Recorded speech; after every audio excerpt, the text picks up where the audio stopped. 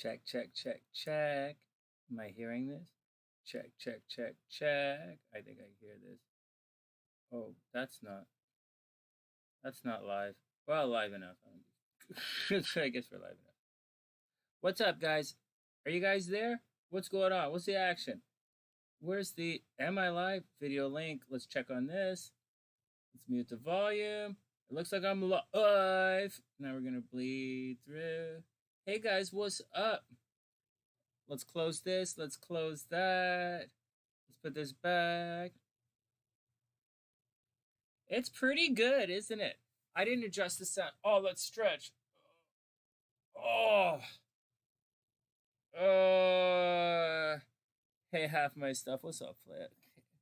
I have you guys on the list. I put you in the description box.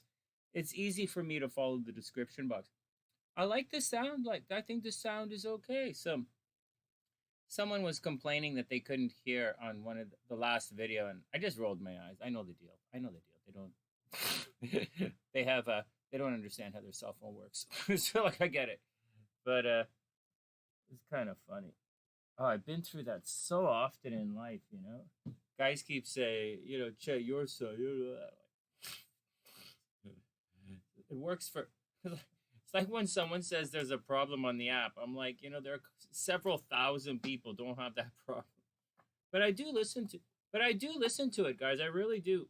When you have complaints about sound or the video or something, I really do listen, and I adjust it for you guys, especially in the music video stuff, because it's got to be there. If it's something as like a weekly video, I consider, for those who don't know, I consider weekly videos like throwaway videos. I used to do those constantly because I was getting paid I was getting paid to do it. But like now I don't, when I'm not paid now, I don't, I'm not like, why would I care? And so I already know what's happening. I don't give a shit, Anyways, let's move on. So what's up on the list? Anyways, in the list we have, it's in the description box.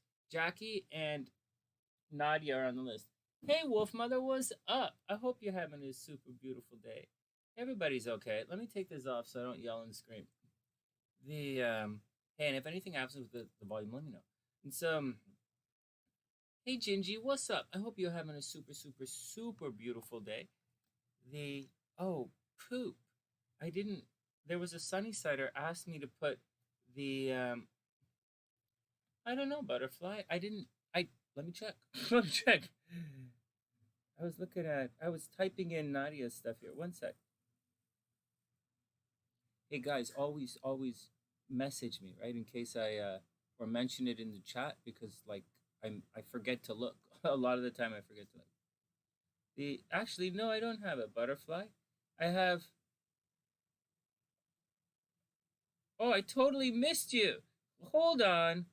I missed somebody. Somebody snuck right in and I totally missed them. Can you give me 1 second? I totally missed it. How the hell did I miss this? 1 sec. Sorry, Butterfly. I totally missed it. What the frig? I'll put you on right here. Let me see. No. Butterfly is all cool. Go back. What did you say? You got it. Butterfly. You know what? I totally missed it. I somehow skipped right over it. I went straight to Nadia. Okay, hold on a sec. I have Jackie, Nadia, and Butterfly. I'm Butterfly, so you're gonna be in the. It's in the description box and timestamps. All right, BUTTERFLY. No, it's okay. I'm glad you mentioned it because I didn't see it. I don't know how I didn't see it. It's like right there. I totally missed it. I got it. It's all cool. No, you guys, this is very, very important for you guys to message it if I don't put it on the list. Okay, Butterfly. Gotcha. Butterfly's going to go up first, too, because she's right there. Oh, let's stretch for a second. Let's stretch and take a pause. Shuffle the cards. Let's shuffle the crap out of these cards today. This is spin them around a bit and see what's going on. What's up with everybody? Hey, Janet. What's up? Janet Love, what's up? I hope you're having a beautiful day. Thanks, Butterfly. It's all cool. And who else is in the house? Janet's in the house. Gingy's in the house. Jackie's in the house. Half my stuff's in the house. Anybody having a good day today? You got it, WolfMother. shuffling away. You'll go up after, let me pop you in here. Gotcha. This is such an easy system I'm using now. I don't know what my problem was before, but this is an easy system. Whoa, zombies. Whoa, whoa, whoa, whoa, zombies. Man. Beast, what's up, player? I hope you're having a super amazing day. Interview next week. Right on. Oh, crap. Right on. First thing that happens, I start to glitch. What a way to start the day. Let's see if I can fix this up. This looks okay. All right, let's stretch. Long days today. I don't even know why I'm tired. I'm super, super, super tired, and I have no idea why I'm tired. It's probably like stress, I guess. Cough due to cold? No, it's stress. The well, there's one thing about me that I'm worried about here in Toronto, and that's I'm not lifting weights. I'm eating very healthily, but I'm not really lifting weights and not really working out physically. And my body's going to shrivel up quickly. And I really don't like that. And so it's a tough one. Push-ups, sit-ups, I guess. I don't know, man. It's a little worrisome. But whatever. Whatever, we'll work through it. Yeah, WolfMother's stressed out. Everybody's a little stressed out. Hellbeast is trying to get his identity back. That's cool. That's cool. Qigong is good. Hey, right on, Nadia. 226 is February 26th. Right on. Oh, that's very good. Let's shuffle the cards. Erica, what's up? I hope you're having a beautiful day. I'm doing I have special software here that Black Sheep bought for me a couple of years ago, and very yeah, of course, Stephanie. It's the same price because it's not about age; it's about time, and it takes when we're live, it takes a lot of time. But the yeah, Stephanie, yeah, whatever. It's all cool. It's all cool.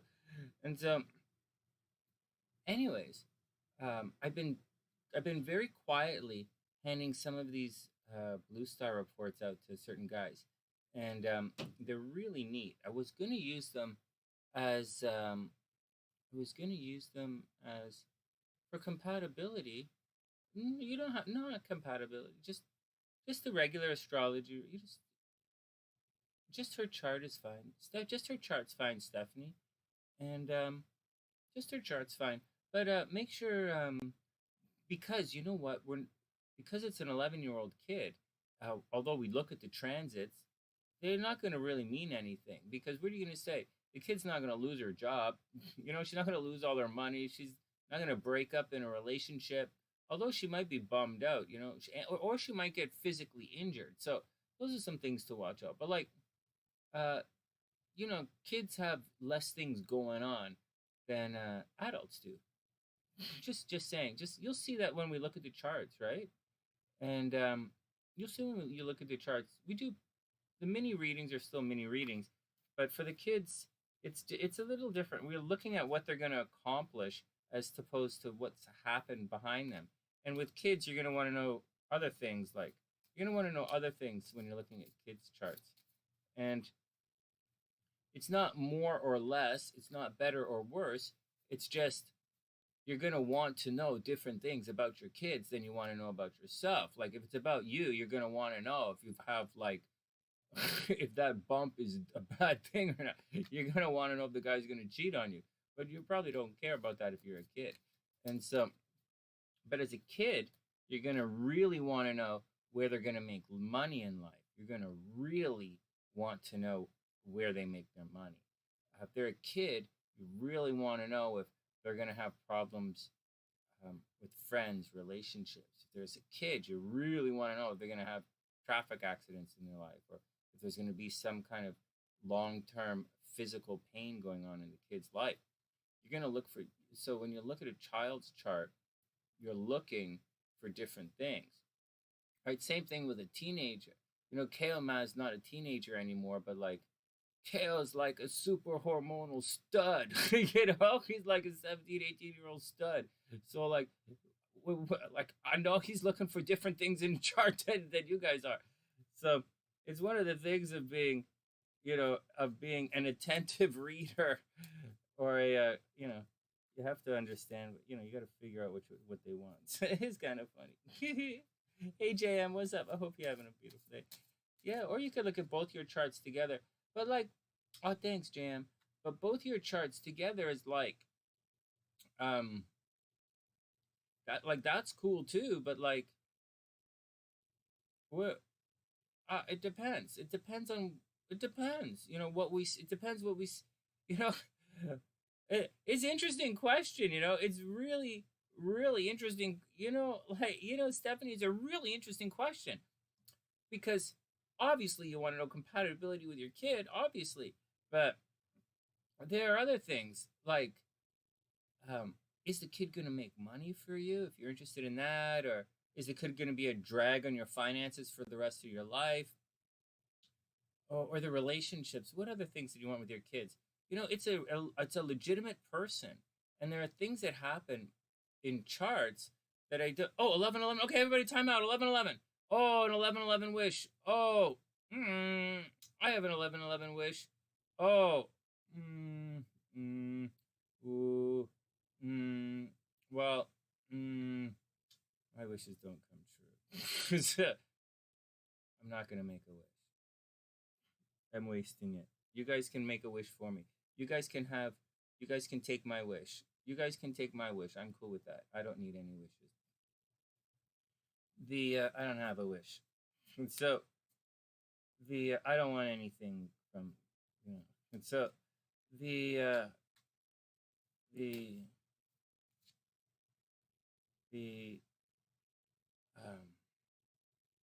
anyways, let's go back to the compatibility in the kids. So the kids, man. Oh, let's do something else. So, you know, some of the neat stuff about compatibility is there's some really interesting stuff in compatibility where, if it lines up, if you might be very popular together or not. I'll just tell you flat out. I had a friend of mine, not really a friend, just a person I used to work for me. You know, at my studio, I hired her to teach some instruments, and she, everywhere we went in public, if I'm with her, wherever we go, for whatever reason, wherever we go, everybody knows me. Somebody walks up and says, "Hey, Sonny, what's going on?" I'm like, "Hey, man."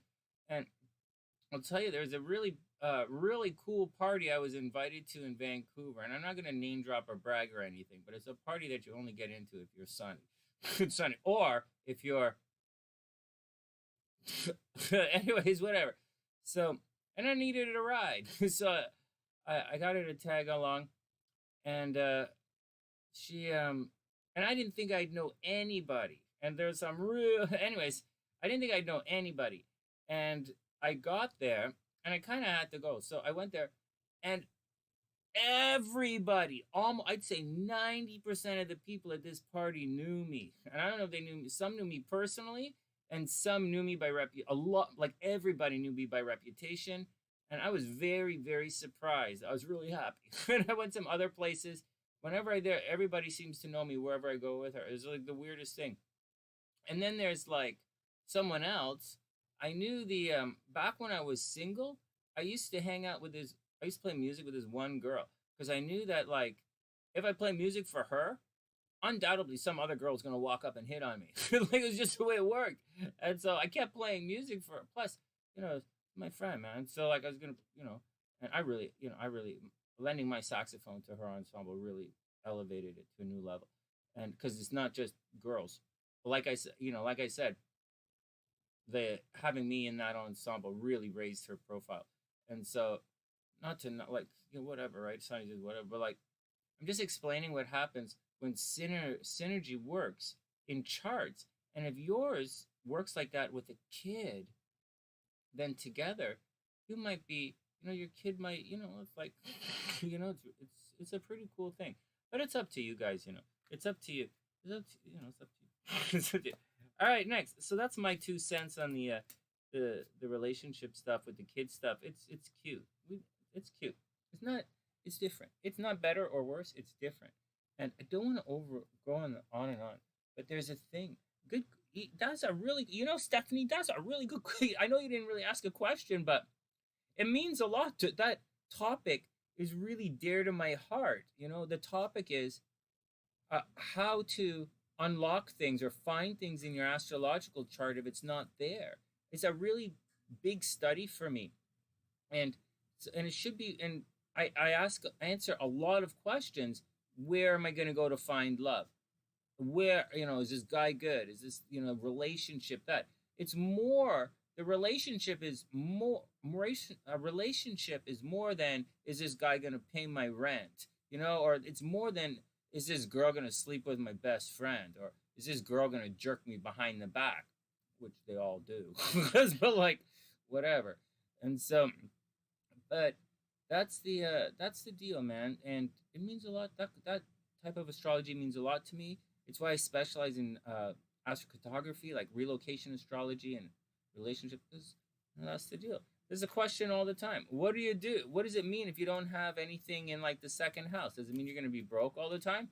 I don't see how. That's not where your money comes from. So like, I don't know where, like what kind of Instagram astrology you following, but money doesn't come from your second house. It comes from somewhere else. But it's interesting. Anyways, interesting. It's interesting stuff, guys. It really is. Like I find it interesting, and it helps my readings here. It helps my readings because I apply it to the horoscopes. I said, all right, what else is going on with everybody? It was busy today. My aunt came by. My uncle that I told you guys about? I have a big family, a big, very close, big, immediate family. And my aunt, my mom's sister came by. And my uncle that I keep telling you about, who says, you should work with people from different cultures, and you should learn from everybody from different cultures. It was that she came by today. My aunt who married that uncle and my cousin, they all came by to visit my mom today. So we hung out a bit. It was a tiring day. And that's it. Tomorrow I have readings. Starting at lunchtime, just before lunchtime. And Sunday is class. Sunday is level 1. I'm going to tell you guys something though. Except for like Ginger, Rocktober, Annie, Stephanie H. Except for those guys, if you, because they're like, Wing One, right? Like Wing One, Stephanie, like Annie H. Rocktober. They, maybe Helby's, but Helby's always busy. They, I have to clean up that. Let us try one more.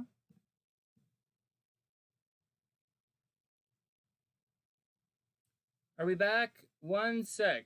1 sec. Still trying.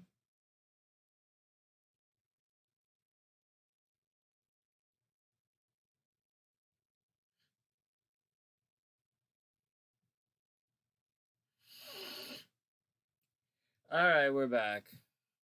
Let us continue.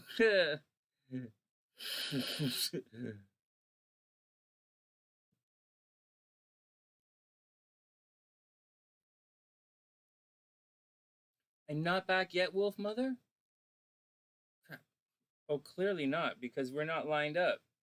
Oh, wait a second. Well, my phone is really slow. Look, let's stop this on my phone. I think my phone is chewing up too much stuff. I don't even have data on my phone. Like, okay, and I need this for the readings. Let's drink some juice and come back. All right, we're back.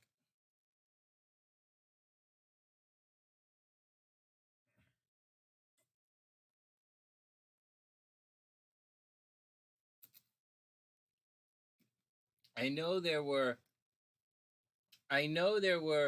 an infinite amount of people who were trying to stab me in the back in Vancouver. I'll tell you guys a secret. Not only were there an infinite amount of people trying to stab me in the back, I'll tell you what low vibration. You guys might use the term low vibration, but I use the term ghetto fuck shit brain motherfuckers. Okay? You guys, I'm a extreme. I have stronger. I would say that I have harder boundaries in my descriptive lexicon than you guys might have. I had several people, really try and stab me in the back, completely out of the blue, for like jealousy, major jealousy. I succeeded where everybody failed. But in spite of all of the absolute bullshit, and there's a lot of mental health fucking people, fucked up people in Vancouver, and in spite of all of that, I had a really good life there, and I didn't need anything. I had a lot of students, and I loved teaching. I loved my students. I loved the parents. I loved everything. I wasn't interested in performing. My ego was satiated. I didn't give a shit. And okay, and then to come back, and I thought, to come back to the world, into all this world of abuse, and talk to all these fucking idiots. It's really, there's really, I don't know. You gotta. Well, I do know. I do know, and I have it very solid in my head. I look at it in a very Two of Swords kind of way, a very this way or that way, and I look at the cost of everything. I look at the emotional cost of things. I look at the physical cost of things. I'm in pretty good shape, but if this is going to damage my body, I don't, that's a very high cost for me to pay. And so anyways, whatever. I'll talk about this another time. All right, Rock, you going up in a sec. Rocktober's, oh, I'm not going to tell you what his sign is. I'll tell you a little later. All right, let's do it. Butterfly is up. Butterfly, what's the timestamp? I think I might go into the office. They're not using the office anymore. Well, they use the office every single day. Single day, but but I might put all this stuff. There's a desk. There's a desk in the office, and I can put my monitors already in the office. They got another monitor. They don't use the office. They use for the most part, they use the dining room because there's a lot of paperwork here, and they need a big ass table, and nobody here eats anymore, so nobody uses the dining room. And I know it might sound like it to some of you guys, but we're not really a family that eats in the dining room, so whatever. So, all right, whatever. Let's get on with things. Let's get on with it. WolfMother's right. Sonny's not here, man. So, Sonny's not here, man.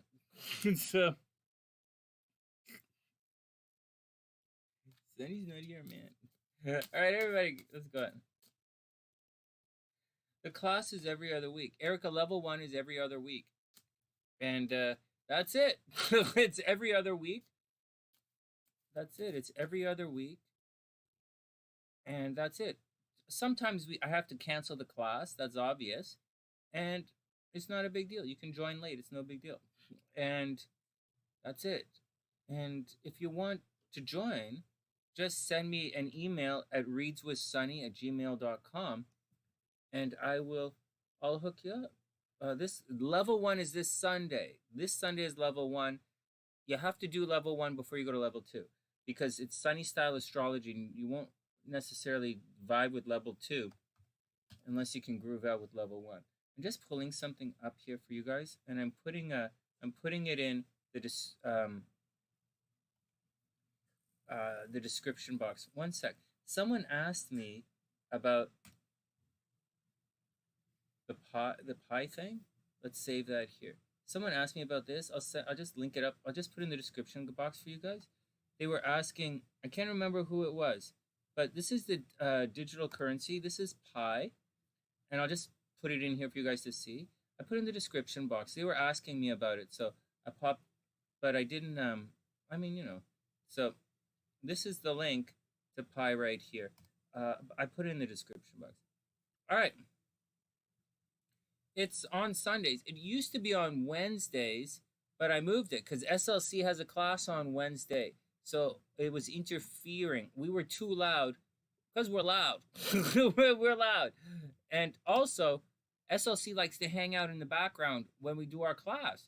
And so she couldn't do it when it was on Wednesday, so I switched to just Sunday. The drag is I don't really like doing class on Sunday. I like doing readings on Sunday for you guys for the week. Ugh. But you know, but we're doing it's Sunday. And so Stephanie, we'll pop you on the list. Oh, thanks, Stephanie. Let's add you to the list, and then we're gonna start right now. I didn't mean to drag ass for so long before I started this. Oh no, did I put them on? Hold on.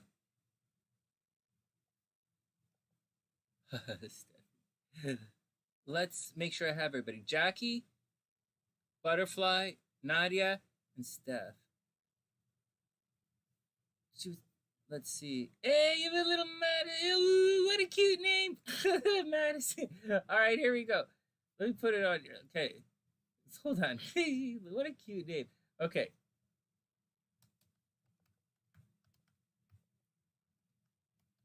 Madison. All right, let's get going before I get too held up tonight. Butterfly is up. Let's save. I put that pie in the description box. And we're off. Not yet. We are 30 minutes. 31 minutes. Butterfly. 31 minutes. 31:00. Save.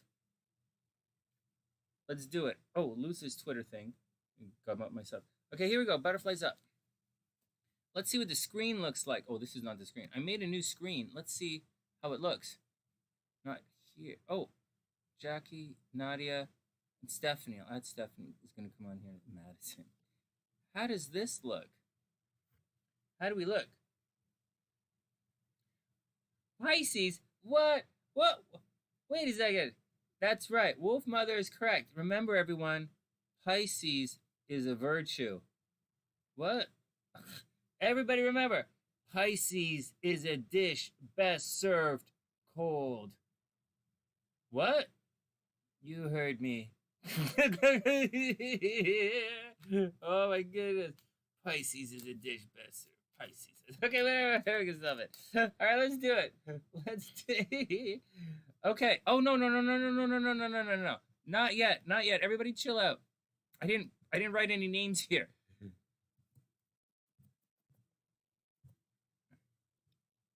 All right. This is the fly butter, not the regular butter. This is the fly butter. Sonny, does that make any sense? To me, it might someday. The fly butter. Is that cool? Can you guys read that? Is that okay? I think that's okay. All right, butterflies up. I'm in Toronto. I'm back. I live in Humbertown, man. I live just north of Bloor Street in Etobicoke. Hey, Jaylin, what's up? No, it's not. Of course it's not. Wait, didn't you ask a question? Jaylin, you asked a question earlier and I was making a joke about it. I can't remember what you asked, though. Did I ask if... I think I asked some... I thought it was... I can't remember what you asked. What did you ask? Oh, how do you ask a question? Oh, I thought that was funny. Hey, Noodles, what's up, playa? All right, butterfly. Tarot cards. Let's go. Oh, no. Stop. Google. Stop. Okay, here we go. Butterfly is up. Now I'm in Toronto. I'm back in Toronto. And everything is cool. Back in Toronto.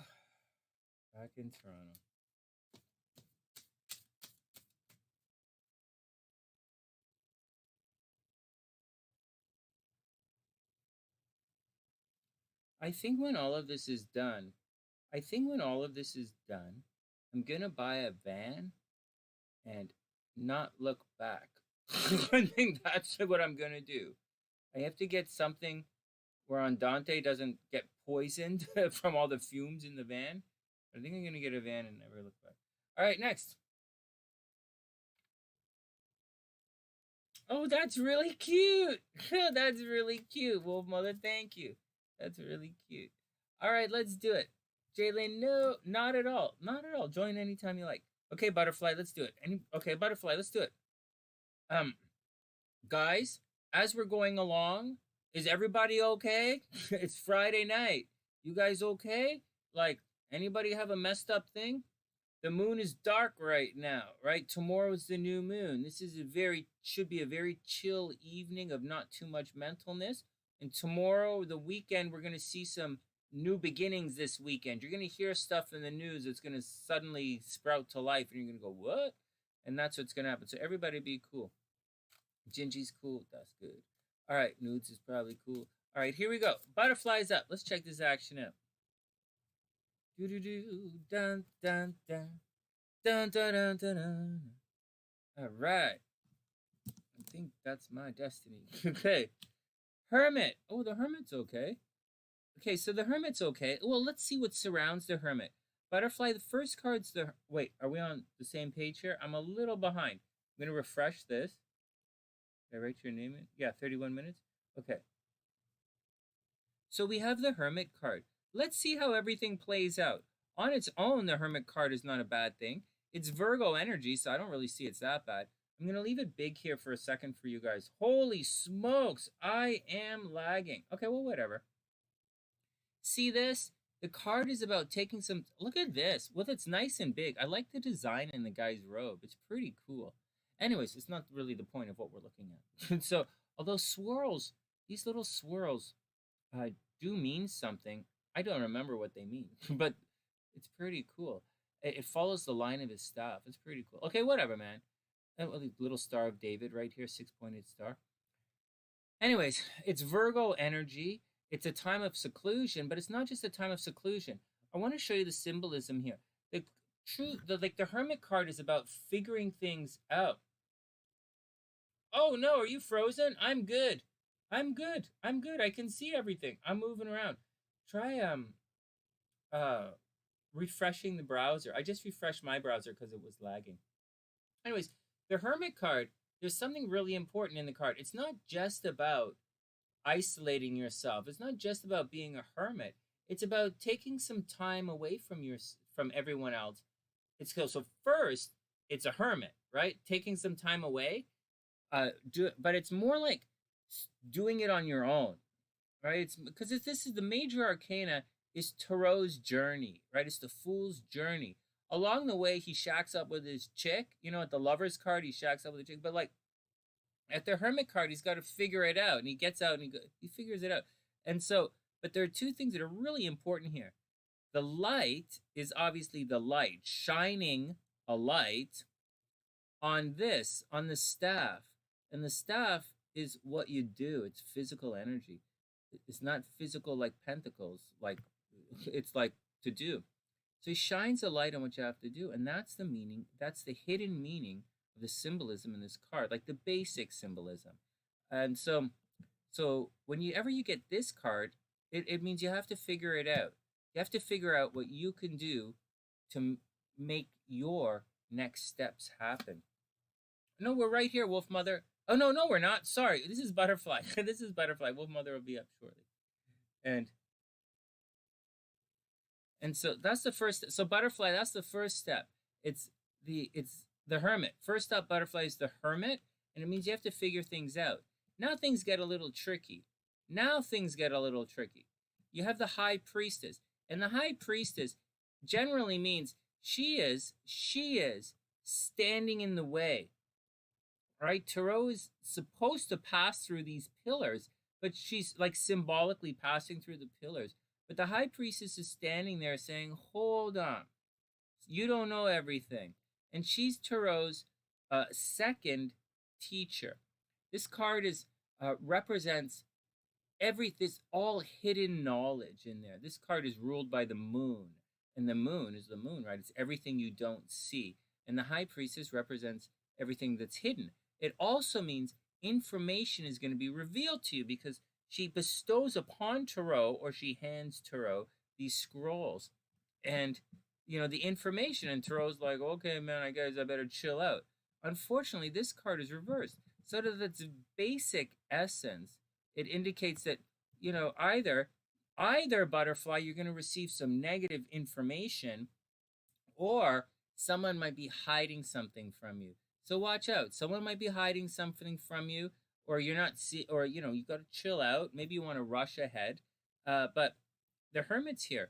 So yeah, this indicates a situation where you have to actually sit down, pause, right? Hermit, pause. And even though he's in motion, you kind of have to pause. There's usually a dog in this card, right? His companion is with him. And so, or often there's a dog in there, or a wolf. But butterfly, it looks like you have to figure something out, and you might not have all the information. You might have incomplete information. And then we have the Nine of Pentacles.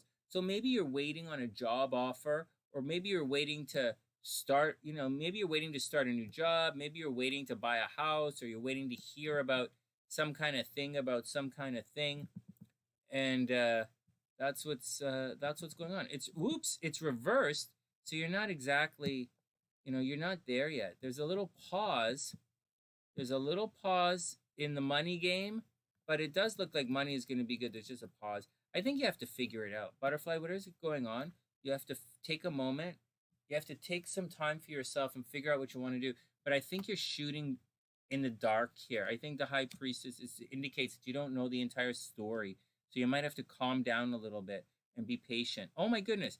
Be patient. Remember, Pisces is a virtue. And then we have the Justice card. So Justice always indicates there's a balance coming, right? What goes up will come down. What goes down will come up. There's a restorative quality about this card.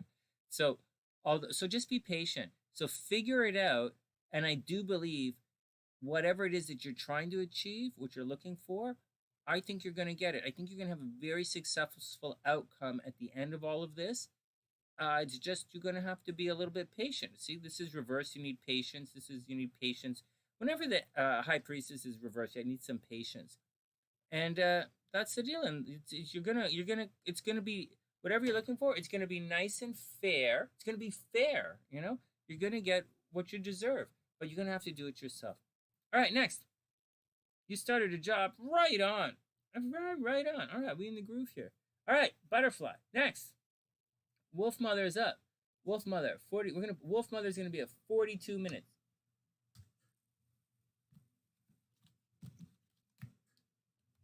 Because it takes me a minute to shuffle the cards and type in the name. So, next up, WolfMother.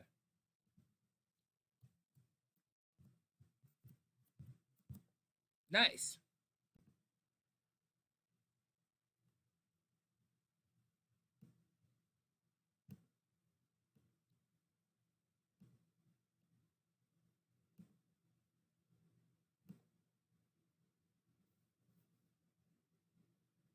Okay, WolfMother's up. Hey, Elenora, what's up? I hope you're having a beautiful day. No, there's time. There's time. It's in the description box. There are 3 readings ahead of you, 3 astrology readings ahead of you. And so in about 45 minutes and 2 tarot readings. So I'll get to you in about, if you're interested, I'll get to you in about 45 minutes. Not too late at all. Everything is cool. About 45 minutes. All right, next.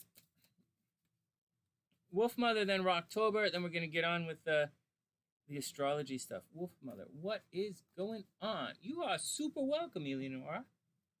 Here we go. WolfMother. Da-na-na-na. 4 of Pentacles reversed. You got it, Elenora. Yeah, you know the deal. In about 45 minutes, we'll be there. 4 of Pentacles reversed. WolfMother, 4 of Pentacles reversed. So, be careful. This is the card of working hard for your money. This is the one that says you worked hard. Try not to, don't spend it like crazy. It also means that hard work is its own trapping. It doesn't mean that hard work is its own reward. It means that you become a slave to the job. So be careful. Whatever the job is, you might love taking care of kids, but this card would indicate that instead of a passion, and then your passion has turned into a bit of a prison. So you got to watch out for that kind of thing. Also, watch your money, right? In some decks, it indicates this. You have to watch your money. It's also reversed. So maybe there's an activity or there's something to do financially that, maybe. Anyways, I think WolfMother, if you should hold on to your finances. It's not just about money. It's about your stuff. Be careful. You work hard for everything you get. So be careful not to let go. And that's the gist of it. That's the gist of that card. Oh, then the star card reversed. So the star card is not is a great card, but reverse, it tends to indicate you might not see what's going on. Man, I hope everything is okay with you. This is the card of it's the card of hope, right? It's Aquarius energy. It's a star in the distance. It's the first of the 3 progressive luminaries, and it indicates a situation where you're about to enter into this rebirth. So maybe about to enter a rebirth. You're moving from the dark into the light.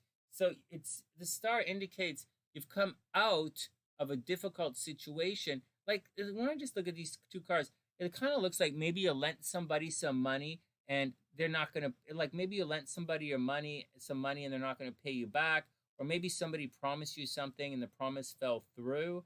I would say just take it easy, take your time, because it's still hard work for your finances and it's still hope. You just might not recognize it as such, and that's okay. That's okay. We'll see what else this is. You're in a great space. Yeah, me too. Me too. So yeah, so it looks a little goofy, but not really. It's just the times we're in. Oh no, then the 5 of Wands. What the hell? What the hell? What the hell? The 5 of Wands indicates that people are fighting around you.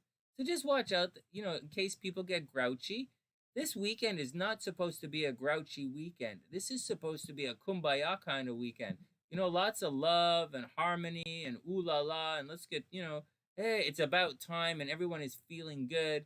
And I mean, in the United States, everybody's getting their Biden bucks, right? Or their Camilla cash. Oh, you did lend money today. You better get it back. Yeah, well, that's kind of what it says about lending money. And this card is reversed. So everybody should have a little bit of money in the next week. Everybody should be in a really good mood this weekend. Like, the vaccines are coming, and people are getting vaccinated. The Rona is gonna, we're gonna move out of the Rona time in history soon, and everybody's got their Biden bucks. So like, it should be okay. But this reading here says you have to watch out. It says people they might be a little grouchy. So be careful. I don't actually see them being grouchy towards you. I kind of think just people around you are going to be a little grouchy. And that's the things you got to watch out for. All right, next. Ooh, the 4 of Wands. Yeah. Oh, my goodness. Well, at the end of the day, everything is going to be okay. It's time to move on. Don't hold yourself back for anything. This is not the card of happily ever after. This is the card of getting on with things. The 3 of Wands, you're in a holding pattern, you're waiting.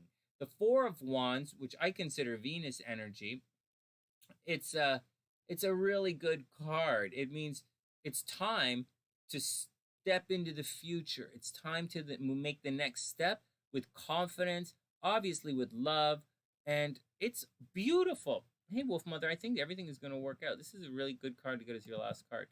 And that's the deal. Hold on. Just be careful about the money you lent. Know that some people are fighting a little bit. And at the end of the day, things are very beautiful. You should really step into something new right here. Oh, yeah, you're moving to Tennessee. What the hell's wrong with me? Yeah. Oh, well, there you go. Well, there you go. You have there you go, the 4 of Wands. Time to move on to the next thing. So you know the deal. Watch out for this 5 of Wands doesn't always mean fighting. It could mean fussy. It could mean busy. A little bit of delays. It looks like there's going to be some delays this week, but I wouldn't worry about it. Oh, weekend. It looks like some delays this weekend, but I wouldn't worry about it. You have the 4 of Wands there. So you're stepping into a very beautiful new future. And now is according to the Tarot anyways, now is definitely the time to do it. So I think that's really cool. I think that's really cool. All right, next. Oh man, that reading put me in a good mood. Ooh. Oh, my head. All right, well, that's what a good. Wow, did you guys see that? Being in a good mood almost gave me a headache. Did you see that? Oh, I better not do that again. Oh, fuck you. Oh, I feel better. Oh, I feel much better now. And you too. And your little doggy too. No, stop it. Stop it. Feel better now. Okay, next. No, WolfMother. This is a pretty appropriate. I think this is a fairly appropriate reading. I think you're gonna have a good weekend. All right, Rock is up. All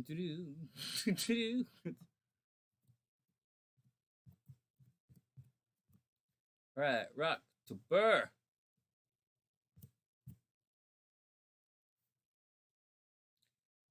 All right. Do you guys want to know what Rock's snowboard name is? Rock's snowboard name is Rocktober. He was a if he was a professional snowboarder, his name would be Rocktober.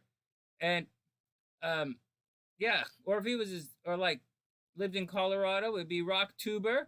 And if he lived in Vancouver, Canada, it would be Rocktober. It'd be the doobie. Rocktober. All right. Well, screw you guys. I have fun. This is fun. I like playing with these names. Whatever. Okay, next. Rocktober. All right, stop it. Study stuff. Okay, let me catch up. Catch up with myself. 15 minutes. Let's do it. Rock is up. Rocktober. Okay, stop. I just being stupid. Okay, here we go. Oh my god. Oh my god. Hey, WolfMother, check it out. If he was Canadian, he'd be Rock Snowber. If he was from up north, he'd be Rock Snowber. He'd be Rock Snowber. Oh, okay, shut up, Sonny. Where's SLC? Tell me this. Okay, whatever. Okay, whatever. So, Rocktober is up. You got it, Elenora? Okay, pause. Let's pause for 1 second. Let me put you in the thing so I don't forget it. After Rocktober, I'm gonna start the readings here. I've got you right here, Elenora. After Little Madison, Nora. Duh. Okay. Everybody's in the description box today. Okay, Rock is up. Yeah, if you get Rocktober drunk, you got Rocktober. Oh my goodness, you guys gotta make it. He's like, they're like, shit, Sonny. I just want to know if I'm gonna get laid this weekend. All right, whatever, man. I didn't come here for like Rocktober.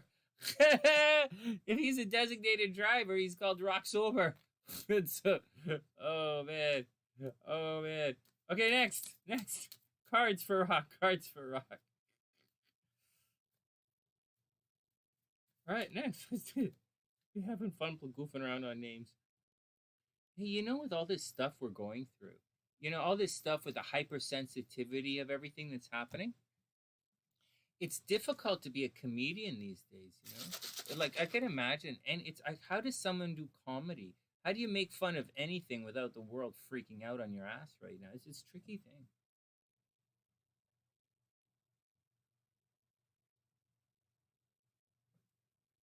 Man, I love this stuff, but I'm telling you, Gatorade only makes you thirsty for more Gatorade. It's like sex. Not for everybody, Sonny. I know. I know. But for some people, Gatorade makes you... Next.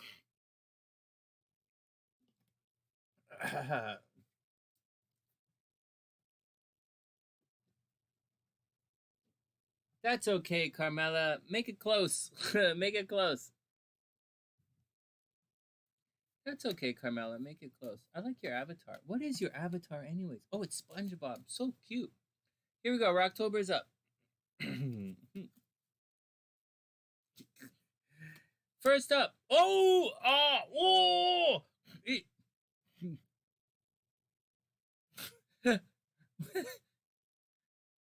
Calm down, Sonny. Okay, first up, the wheel. Hey, Rock, look at this. You're going to be super lucky. Normally, this card's reversed, so there's a delay here. Normally, this is the card of super luck, right? It's Jupiter. It's like, oh, you got it, Carmela. We'll do you next. This is... Hey, Rock, this is the wheel. Look at this. It's Jupiter energy. It says you're going to be super, super, super lucky. Even reversed. I believe this card is lucky even if it's reversed. I just think it's going to be delayed. So this is interesting. Rock, maybe you really are gonna win the Powerball this weekend. Holy crapola! Oh man, that would be so awesome. Anyways, Rock, you're super, super, super lucky right now. There's a bit of a delay. Things might get a little goofy a little bit along the ways, but it's right here. You're really lucky. Oh no. Oh no. Okay, so let's put this together. You have the next card is the Two of Cups reversed. So, but it's reversed. So I like to say when some of these cards are reversed, there's a delay. Like I say, there's a delay in your luck. Like these two cards right side up. Like when you have good doesn't go to bad just because it's reversed. Like that's just how life works. So, but when these two cards come together, this is very clearly lucky in love, harmonious. If this was right side up, I'd say you were going to meet somebody new. I really would. Or I'd say you're going to about to get married, or about about to do something really profound in the land of love. But or you're going to find someone who matches you in a very symbiotic way, or you're going to heal each other. You're going to be really lucky. I just think there's, and I think it's still going to, I don't know if it's someone new or anything, but like there's a bit of adjustment. There's an adjustment period that has to happen to fit everything together because it's delayed. It's really neat. It's because it's filled with sodium, right, Stephanie? Yeah, it's because it's filled with sodium. Seriously. Yeah, I get it. Yeah, I get it. I've always known that, but I still, I like it. I don't drink a lot of. Actually, I have a Diet Pepsi in my bag that I brought from Chicago. I have two of them that I packed in the car for the ride, and I didn't drink them. I might drink that tonight, though. I don't see myself drinking pop here. But I'm in Toronto. I don't know how to recycle, so I can't really. So, anyways, Rock. Then we have the Prince of Wands. I have a feeling someone is. This time to travel, right? The Wands is the princes are like. The princes are the guys who fight the battles. They're the guys getting out and doing stuff. And when the Knight of Wands, the Knight or the Prince, and this card is right side up. So you might have a particular challenge right now, or maybe you're gonna travel. Maybe you're gonna travel somewhere, or maybe you're gonna meet someone at a distance.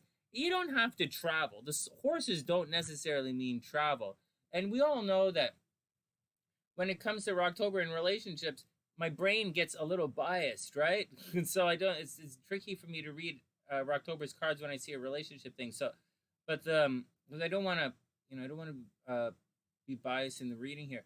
The Knights don't really mean travel. It means energy, like lots of energy, teenage hormonal energy, and it's the Wands, and the Wands are like getting it physically moving. And they do often indicate that you are going to travel, or someone from a distance is going to come and visit you. It does look like you're getting antsy, or someone might be getting antsy or something to take a relationship to the next level, or to not take a relationship to the next level. But regardless, and it's relationship because we have the Two of Wands here is a relationship. Sorry, Two of Cups is a relationship card. So, and the healing thing is because of the Kadikias or the Kadiks, whatever.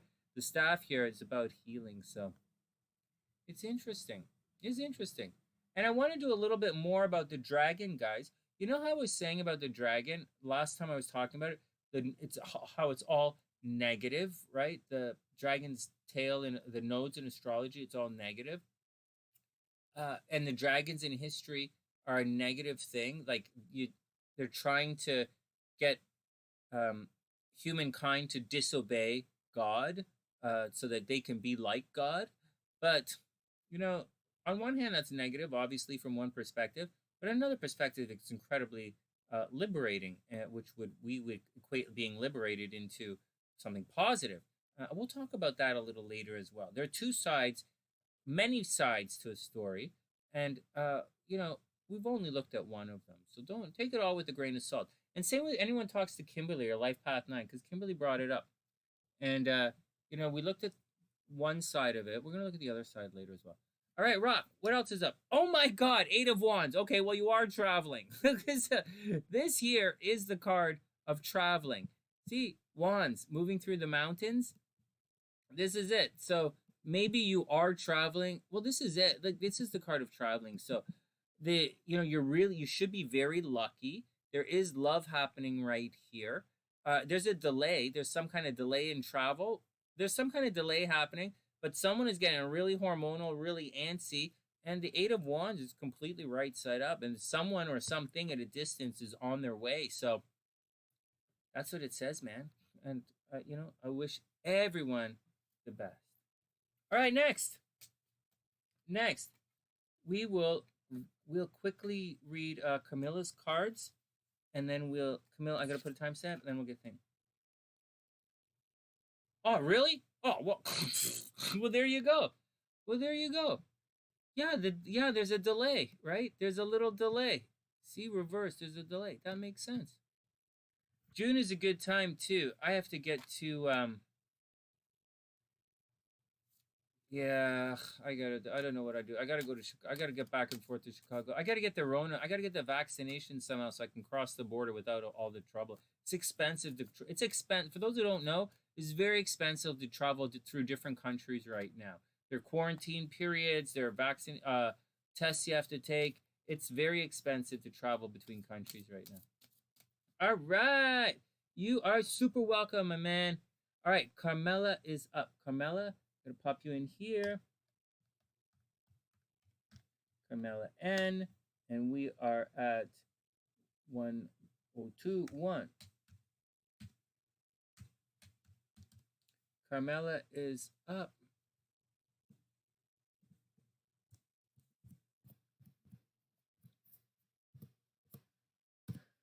And then we're going to get to the astrology reading. One sec, guys. You guys have been always so patient here when it comes to the tarot reading, the astrology reading. I know you guys, I know the highlight of the broadcast are the astrology readings. I do know that. I'm just going to, and I do like to mix in the tarot as we go along to take a bit of a break from the astrology, right? But I'm just going to do a couple of these, and then we'll move forward. All right, next. Carmela is up. What is that? There's a Scorpio you need a reading on. If you need a reading if the guy's being manipulative? Oh, yes. The answer is yes. You need to know if a Scorpio is being manipulative. Anybody else want to chime in on this? anyone else want to chime in? Come on, guys, seriously. We're not prejudiced or biased against any signs here on the sunny side. Not one. But if you feel as if you're being manipulated by any sign, you probably are. I'm going to say that again, guys. In a general relationship thing, if you feel as if you're getting manipulated by someone, you probably are. And that's the deal. So that's the deal. Getting the British vaccination, that's a little, I appreciate that, Daniel, but that's a little vague. We need something a little bit more concrete than the British vaccination, because there are a number of different vaccinations out there. And so we'd need to know which particular vaccination is making you sick. I heard there was one in Britain that was making you sick, but I'm not sure which one that was. All right, next. Oh, seriously, WolfMother. I'm totally down with that. I'm totally down with that. Yeah, you get the cards are right here. I'm shuffling for you right now. So, you know what? I'm going to say something, though. I'm pretty astute at this. I'm just going to read your cards. I'm not going to judge. Here you go. I could judge, but I could judge, but not my boyfriend. You're not my girlfriend. So, here we go. Camilla, the cheap one. I'm not familiar.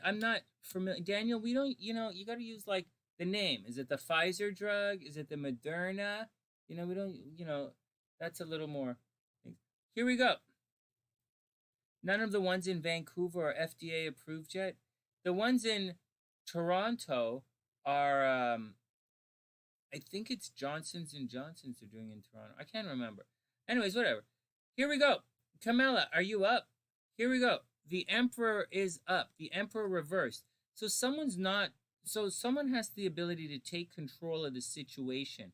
There is a tough love situation involved here. someone is, excuse me, whether you realize it or not, someone is trying to control someone else. I mean, it's the Emperor, right? For better or worse, someone is in the background. Like if this was right side up, I'd say everyone is being fair and it's a tough love situation, but it's reversed. So I do believe that there is a controlling element here. This guy has to take control of the situation. I would say that maybe one person is goofing off a little bit. One person is not taking control of the situation. I would say with the Emperor reversed, there is an imbalance in the relationships and boundaries are being transgressed because the Emperor is all about boundaries and taking care of people. But it's reversed. So boundaries are being crossed and you're not taking care of each other. Then we have the Prince of Cups. So something's and this cup is reversed. So normally I would say there was a lot of love in the relationship at the beginning. I would say that there was a lot of hope. I would imagine that it was very exciting at the beginning at one point. Like you guys would, at one point, one of you anyways, would do absolutely anything for the other person. Like very sincerely do anything for the other person. But in this situation, I think the emotional desire or the emotional drive to satisfy each other's needs has long since passed. I would say it's completely hit the boogie. And I'd say I don't know that I'd go so far and say that there's abuse in relationship, but I would imagine that instead of taking care of each other, you're working against each other. And I guess that's pretty obvious, whether you look at the tarot or not. I live in Chicago and I live in Toronto. I have two addresses, Chicago and Toronto. And I move between them. Then we have, oh no, hey, Carmela, this doesn't look good. Carmela, you still there? This looks starting to look really bad. You have the Three of Swords reversed. So this is the card of heartbreak. And I would imagine if you guys are dating, like you didn't say if you guys are dating or anything, right? But if you guys are dating, I would say you guys probably going to break up. You guys are going to break up or he's going to be cheating on you. It doesn't say any behind the scenes information, okay? It doesn't say anyone is cheating. I'm saying that. He might not be cheating, but there's heartbreak here. The Three of Swords reversed. So maybe there's a delay, right? Maybe you guys are holding on to each other in the relationship, but I think somebody's jerking each other around. I think somebody's crossing boundaries. I think someone is BSing a little bit. And I would think, let's see what the next card says. The Two of Pentacles. Someone has multiple options here. So maybe the guy is jerking you around. I think the bottom line, I think your question might really be, hey, Sonny, why is this guy jerking me around? And I'll tell you right now, if the guy's jerking you around, he's got multiple options. He's not treating you like a priority. You do not want to see this card in a relationship. You do not want to see a guy who's juggling opportunities. You do not want to see this. And this card is right side up. So Carmela, either you're juggling multiple guys or he's juggling multiple girls, but there is clear heartbreak in the situation. And I mean, you guys have options. Like Carmela, you might have options or the other guys might have options, So that's the deal. That's the deal, Carmela. I hope it's okay. What was that, WolfMother? Yeah, I know it's all the reversals. I know I shuffled the crap out of the cards, too. I'm not sure what the deal is. All right, next. Yeah, I just got back to Toronto. Yeah, I'm in here looking after the folks right now. I really am. Yeah, right now, I'm in Toronto. But that's why I'm rushing to get the vaccine, so it's easier for me to cross the border. Because I still have to go to Chicago. Like, I have to go back and forth from Chicago and Toronto all the time. But it's really difficult to cross it's very difficult to cross the border right now. It's very expensive to cross the border right now.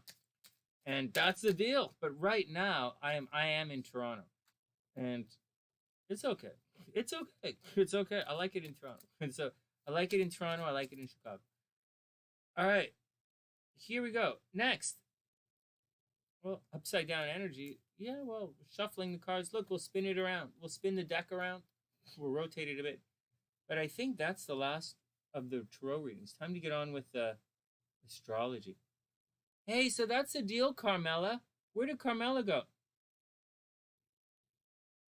Well, Carmela, I'm going to say this once, and then I'm going to move on, because I don't really want to talk. I don't really want to talk to people. I'm not really in the mood tonight to talk to people who walk around blocking each other and say, hey, you go block me. Because that's so insanely childish. It's borderline fucking stupid. And like, I just don't have, like, but you know what? It is one way of doing things. It is one of the ways of doing things, and at times you have to remove yourself from a situation. But the reality is, when you say to someone, go ahead and block me, what does that mean? Like, what does it mean? Like, what does it mean? Right? That's you are the controlling person. You're trying to control the other person. You block me. Fuck you. I'm blocking shit. Fuck you. Like, I can do that. No. That's you are trying to control the other person. You should do what you should do exactly what I'm gonna do right now. You should grow the fuck up and move on. Anyways, Carmela, that's what I think. It's not a very mature thing to do. Next. But is a Scorpio manipulating you? Probably. Probably. Trying to manipulate you. Anyways, I don't know that he really is manipulating you, but I do think he's trying to manipulate you. Okay, give me 1 sec. Let me type in the other charts. Hey, Carmela, I really wish you the best. I really sincerely wish you the best. But your approach, this whole blocking stuff, it's way beyond beneath me. And so maybe, I think it's childish. It lacks the ability to communicate. It screams it screams that you can't communicate. It screams control freak. It screams like, it just screams like, if someone said to me, hey, oh yeah, just block me, I'd say, fuck, okay, fine, God, peace, bitch, I'm out. Peace, bitch, I'm fucking gone. Give me my shit, I'm gone. That's what I would say. But to you guys, like, seriously, but very seriously, hold on. Very seriously. It is one of the tribes. It's one of the ways. There is a tribe and a personality that blocks everybody. And that's their default. And it's very similar to the tribe that runs around saying, I'm going to tell on you. Oh yeah, if you do that, I'm going to tell on you. That is the tribe that got half of those colored people fucking shot last year. If you don't do your shit, I'm going to call the cops. I'm going to call the cops. I'm going to call the cops. And then the cops come and shoot the motherfucker because you called the cops for a dispute. They shoot him is what you asked for him to do. And then you're like, oh, well, then you shouldn't have fucking called the cops, you dumb fucking idiot. And so don't riot in my neighborhood because you can't fucking communicate. You can't solve your own problems. But there is a time when you do have to block. There is.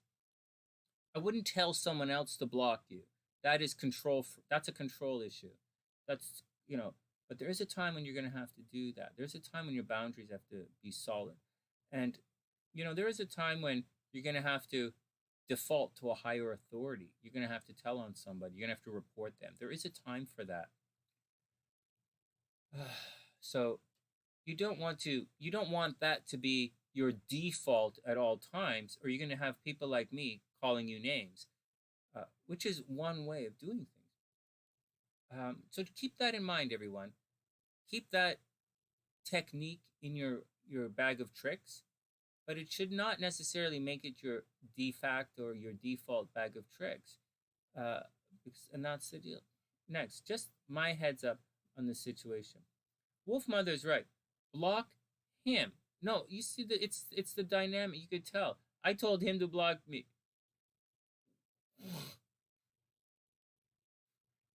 Anyways, next, let's move on. Hey, Elenora, right on time. Can you type it into the chat? I'm typing it in right now. No, we're doing it right now. I'm delaying. And Tvio, we're going to pop you up in a sec. I hope everything is okay. Tvio is going to be up in a couple of, but first we have to do a couple of astrology readings. 1, 2, 3, 4, 5. We have 5 astrology readings. We have 5 astrology readings. That's going to take about an hour, guys. All right. Okay, so where are all these charts I'm looking for? So Jackie's here. I put this screen on so I don't show you guys everybody's birthday in my thing. We have Jackie, Nadia, little Madison.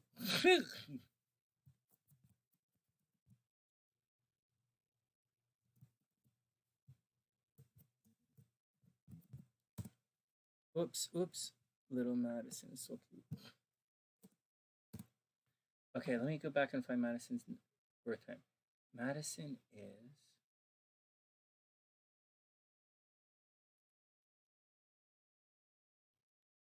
June 9th, 1990. No, I mean, if he was blocking you, that's one thing. He's being childish. But to tell someone to block you, God, that's like some new kind of control freak.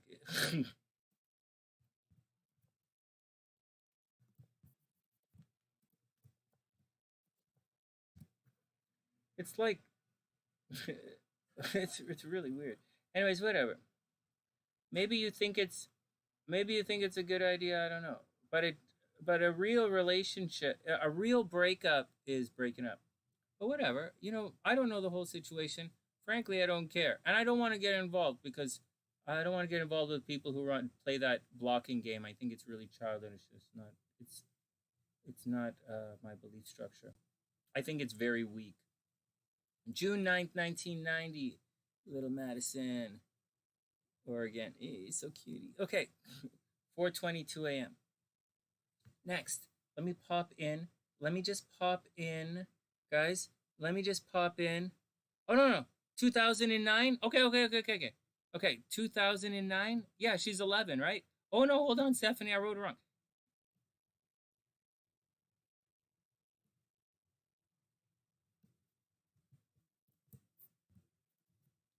I got it. June. All right, Beast, we'll see you later. 2009. Sorry. June 9th, 2009. Oh, wow, that's a lot of nines. I like that. Okay, Elenora should be in here in my chart somewhere. Oh. Oh no. I don't know. I'm not sure if you hear that. Eleno A, Elenora. Yeah, you're right there. Elenora, January 7th, 1974. I got you. And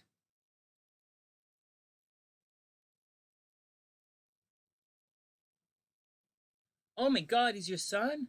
Oh, we'll check it out. Someone said they wanted the charts of someone who had the same birthday as them. I thought that was really cool. This is your son? Okay. We're doing the kids tonight. All right, let's do the kids tonight. He is, sorry.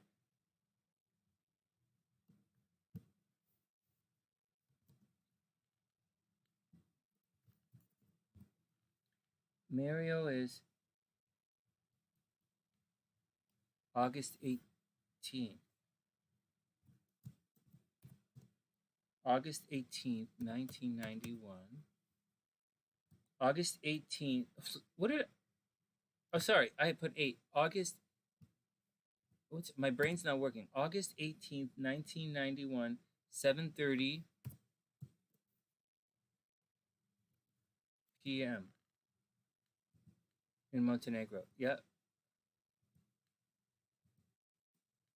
August 18th, 1991, 7:30 p.m. All right.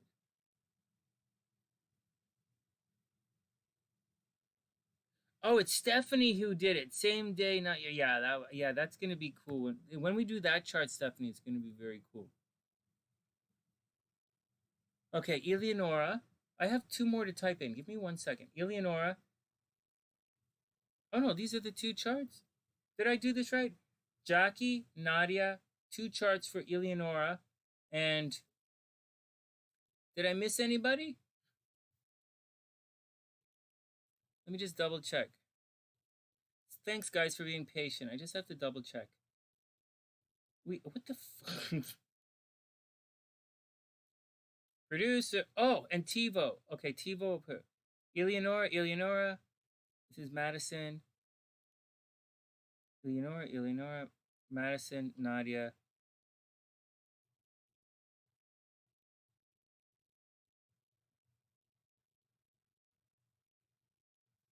I'm missing somebody. Oh, no. Butterfly. We did Butterfly. Okay. All right. Tvio, you're going to be up in a little bit.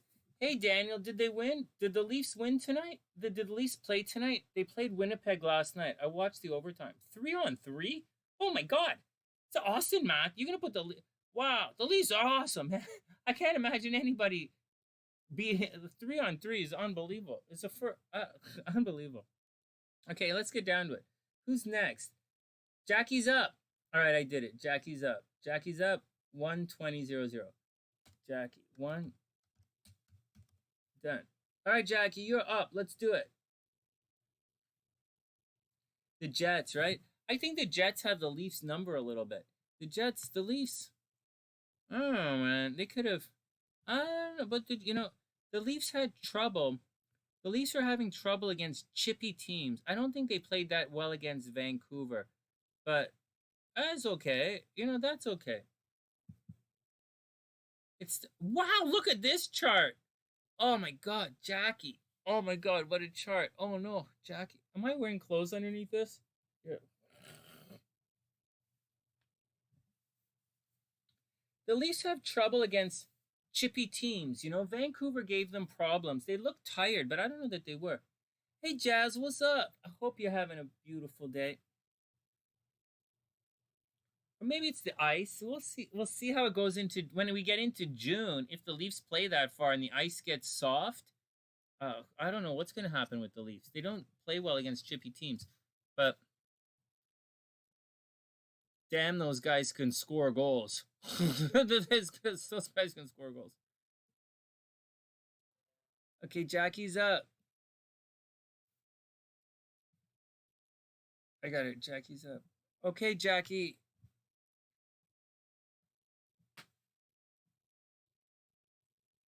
It's so cool. Wing one, meet a new guy. You guys are so cute, man. All right. Stopwatch.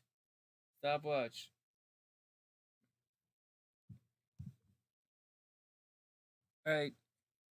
10/22/83. 10/22/83. I gotcha. Hey, you're in Toronto too, Jackie? No way. I'm gonna have to do a meet and greet after the coronavirus. Maybe we'll all go down to Say What. Does Say What still exist? All right. Next. Man, I used to hang out and Say What for like whole stuff. But here we go. Jackie's up. Oh no, I'll write your name.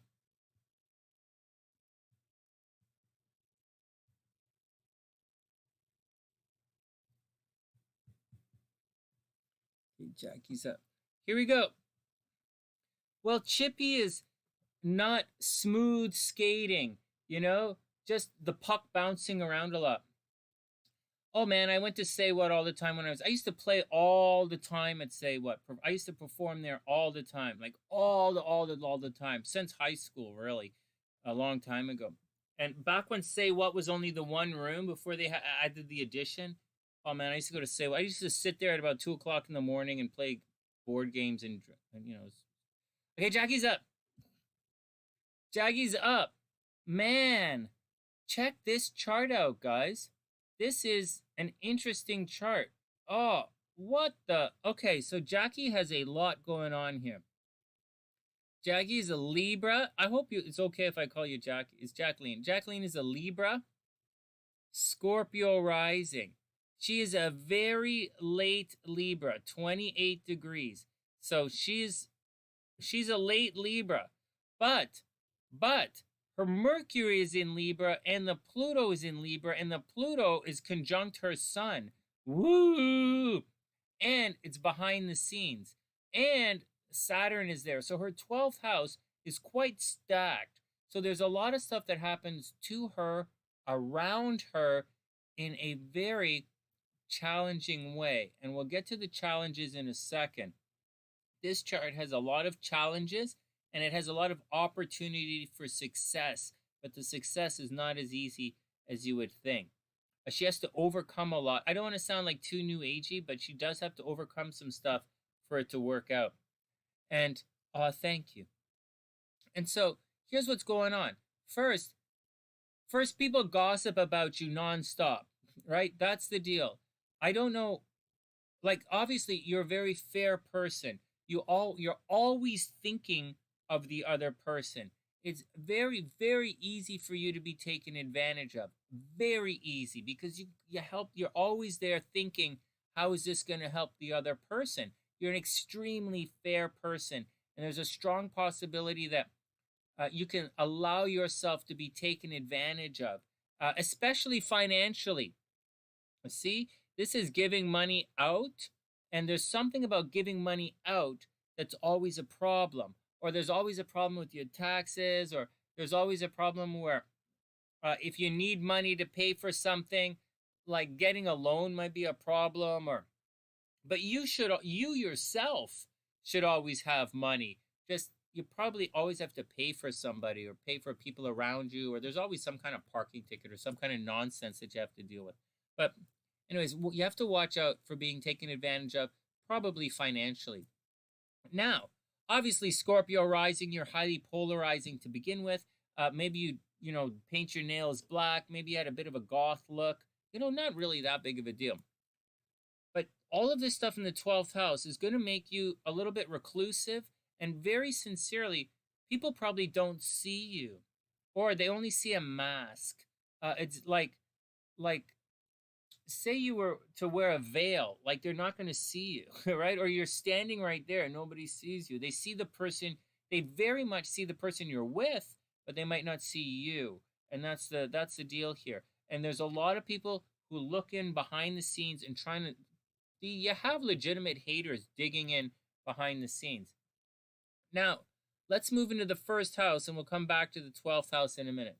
So in the first house, you have Uranus in your first house. It's straight ahead, and Jupiter in your first house. So you're a lot luckier than you might realize. It's also in Sagittarius, so you're probably a little bit larger than life.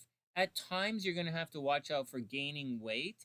You might be a little bit unusual. You might be a little bit quirky. Like, you might wear, like funny clothes sometimes, or you might do some kind of get tattoo, or you might have a piercing, a little bit quirky. You might come off as a little bit rebellious at times, or a little bit of the temper, and it might surprise people. So just be careful. But you should be larger than life, and you should actually be a very lucky person, in spite of all of the, yes, negative stuff that's happening constantly around you. And the negative stuff that happens constantly around you is very, very negative. All right. And I'll just start blurting it out. This 12th house is brutal. There's a strong possibility that, your freedom's taken away. There's a strong possibility that people are trying to control you. It's like going to a private school and you can't dress the way you want to dress. It could be subtle like that. You have to wear a uniform going to school. Or it could be very intense, like people behind the scenes telling you that you have to go to a certain place or do a certain thing, and they won't let you do anything else. There's also a strong possibility that you have a close association with death. Like maybe one of your parents died when you were younger, or maybe your parents separated and you had to go live in a foster home, and it was like, it's not a good thing to have that much stuff, like Pluto and Saturn, that close together in the 12th house. You yourself have to watch out for mental anguish. Sincerely, you have to watch out for mental anguish. You have to watch out for mental health issues. I don't think you're bipolar, but I do think there's a possibility for suicidal tendencies, suicidal ideas to come in, and you have to be very careful as your mental health progresses. But at the same time, you're probably ridiculously intuitive, ridiculously way over the top intuitive. So be careful. Cruising along, there. I do think there was a problem at home. I do think there was a problem with your mom. Maybe there was some abuse at home. I'm going to leave it at that. Maybe there was some abuse at home. Maybe there's a problem going on at home. Maybe your parents were separated. But not necessarily. I don't know. I don't know that your parents were separated, but you might have had to live with someone else. Then we have the moon in the 6th house. So people who have the moon in the 6th house, especially in Taurus, there's a possibility that you're a major workaholic. There's a possibility that you have to do things every single day. You have to plan your day. You have to schedule your day. But it works well with your Virgo energy right here, right? So it does line up. You should be very good at planning things. Maybe you're a bit of a fitness freak, right? There's a possibility to be a fitness freak, possibility to like pets, really like pets. But there's a possibility, you know, in addition to all of that, maybe you speak slowly, and people probably stressed out because you speak slowly all the time. And moreover than that, you really do give a lot of energy to your friends. You really do. And you really do give everything in relationships. And there's a real possibility you're going to get taken advantage of.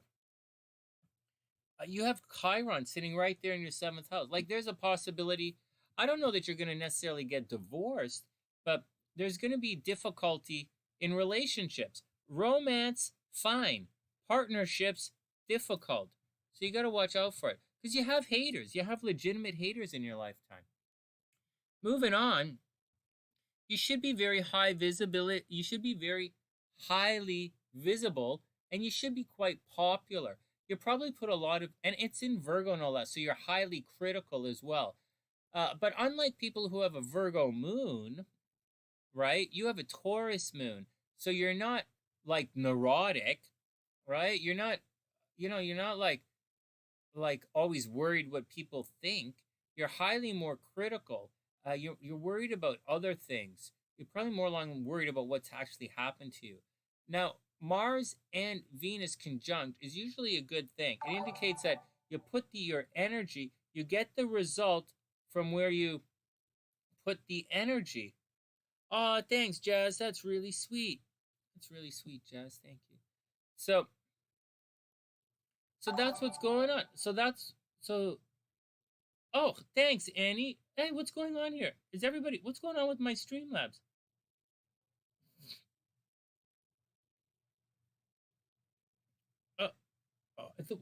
My computer's going crazy right now. Okay, so here we go. So, Jacqueline, are you still there? My computer has gone all nuts, so bananas. I'm going to refresh it because my monitor is way off the hook right here. So Jackie, you have Mars. So Mars conjunct Venus, are really lucky people. Mars conjunct Venus are the people who, where you put your energy, you receive your rewards. So sometimes they say that luck, people say they put all their energy, they do this, they do this, they do this.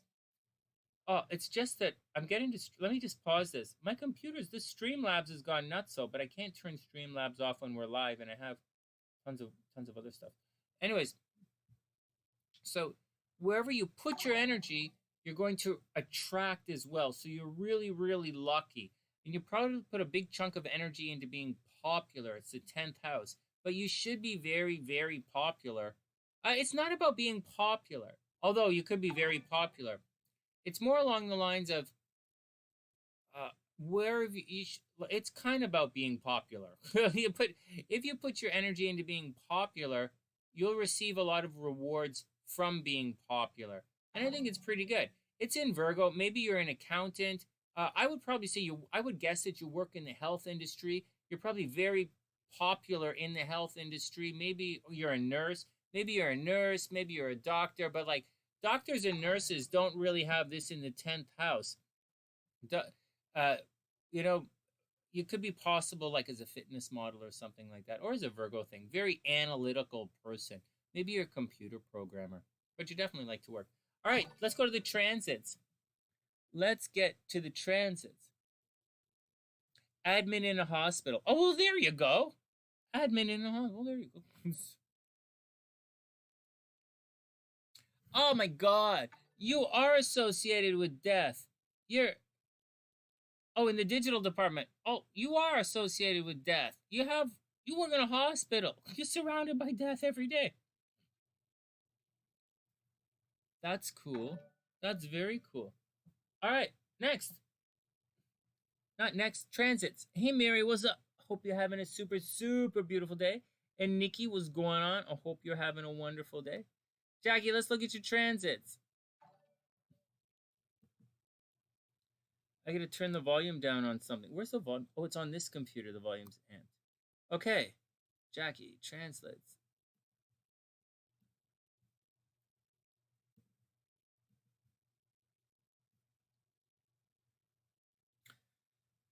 Whoa! This stuff. Whoa! Whoa! Look at this. Whoa! Well, this is this. I need to write this down. Let me take a moment and focus on this. Your transits, like something like watch out for car accidents. Like seriously, watch out for car accidents. I'm not joking. Watch out for fighting in relationships right now. I'm definitely not joking about that. Whoa! Okay, everybody, peace. Calm down for a second. Jackie just went through her nodal return. So there's a big change happening in your life right now. Very, very big change. So maybe you're moving, maybe you're getting promoted at work, maybe things are shifting around, but maybe you're going to get married. There's a very definite big change happening right now. Mars is here, putting a lot of energy into relationships. Maybe you're planning. Like Mars here would indicate either getting divorced or a legal battle or planning a wedding kind of thing. So it's not always negative. Maybe you're planning a wedding. So watch out for your brothers and sisters, right? Watch out for computer problems. Watch out for car accidents. But over here, there's a lot of good stuff happening right here. See how everything is conjunct right now? We're entering into the new moon. Right here, right now, it's a very good time you might get a break on the rent, or you might move altogether. A very good time to sell your house, or if you live in Toronto, you probably have a condo. And so, oh, you have an interview next week. You used to work in the oncology. Oh man, holy crap! You about as hardcore as it gets. Oh man, an interview next week. Well, there you go. Yeah, you're probably gonna get. I would say that you're gonna get the job. I would guess that you would get the job. Like for real, I would guess that you'd get the job. It's time. It's time for something new. I think it's time. Like it's time. I'm not saying the old thing sucked or anything. I'm not saying that's not what I'm saying at all. I'm saying it's time to enter into the next step in your life. I know, Beast. What the hell? Streamlabs was like rocking the ganj. I think Streamlabs woke up and like was what the hell, you know? So Stream. I don't know what the hell happened to Streamlabs. All right, that's the deal. That's the deal, Jackie. Hey, next month, you are lucky in love. So now be cool. Next month, lucky in love. It is time for a change. We're looking at Jackie's chart. Oh, shucks. Sorry, guys. I took off Jackie's name. All right. Oh, Nadia has an interview next week, too. Interesting. Hey, and Donald's birthday's coming up. Yeah, Pisces. All right, time to move on, guys. These are only 15-minute readings. They're only 10-minute readings, and they're dragging on to 15. Next. That's really cool. Yeah, it's time for a change. It's time. You're going through your nodal return. It's time for a change. That's the big deal. I just need to take 1 second here, guys. Can everybody chill out for 1 second before we move on? I want to clean some stuff. So before we move on, I know this is going on a little long. Just bear with me. I'm going to be here all, like, Jackie, you're going through one more thing. Be careful. You're going through a Saturn square. So people who you're going through a Saturn square. I'm going through a Saturn square. I get it. This is a very tense time for you. Saturn right now is pretty good. Hey, Leon, what's up? Right now is pretty good. It was pretty bad about a month or two ago. Last month, the month before, it was all bad. It's probably feeling like it's getting better. But Saturn is going to go retrograde in a couple of weeks. And in a couple of weeks, once Saturn goes retrograde, it's going to be difficult for everybody. I'm not joking. And when we go through it, you guys are going to see me be very stressed out when Saturn goes retrograde. So everybody be cool. Okay, we're going to go through. Right now, it's pretty good. Do you see the two things, guys? She's going through her Saturn square and her node return. It's time for a new beginning, but the Saturn's going to make it tense. So just grain of salt. We are absolutely here for each other, and you are going to succeed. Just keep the feet moving. It's going to be okay, guys. All right, next.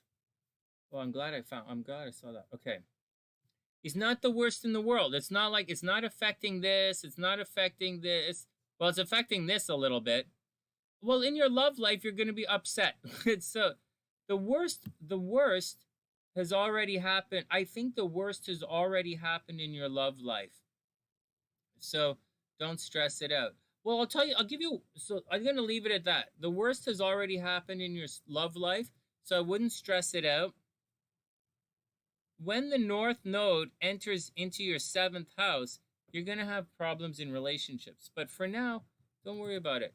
Next month, you're lucky in love. So whatever happens, next month, you're lucky in love. So it's going to be okay. Actually, not that, like in 2 weeks. In 2 weeks, you're going to be lucky in love. Right? Venus is going to plop here. 2 weeks. You're almost there. Choosing to stay single is okay. All right, next. Okay, I got to move on. So that's Jackie. Who's next? Next, Nadia. Nadia, let's do it. Timestamps, guys. I've got you guys set up with timestamps today. Timestamps, 142. Thanks, guys. I super appreciate you letting me look at your charts here. These are interesting charts. And I like when you come to me at the right time as well. Because I like to feel needed, right? I don't like, I feel, and I can see when some of you guys are having stress and when you're going to be out of it. And Jackie's just went through some stress. Now's the time for some change. She's going to be okay. But when Saturn goes retrograde, we're all going to be in a little bit of trouble. Yeah, I think it is exciting. Okay, next. Actually, Jackie, you might be really good for Hellbeast. Hellbeast is a Scorpio with Pisces moon. You guys would be a cute couple. All right, next. I'm always trying to set up Hellbeast. What do you guys want? Okay, Nadia's up next.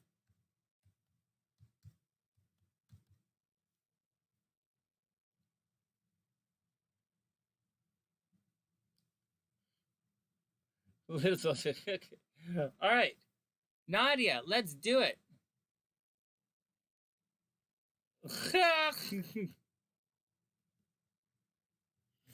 Can't couple up myself. Oh man, that was funny. Okay, Nadia, you're up. Look at this chart. Holy goodness. This chart has a lot going on, but it's not. Jackie's chart had all that stuff in the 12th house. So it was like intense.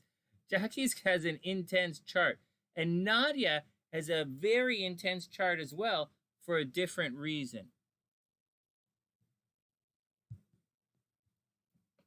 I like reading your charts, guys. Nadia's a Taurus, 5th degree of Taurus. Nadia's going to have relationship problems. Hey, Nadia, you're going to have relationship problems, Poor Nadia.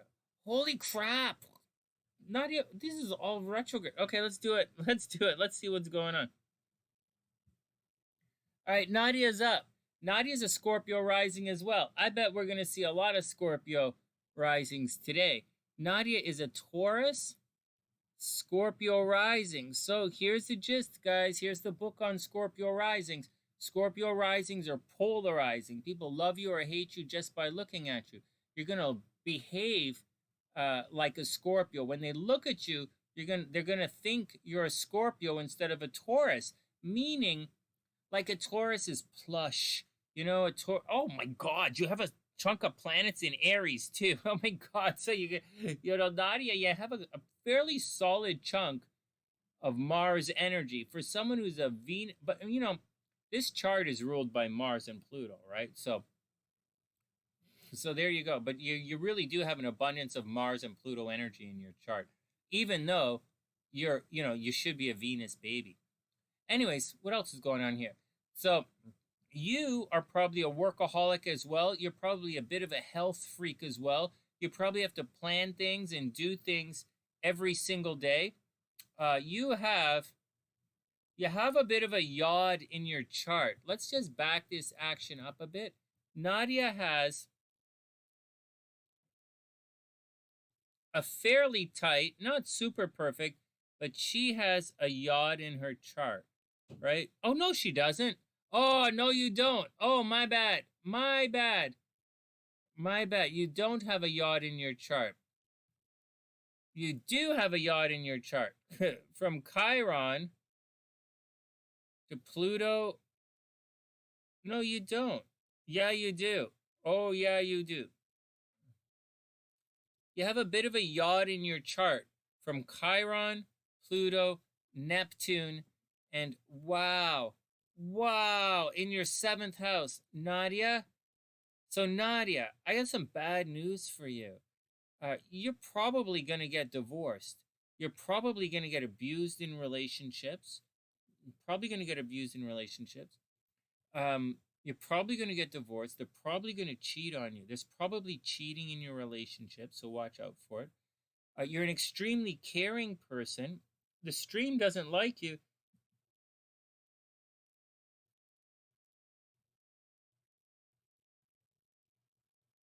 Oh, no, Jackie, you're like, they take advantage of you. You're going to be okay. And Streamlabs is being weird. Streamlabs is goofing tonight. Hey, Leon. Okay. So Nadia, you have some stuff in your chart you have to watch out for. You have the possibility to transform and to heal through relationships. But I think Nadia, I think people are really lucky to have you in their lives. I think you are a healing force for other people. You heal other people, but I think being in relationships can cause you a lot of problems. Maybe people get jealous. Maybe they don't like the guys you date. The whole thing is right there. But you have, down here, you have Venus and Mercury, both in your astro sector of love and children and romance. So Nadia, you are super romantic, like super duper romantic. You probably never have a problem if you need a date, right? Like if you're looking for a date, guys are there whenever you want them. Anytime you want them, they're there. But like, I think you're going to get taken advantage of. I think guys look at you and all they want is sex, But the moon is in the 8th house. So you might be a little bit of a, Nadia, you might be a little bit of a sex freak. You have a Cancer moon in the 8th house. So you probably want to take care of people sexually. You're probably very sexual in relationships. Guys obviously like that, but there's a strong possibility that guys really, really going to try and take advantage of you sexually. So you have to watch out. Almost definitely they're going to take advantage of you financially as well. You are probably a very, very generous person and a very quick person to forgive others, but it gets you in trouble all the time, and guys walk all over you. Saturn and the North Node in the 1st house. So you have a lot of destiny built upon your appearance. People probably, you probably look like a Scorpio. You're a Taurus, but you probably look like you have an edge to you. Maybe you're going to get a tattoo. Maybe you got some odd piercings. And guys see that. They also see you as a very controlling person. Maybe you walk around like this all the time. You're crossing your arm. like this is a Libra thing, right? To cross your arms and lean back is a very Libra thing, just to let you know. But like, you might be, it's kind of a Scorpio thing too, sort of, sometimes. Except Scorpio's kind of more lean. Scorpios kind of lean against things a little more. But anyways, people might find you a little bossy, so watch out for it. Money is okay. Sometimes you'll have money, sometimes you won't. Jupiter over here in the 3rd house, in Aquarius no less, you should be a master of communications. You can do very well on social media if you want to. I know some people say the 11th house is social media, but there's a relationship here. So very successful in social media. Maybe you have a bunch of cars, a bunch of computers, or maybe maybe you have a lot of brothers and sisters. And, that's the deal. Or you're very popular with a lot of friends. Once again, super duper romantic, like super duper romantic. Remember, sex sells, right? Like, I'm not going to say that's a negative thing. Sex absolutely sells. Oh, that's how you sit, right? Oh, no, wait, that's how Jackie sits. What did Nadia say? Whoa, hold on. Oh, there we go. Oh, my goodness. Hellbeast is fighting. Hellbeast is fighting. Guys, calm down. Everybody calm down. Hellbeast is fighting Streamlabs. Okay, everybody calm down. Everybody calm down. Everybody calm down. Guys, Beast, take it outside. Streamlabs, Hellbeast, take it outside. Guys, I don't want to see anybody get hurt. Hellbeast of fighting Streamlabs. Everybody take it out. All right, let me calm down. Oh, you sit like that in meetings? Yeah, it's like Libras, this is a Libra thing, This is a Libra thing. Libras do it. And a Scorpio thing is kind of like a thing like that. All right, next. Taurus is more of a...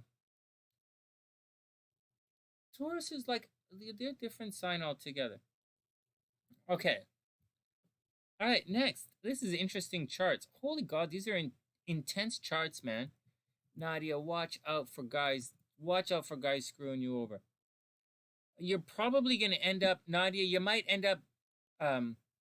marrying someone from a foreign culture, right? You might travel a lot in this lifetime. Don't worry about this. This is for different kind of readings. You definitely friends into lovers kind of situation. Something is a problem. Juno is one of those things that balance your chart. I mean, not your chart, but it balances your energy. There's usually a void or an injustice wherever Juno is, and you look for someone else to fill that in you. And so it's a details kind of thing. So maybe there's a problem with the details. Maybe there's a problem socially, and you're going to end up with a partner who's actually very social. It's kind of cute. Now, the biggest deal is your South Node is in the 1st house. So you really should put yourself first. I'm not going to tell you exactly what to do because, Mars is going to have you putting a lot of energy into relationships, and the North Node is going to mess it up. But I think you should put energy. I believe people in general should put energy into relationships, and you do, but you're going to have conflict there. So the guy's always going to mess you over. They always want to date you, but they always want to cheat on you as well. And finally, with Pluto over here, just like Jackie, you are probably surrounded by death. That sucks. There's a strong possibility, Nadia, you're going to make a bunch of money working with children. You might make a lot of money working with children. You might make a lot of money help in the entertainment industry. You might make a lot of money in romance, and that's the deal. And I see you have to watch out for guys taking advantage. It's a big deal. You guys got some you guys have been around for a while. You work in a hospital too? What the hell? You guys, is this hospital night? Oh my goodness. You guys oh man. Oh, you work in a children's hospital? Whoa, go astrology. Wow, you work in a children's hospital. Well, there you go. So, yeah, you work in a children's hospital. That's really cute. I like Children's Hospital. My sister, when she was alive, she interned in a Children's Hospital. And she, I remember her, she was not intern, she volunteered. We volunteer. Myself and my sister, when my sister was alive, Marsha used to volunteer at a hospital. When I lived in Vancouver, I volunteered to teach a children's band at elementary school. And my family, myself and my sister volunteer. And she told me about this one baby who had this problem. Like he was always had all this gas and he couldn't fart. And he was always crying because his stomach was sore. And she'd take his finger and like push his belly and the baby would fart. And then the baby would giggle and go, and just giggle and smile. It was really cute. So, oh man. Life fucking sucks. I wish I've got all these fucking, I'm talented up the fucking wazoo. It's completely fucking useless. I should have been a truck driver. Nothing wrong with being a truck driver. Lots of Sunnysiders are truck drivers. I've read their charts. They're really nice guys. And some of my uncles are truck drivers, but like I'm doing the wrong. I need to it's a next transit time. I don't know what I'm complaining about. I've got all the gifts in the world. I've got every opportunity in the world.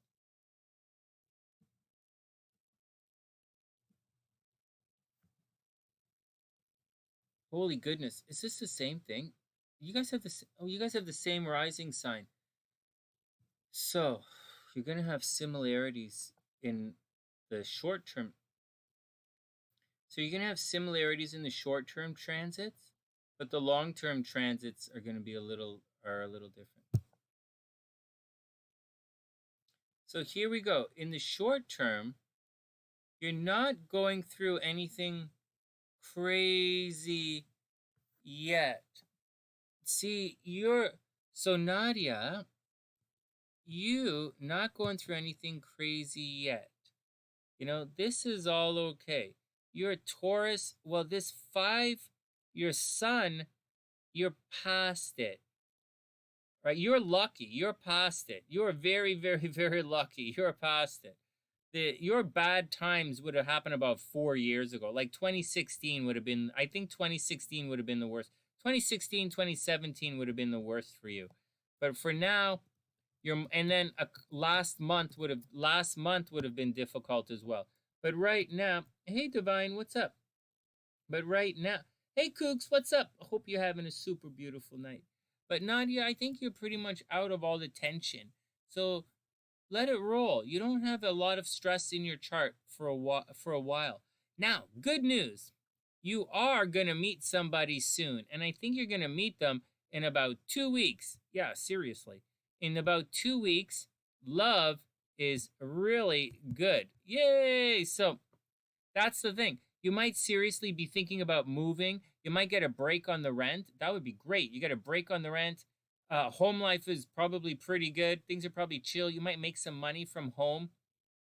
But in 2 weeks, your love life should totally kick off. So light it up. So get out there and do it. You know, get out there and be awesome. Like it's gonna be pretty cool. All right, and that's the action. Time to move on to the next one. And that's it, Nadia. Very, very, very cool chart. Tense chart, man. You guys we're looking at some tense charts tonight. You're working on a jet-powered unicycle? Oh, come on. A jet-powered unicycle?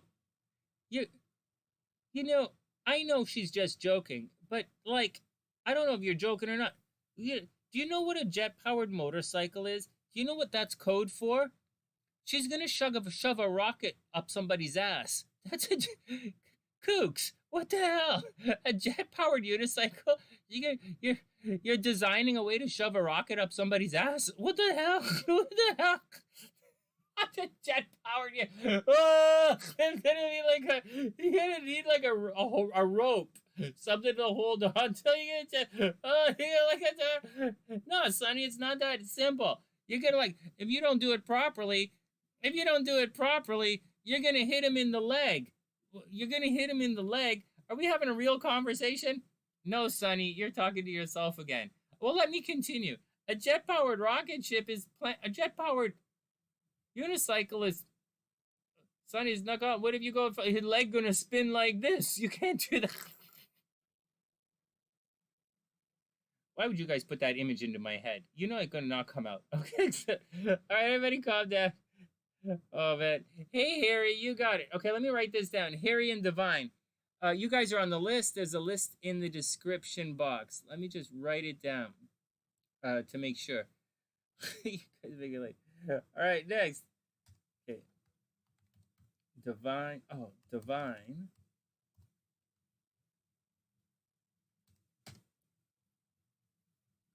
We'll charge you guys up in a sec. Divine and Harry. Oh wow, you're born on 11/11. How cool is that? Guys, there are timestamps in the description box. And we'll get to you guys shortly. Next up, we're going to do Tvio's. We have Little Madison is coming up. Little Madison, then Elenora has 2 charts, then Divine, and then Harry. Everything is in the description box. But before we do that, we're going to take an astrology break, and we're going to read Tvio's cards at the 2-minute mark. Tvio.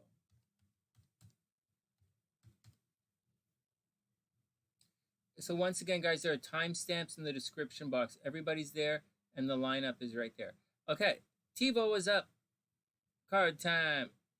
We're gonna Oh, she's here, Stephanie. She's watching. Okay, cool. First, we're gonna do Tvio's cards, and then we're gonna circle back for some. And then we're gonna circle back.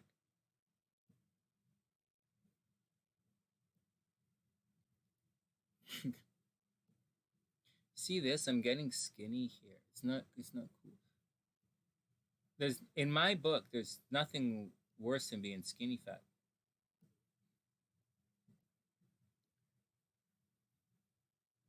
Oh, you dating the Scorpio? Nice.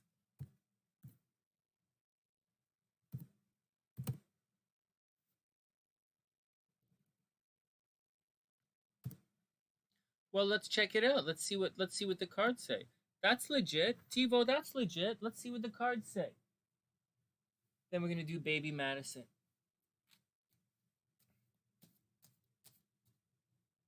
Lots of Scorpio tonight is cool. My goodness, did you hear that person say they told the Scorpio to block them? Why would you do that? Like, what a control freak. All right, next. A lot of Scorpio energy tonight. New moon coming up. There's a new moon tomorrow. Everything is in Pisces. Yeah, Scorpio energy is okay.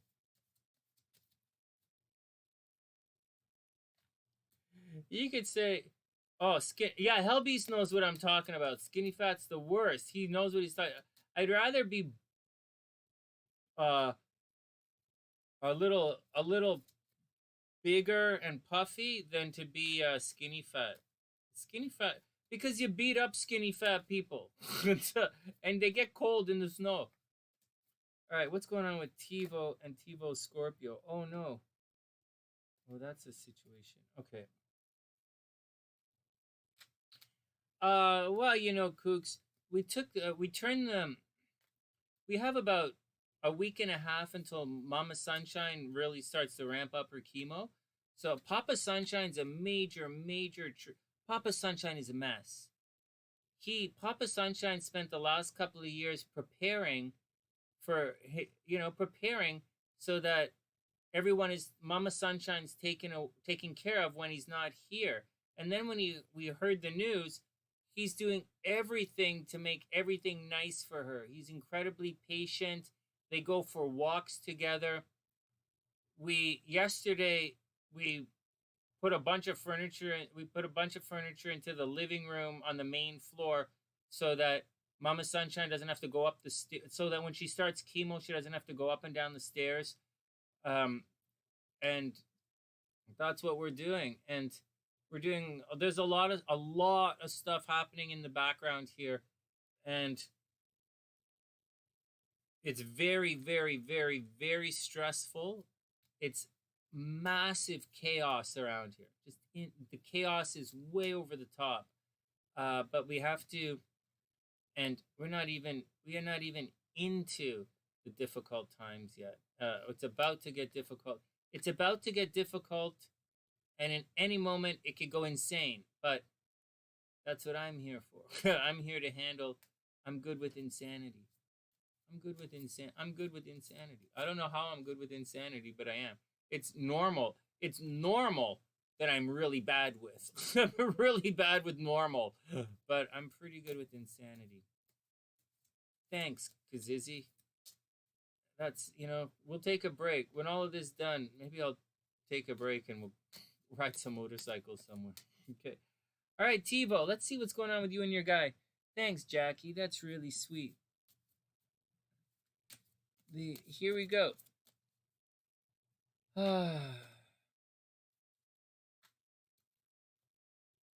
All I know is after all of this is done, I think I'm going to spend a... Beast is funny. I think I'm going to spend maybe one solid year. When all of this is done, I might go spend a year on a beach somewhere and just write music. I think I'm going to spend a year and just write music. So I'm going to take after all of this, and this is not done. We're not going to be done here for another couple of years. I'll tell you guys why I think was going to happen. I'm going to tell you guys, I don't have inheritance anywhere in my chart. I was telling SLC this. In my astrology, there's no inheritance of any kind. Zero. Like, I actually have people absolutely trying to fuck me over with every goddamn breath they take in my chart. And it happens every day. I got it, I get it, I don't give a fuck. So, because I don't have that, I still think I still have a strong belief that my parents are going to outlive me. I really still strongly believe that. I don't think I'm going to get in a car accident or anything, but I still believe my parents are going to outlive me. And obviously everything goes to the kids. And that's just what I think. I know it's weird. I know it's weird to say these things and weird to build back. Kind of, that's what it's the weirdest thing. I don't know what to say. So, all right, next. I'm going to be playing ukulele on the beach. I'm going to be sitting on the beach just playing my ukulele and drinking 25-cent beer. And that's what I'm going to be doing. Maybe that's why I'm setting Hell Beast. All right, here we go. Next, Tvo. Let's see what's going on with Tvo here. Hey guys, timestamps in the description box, and the lineups in the description box. And Tvo is going to change the timestamp here. Hey, and a big super congratulations to Tvo. She got into her medical course, which is impossibly difficult to get into. Okay, next. All right. $8 vodka, maybe $8 vodka. When I used to play my sax on the cruise ship, beer was 50 cents. So I said 25-cent beer. Yeah, so yeah, kooks, of course. You could always use a little Leo energy. All right, here we go. Tvo is up. Oh no, Tvo. Okay, Tvo wants to know about a relationship. And this is Elenora, it's okay. I'm all cool with it. I'm not stressed out. I don't really care about money because I'm really good. I'm really good at what I do. Don't really worry about it because I can always, like a convention will always hire me to come and do a hypnosis show, or they're going to want Sonny to speak about astrology or hypnosis or something. So I'm not worried. Tvo, here we go. Tvo, so relationship, right? Now this card, everybody up, let's get back to it here, guys. This card here indicates a situation where if you're asking about a relationship, this would be awesome. Oh, excuse me. Oh, thanks, Elenora. That's sweet. Oh, excuse me. So, this would be a really good card asking about relationships. Like, really good. It's manifesting. It's balance. Infinity here actually means balance. So, but you're going to, so it means you guys could create any kind of relationship you want. Unfortunately, it's reversed, right? This is where the reading gets interesting. It's reversed. So maybe there's Tvio, maybe there's a delay in the relationship. Maybe there's a blockage in the relationship. Oh, money means nothing. Money means absolutely nothing without your health. It means nothing. If you're not health, like you have to be, health comes first. And we're learning that the hard way. Anyways, Tvio, you know, when you get this card here, the Magician card, it indicates you should, a lot of exciting, you know, like it's exciting. When Tarot meets the Magician, Tarot like is so excited. He sees all the potential. Like the Magician shows Tarot all of his potential, and Tarot's like, yeah. And so normally if you get this card in a relationship, the guy really lights you up. Like the Scorpio would you'd be so jazzed in his presence. Unfortunately, it's reversed. So maybe there's some kind of blockage there, or you have to switch things around a bit, or the guy's going to have to do something. You're going to have to do something to sort it out. Where are the cards? So you have to, so it looks like there's a lot of potential in the relationship, but like a lot of potential in the relationship, but it's stalled somehow. And it's somehow it's stalled. But so far, there's a lot of potential in the relationship. Oh! So Tvio, you have some bad, yeah, so, okay, so let's just read the cards. So the next card we have is actually the card of heartbreak. It's the Three of Swords and it's reversed. So this is it. It means someone's going to behave in a way that you don't expect them to. And it's reversed. So maybe you don't see them. You know, maybe the guy is flirting with you. Maybe the guy's flirting with you and everything looks cool, right? He's flirting with you. You're jazzed, but somehow you're a little hesitant, or you're trepidatious somehow.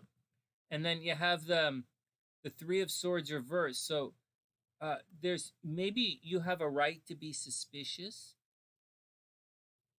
I'm going to plant a little seed of suspicion right now. And I would watch out a little bit. Something is going on. I don't know if the cards do not say that someone is doing something behind the scenes. It doesn't say that. It doesn't say anyone is lying to you. It doesn't say anyone is being dishonest with you. It says that there's a card of heartbreak. Someone is in a little bit of in pain in this relationship, and this relationship currently lacks clarity. Like clearly it lacks clarity, right? It's like clearly lacks clarity. Oh my God, and the next card's upside down as well, the Chariot reversed. So it's out of control. I would guess, see, the Chariot's all about taking control of the situation. And for whatever reason, you can't, it's reversed, so you can't take control of the situation. So I think as far as love is concerned, with this Scorpio, and keep in mind, Scorpios are lucky in love right now. So I don't know, Tvio, he's probably jerking you around. I'm not jerking anybody around. I love my wife a lot. Like, I love my wife a lot. She's perfect for me.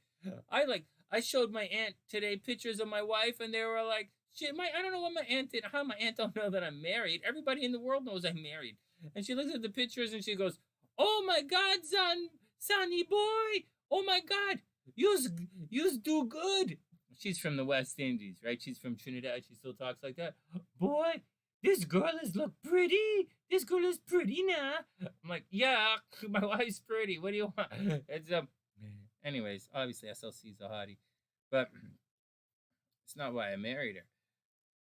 And it's not the point here. So Tvio, you're probably waiting on someone, and you're probably, the Chariot says to take control of the situation and don't let anybody run over you. But it looks like it looks like the power is on the other side. Like the guy might be jerking you around a bit. Finally, we have Temperance. So you guys are going to have to balance things out to make it work. but temperance isn't actually balance. It would be nice to think that temperance is balance, but it's not.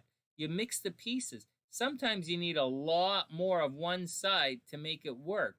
So, but there is a possibility that if you guys, so Tvio, I know I'm saying a lot of negative stuff in this reading because because you have heartbreak. You know, it started off ambitious, but there's heartbreak in this relation. There's eventual heartbreak in the relationship, and you can't take control of the situation. It's almost unavoidable. But in the meantime, you still might be able to make it work, but someone is going to have to go more than halfway. And if they can go more than halfway, I think you're going to be okay. Hey, Tvio, you know I care, but this is what the cards are saying. So that's what the cards are saying. I wish you the absolute best. I really hope it works out. But that Three of Swords is the card of heartbreak. So keep your eyes open and one step at a time. All right, next.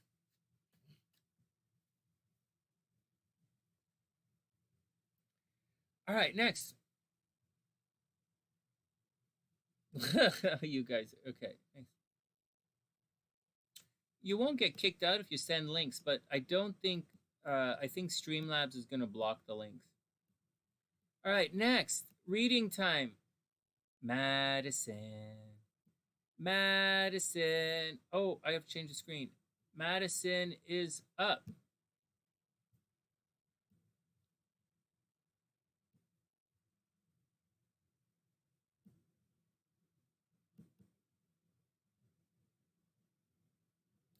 Does this work? Are we looking at the right thing? You're welcome, Tvio. I wish you the best. I hope it works out. I really do. But I really do. It's a difficult situation, right? You're going to be moving and school and all that stuff, but it's a difficult situation. Okay. Did the screen not change? Here we go.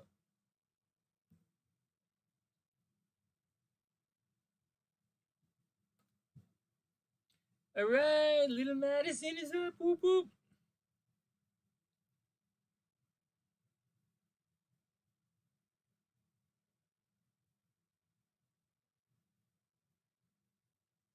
All right, here we go.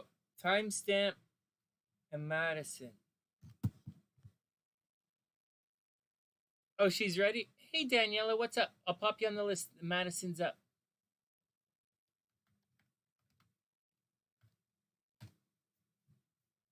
Madison is 217.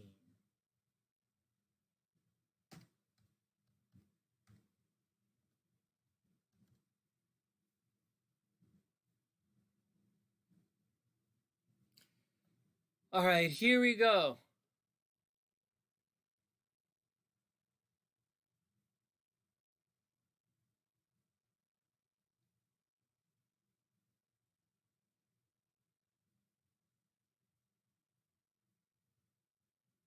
I'm just I'm just looking at the chart for a second. I'm just looking at the chart for a second to make sure, see if there's any like, she's gonna be okay.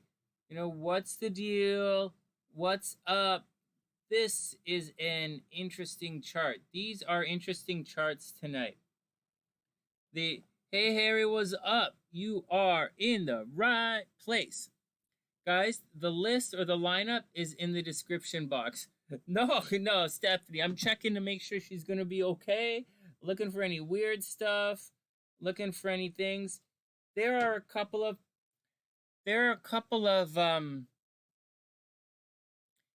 this chart has one very specific placement that's gonna cause her to get a significant amount of pain in her life.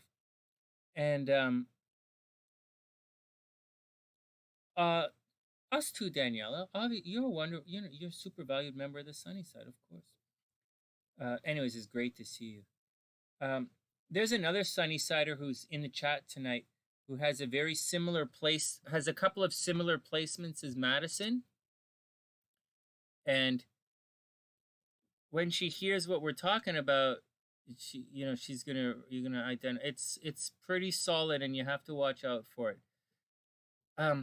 Stephanie, this kid is gonna have an emotional. She's gonna have an emotional life. You wouldn't think that she would. You wouldn't think, right? You think because she has all this earth energy, she'd be stable and progressive, because she is stable and she is progressive. But she has some things in her chart that's going to make her feel very alone, very isolated.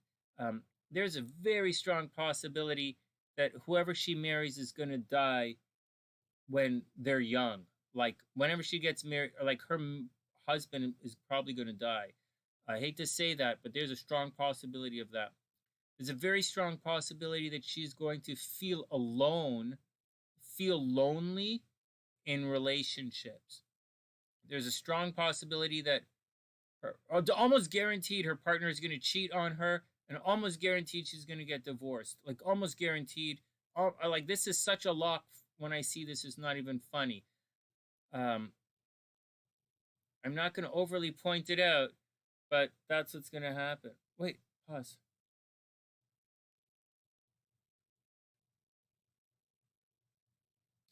Hey, no way! That's really cool! Hey, Kooks, that's really cool. You know, let me just make a comment about this.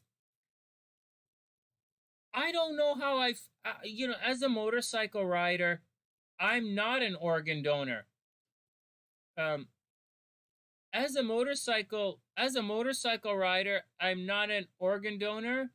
And before I got married, as someone who is notorious for being a shitty boyfriend and notorious for being not relationship material,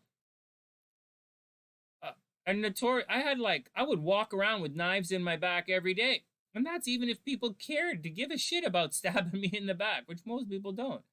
But I wasn't an organ donor. I didn't know what to feel about that.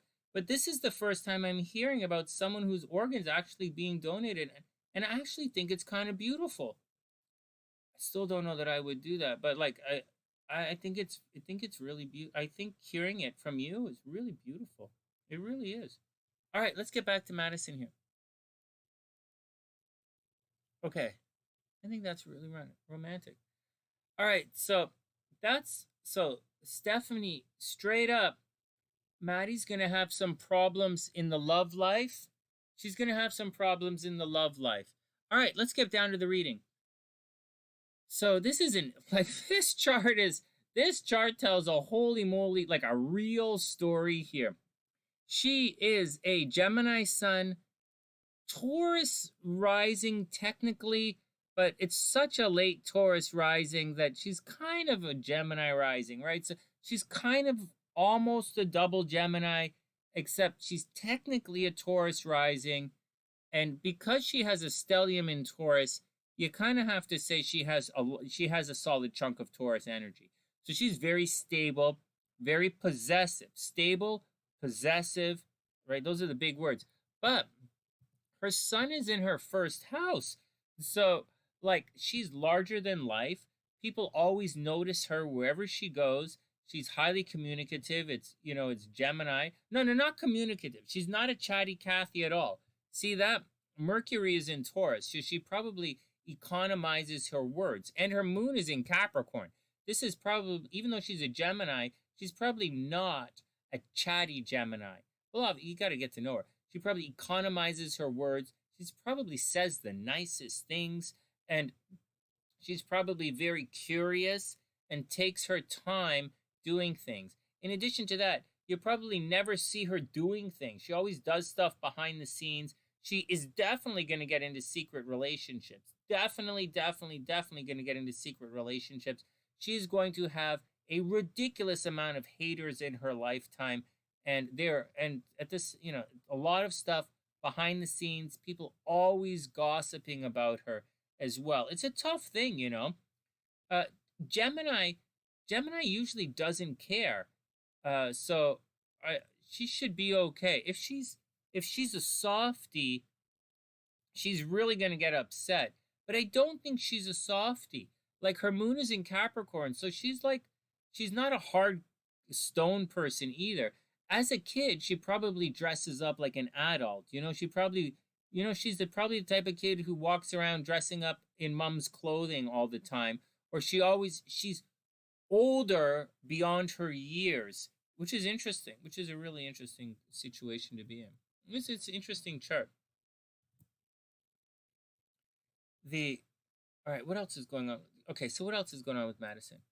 Anyways, Madison should always put herself first.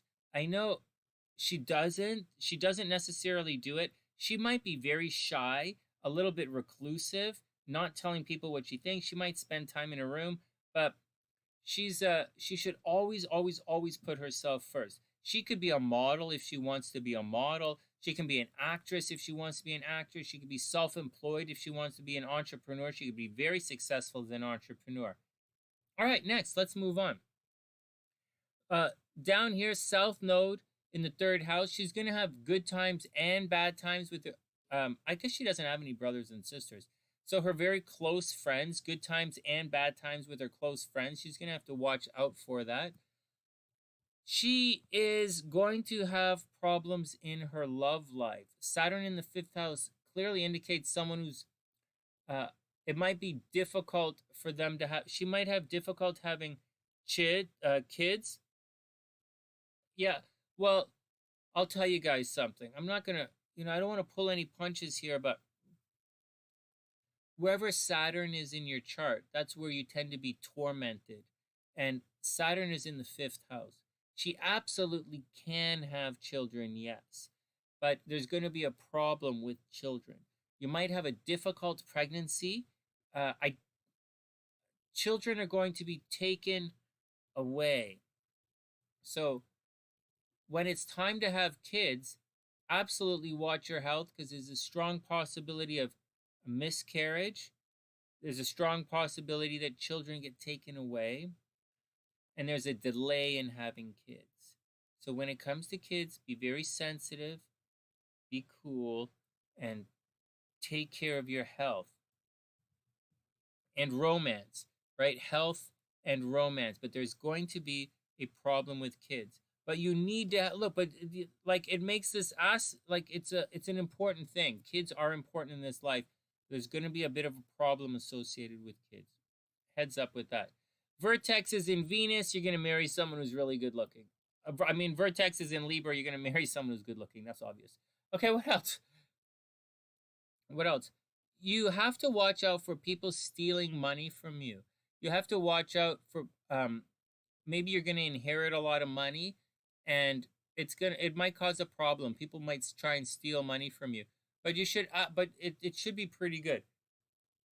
With the moon in the 8th house, especially in Capricorn, and the Venus in Taurus, you'd be very, very good helping other people with their money. Like, you'd be good if you were an investment advisor. You'd make money if you worked in the stock market. You'd make money helping people invest money. You'd also do well as a mortgage broker, like helping people borrow money. Helping people with, you'd be very good helping people with their money, period. And you're going to make a lot of money doing it. It's also behind the scenes, maybe it's also behind the scenes. It's not really a charity thing. It's behind the scenes. It's pretty cool. But watch out for people stealing money from you. I think the worst thing in this chart is you have to watch out. You're always going to feel alone in relationships. People are always going to be gossiping about you in relationships. Your partner might have die at an untimely death. But at the same time, your Venus is in there. This is another chart with Mars conjunct Venus. So do the things you're going to receive the rewards where you put your energy. So you probably do things behind the scenes, but also good things happen to you behind the scenes. You're probably going to elope.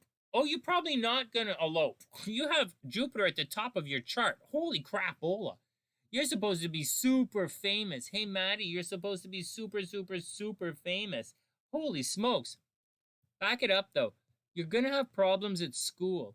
So You're going to have problems at school with the teachers and with the subject material. So be cool. Don't stress it out. Don't frustrate yourself. Just do it. You know, step by step, do your thing in school. You're going to be okay. It's just going to take a while for you to graduate. You could easily go far in school, but you have to study. You really have to study, and it's going to be tricky, but it's going to be okay. You might actually marry someone. See, someone from a distance is going to get you pregnant. You might marry someone from a foreign culture, or you might marry someone you meet at school, and that would be pretty cool. And that's where all the love and romance and children are going to come from. They're going to come, your love, romance, and children are going to come from here. Marrying someone like, you know, you meet at school or on vacation. You might get pregnant on vacation. And I'm going to say this is really interesting. If later on in life, oh, really? That's so cute. If later on in life you're having trouble having kids, you'll get pregnant if you take a vacation. You guys got that? You'll get pregnant if you have a vacation. You're supposed to be super popular, man. Come on, Maddie. Maddie could be a rock star if she wanted to be a rock star. Easily. Oh, my goodness. But this is all conjunct. What kind of charts are we looking at tonight? What the holy moly? Anyways, you should be really popular. You could really be a rock star, seriously. You're going to have goofy friends. Watch out for having goofy friends. Watch out for stressing out. You know, watch out for the stress bomb with your friends. Watch out for your friends getting you into trouble. I don't really think your friends are going to get you into trouble, but you just watch out. Your friends are going to be a little goofy. Your friends are going to be a little eccentric. But so what? We all have goofy friends, and they're all goofy eccentric.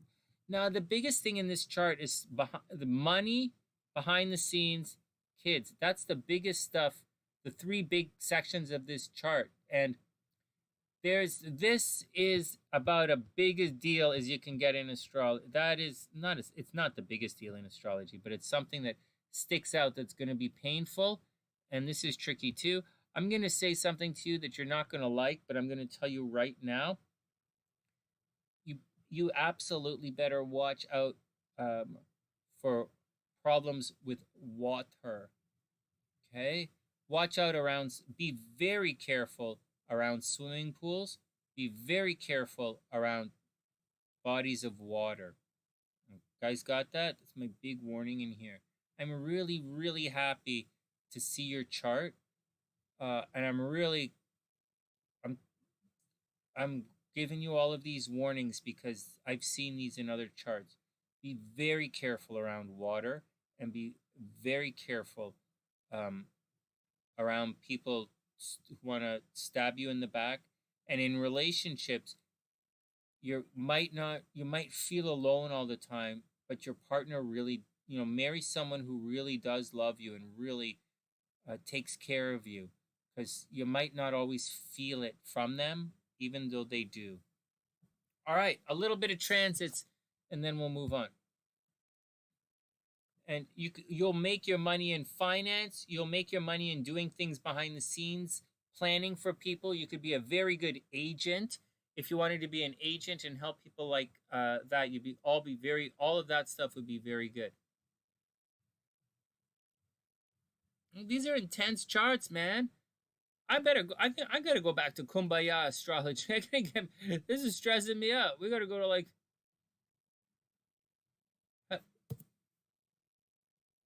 from now on, I'm going back to Kumbaya. I'm gonna say the energy, man. Your life purpose in this path is to blah blah blah blah. I'm gonna start talking I can't talk like those guys. I can't do it. All right, Maddie, here we go. One more. What's going on with you? Holy moly, man. Holy moly. So, obviously, when you turn 12, it's an interesting chart, isn't it? Hey, Uncle Dan, what's up, man? Hey, check it out. You're about to go through your Jupiter return. Look at this. Do you guys see that? She's 11, going to be 12. She's going to go through her Jupiter return. You're about to get very, very, very, very popular. So, oh my goodness, next year at school, not this year, next year at school, like in September, like say in the summertime, no, Jupiter's going to go retrograde, right? And it's going to come back. Yeah, next year in school, like in September, you're going to be really popular. You should have a very, very popular 2 years at school. So go have some fun, man. Maddie, get out and have some fun. That's the big gist. You are going to be super, super, super popular at school in 2 years. In 2022, you're going to have a ton of friends and an entirely new social network, which I guess makes sense because you're probably going to go to high school in a year and a half, right? So all right, there. Way to go, Sonny. Do you have any kids, Sonny? Yeah, you wouldn't think, right? you really wouldn't think. Oh my god. My ex-wife and I got this big. We almost got in a really big fight, not because I was trying to control anything, but like I thought AJ was a different age. I was like, you don't tell me this kind of stuff. Blah blah blah blah blah. I was like, he's in high school. I was like, he's in high school now. He could do whatever he wants. He's like something. She's like, no, Sonny, he's not. He is in elementary school. He's this old and he's doing this. And I'm like, what? Okay. You know, for an astrologer, I'm really not that good with the date. Like, actually, I'm really bad with the date. And so, I don't know, even worse with the date of my own kid. Oh, God, I didn't buy flowers yet. Oh, March 13th. Okay, I got to do it. Oh, Stephanie. Oh, my God. Stephanie. Yeah. This is YouTube right here. This. Yes.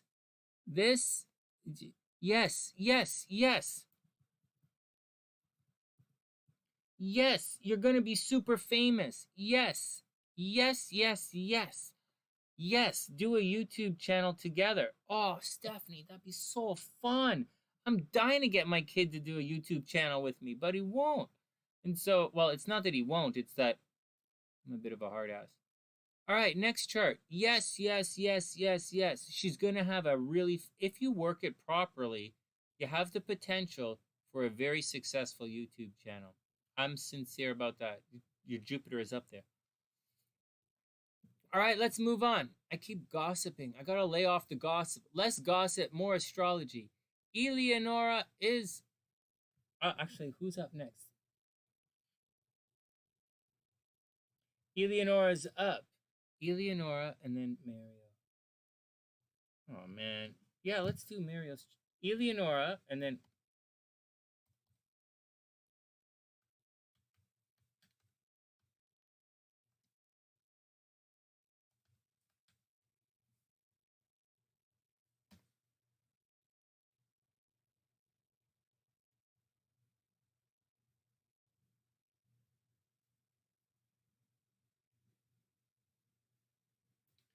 Eleonora's up. One sec, guys. I'm going to get a little more juice, and then I'll be back in a sec.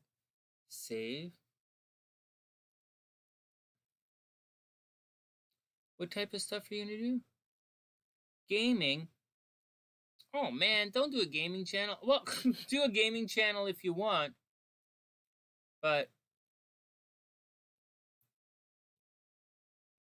do a gaming channel if you want. I'm not going to dissuade you from anything, but whatever you do, do a good job. You know, do a good job. Have a lot of fun. Yeah, art's cool. I wanted AJ. AJ said he wants to be an agent when he grows up. And so I wanted AJ to do a YouTube channel where we would talk about different hockey players and if the hockey players are worth the money they're getting paid, or a basketball player is worth the money and how much he would pay. Like, he would discuss the player like he's an actual agent. And I think that would help him get into university or get into law school anyways. But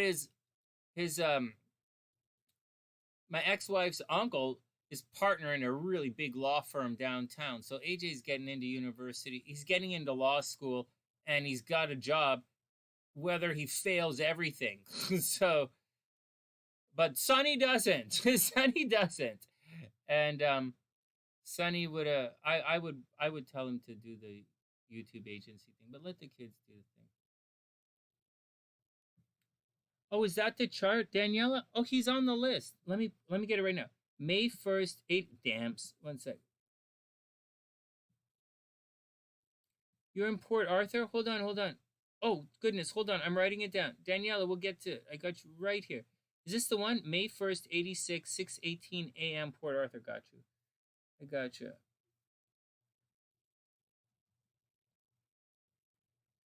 Everybody's in the description box.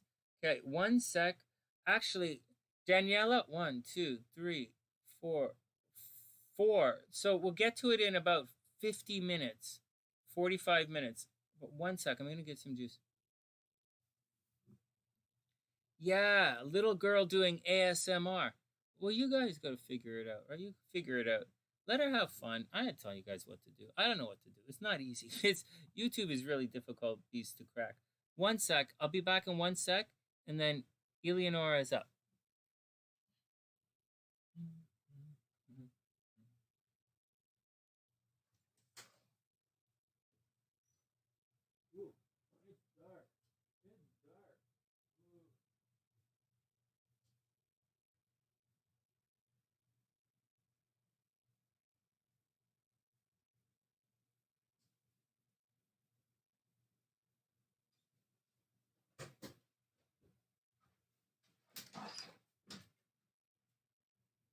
It's dark and a little chilly.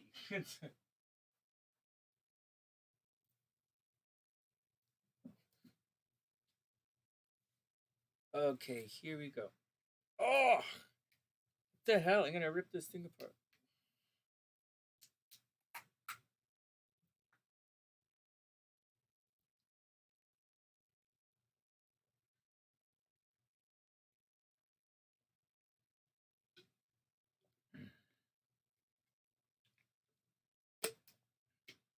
Oh yeah, watch out for creepers and haters with ASMR. Oh yeah, seriously. My God, you wouldn't believe. So like, I'm not only a master hypnotist, I am literally the guy who wrote the Scribd book. I'm literally the guy who wrote one of the Scribd books. I'm literally the guy who like taught a lot of hypnotism. I'm literally the guy, you know, and I used to get comments like, "This is not hypnosis. What are you talking about?" I'm like, "You're gonna get haters, man. No matter what you do, you're gonna get haters. But take it all with a grain of salt. And check it out. I'm in Canada. I'm wearing roots again." Hey, you know, in Chicago, they have a roots store in Chicago. It says Roots Chicago. It's so cool. I don't know if anybody knows what the hell I'm talking about. Yeah, you guys know what I'm talking about. Bunch of Jackie's in Toronto. She knows what Roots is. And so, Jackie, I got SLC for last year as a present for her birthday. I got these track pants that say Roots on the bum, and they call them boyfriend fit, like there's loose track pants. And I got her the Roots hoodie that says Roots Chicago on it. It's so cool. All right, next, let's cruise along. Elenora is up. So Eleonora's Mario is going to be up, and Stephanie, you're welcome, and Maddie, I wish you the absolute best of luck. And Maddie's a SunnySide 2.0. 2.0. Sup? SunnySide 2.0 is up. Oh, Roots rocks, man. Yeah, she loves it. It's really cute. It's really cool too. It's really cool, man. Roots Chicago. I got it for AJ. I got one for AJ, but it said they only had women's sizes left, so I bought him one anyways. Because, like, you know, I didn't expect him to wear anything. I got it, but just to have it. But it said women on the tag, so I won't wear it. So they returned it. I think he bought a hockey stick. All right, that's good. Eleonora is up. So I think we've looked at Eleonora's chart before, but we're going to do a little rundown here. Oh, she can be famous. Maddie can be famous. She easily can be famous. We're going to put these two charts together. We've read Eleonora's charts before. I really want to see her son's chart. But in the meantime, so we're going to focus on the transits and what's going on in this chart. Oh, wow, this is an intense chart as well.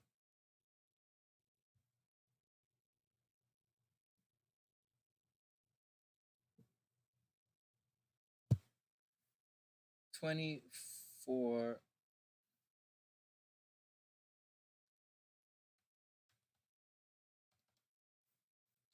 Right, Eleonora's up. Let's cruise through, guys. So Eleonora, she is a Capricorn Sagittarius rising. But you see this? Saggy is at 28 degrees. Can you guys see that? The Saggy is at 28 degrees. So William Lilly, right, the guy who wrote the book on classical astrology, he says when it's about 3, he says 5 degrees, but Sonny says 3 degrees. And this is only 1.5 degrees. So it begins to take on a lot of the energy of the next sign. So she is technically a Sagittarius rising, but if she read her Sagittarius horoscopes in the newspaper, it probably wouldn't make any sense. She should definitely read her Capricorn newspapers, her Capricorn horoscope, and if this chart lines up as a Capricorn horoscope, as a Capricorn chart, although the chart is technically ruled by Jupiter. So, like, the chart's technically ruled by Jupiter, but it's unofficially, this is a Capricorn chart. And Capricorn's great, though. Like, the sun is in Capricorn, her Mercury is in Capricorn as well. So she probably, and it's in the first house. So, you know, she probably spends a lot of time thinking about her appearance, working on her appearance, thinking about her appearance. She could have been Eleonora could have been a model at one point. She might be an entrepreneur. Her identity is based upon her looks. Now, it's not all that simple. She has Jupiter and Venus right here in the second house. But I'm telling you guys, Jupiter conjunct Venus is not the greatest thing in the world. I have Jupiter almost conjunct Venus, and you would think, oh wow, that's awesome. It does absolutely nothing. So, like, my Jupiter conjunct Venus is useless. You want Jupiter trine Venus or sextile Venus or something, or even square Venus. But conjunct, it's almost useless. Anyways, there's a difficulty here, a challenge.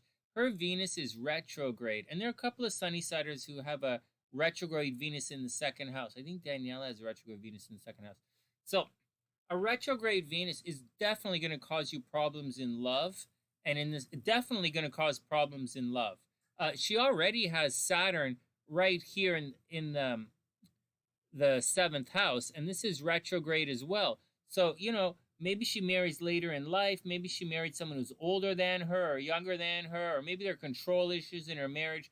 I do believe a little bit of Saturn in a relationship is really good because it adds longevity and discipline and an adult kind of perspective to a relationship, but it's reversed, so maybe there's a bit of a problem there.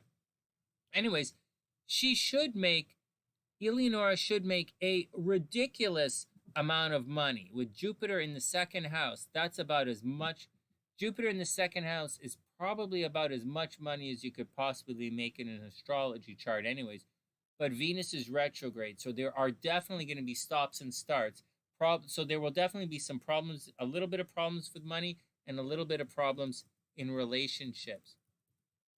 I'm moving through this part of the chart quickly because we're going to get to the transits, and we've looked at her chart before she knows it. One sec. Oh, the new moon is going to be serious, man. No. The new moon is a real blessing. This is a real blessing kind of weekend for everybody. Very sincere blessing. Should be calm. Should be very loving, peaceful, calm weekend. It should be a really loving weekend for everybody. This is a beautiful new moon for everybody. Everything is going to start to move forward for better or worse. The ruling planet, the chart's ruling planet is based off the ascendant.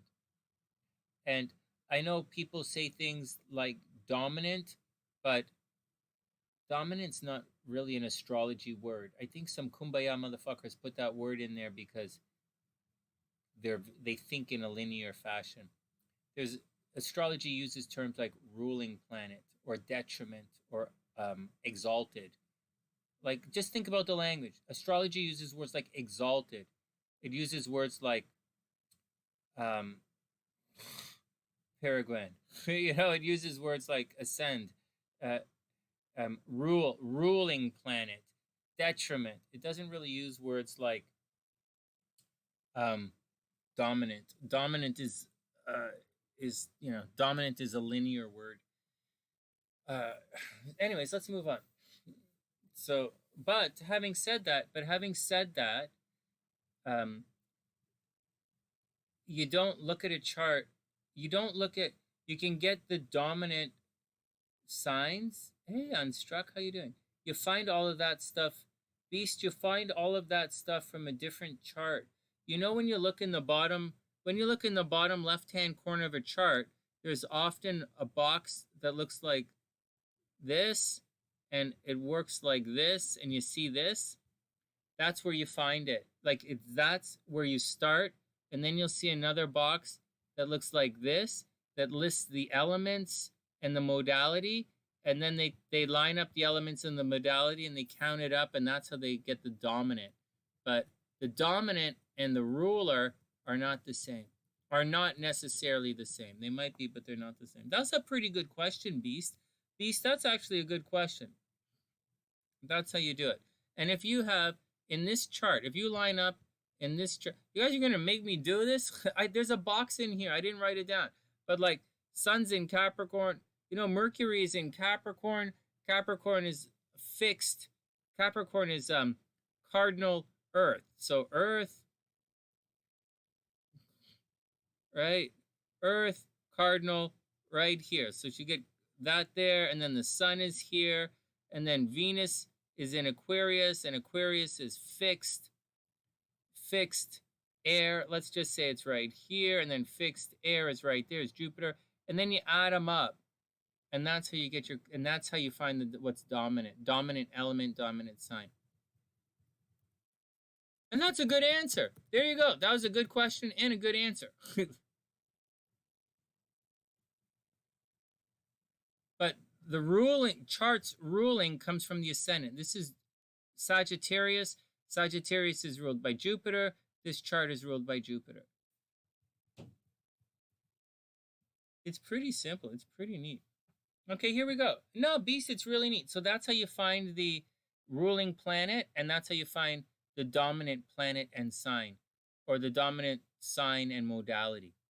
So ruling planet, once again, this chart is Saturn is Sagittarius. Sagittarius is ruled by Jupiter. That's the ruling planet. Then you got to do the chart, blah, blah, blah, blah, blah. And then you fill in the things, and then you figure it all out like that. But there's another chart. That chart is already done for you. It's already done for you in your software. But I don't have it on this screen because it's messy. This is the astrology screen. This is the horoscope screens that I use for you guys. All right, next, back to work. Yeah, look for the tic-tac-toe chart. You'll see the tic-tac-toe chart. I just don't have it on this. I don't, because it's too it's messy enough. I'll show you, Beast. I'll show you to you. I'll send you a chart that has it.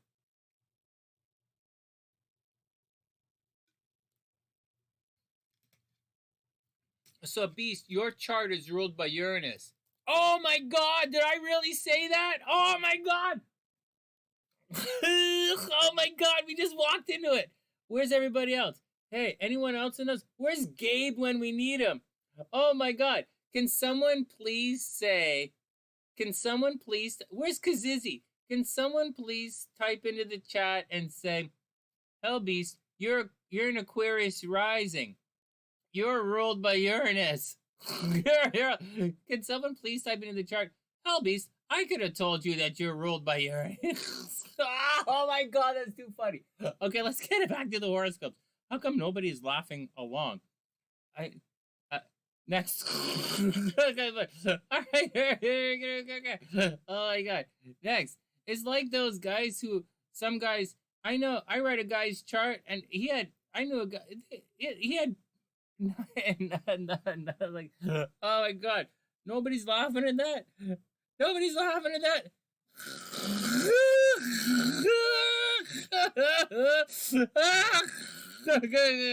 Come on, man. That's hilarious.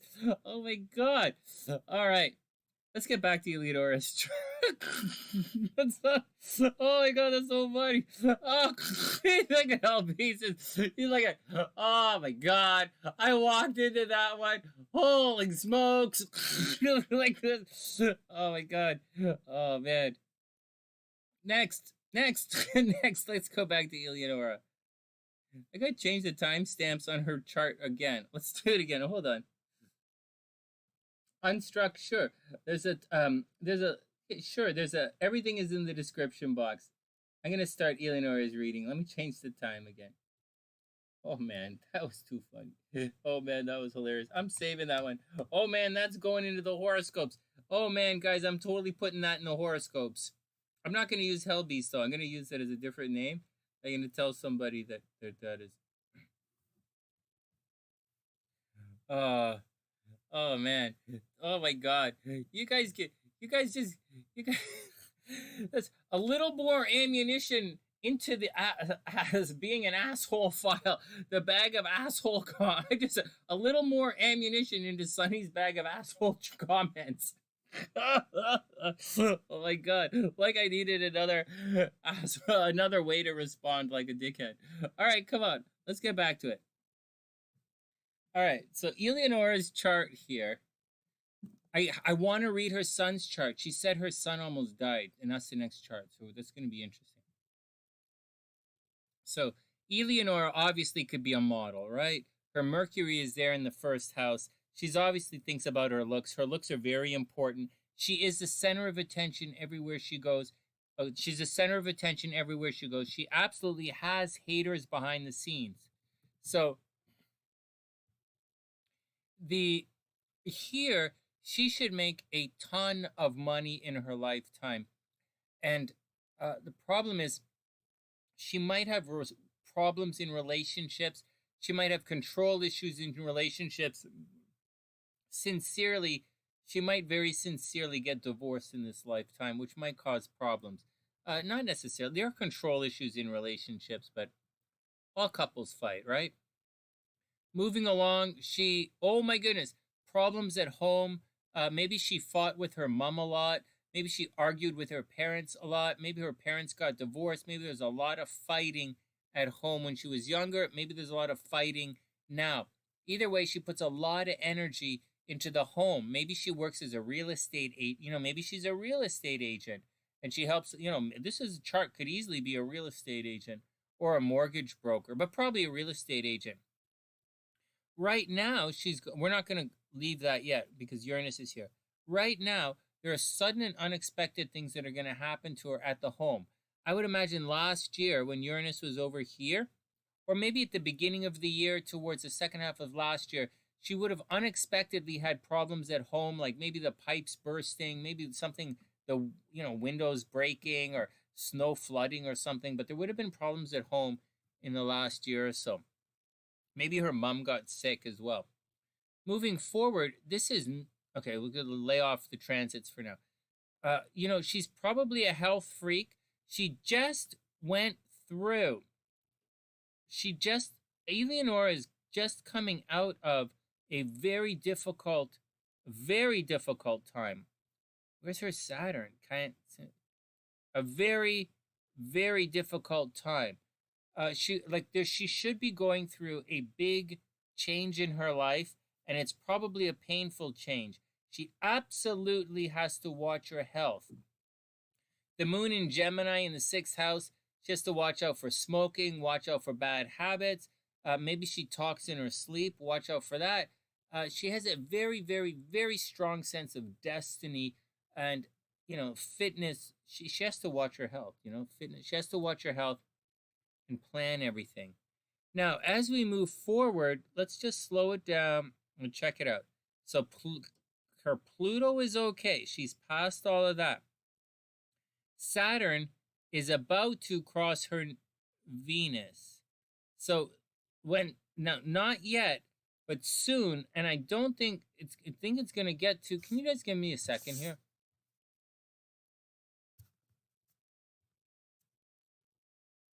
Saturn is going to do this thing at the Venus here, 9 to 11. Just give me 1 second and see what's going to, yeah, it is. See this? Right here. So when Saturn crosses your Venus at the beginning of April, right here, can you guys see this? Can you guys see my cursor? Hold on. Oh, yeah. When Saturn crosses the Venus, right around the beginning of April, there's going to be, Elenora, you're going to have money problems and love problems. Money problems, love problems when Saturn crosses your Venus. Now, it's not as bad as the world says. It's really not as bad as everyone says. Saturn squaring your Venus is really bad, but Saturn conjunct your Venus, all it means is you have to put a lot of energy into your career, yeah, or into making money, and you should be very successful financially. I know what you're saying. Okay, I get it. I know what you're saying. Sonny, I don't care about money. I've got tons of money. I don't care. I know. Okay, I know. That's not. I know. It's. But that's what the astrology is saying right now. Okay, I know. I know. Okay, I get it. But that's what's happening. Saturn's taking away. You're gonna have to put a lot of energy into things you love, and to the things that cause you to be safe and secure. Like your kid, like your kid, like your husband, like everybody. Elenora, you're gonna have to put the time in there. Saturn's telling you to put the time into these things, or it's going to take it away.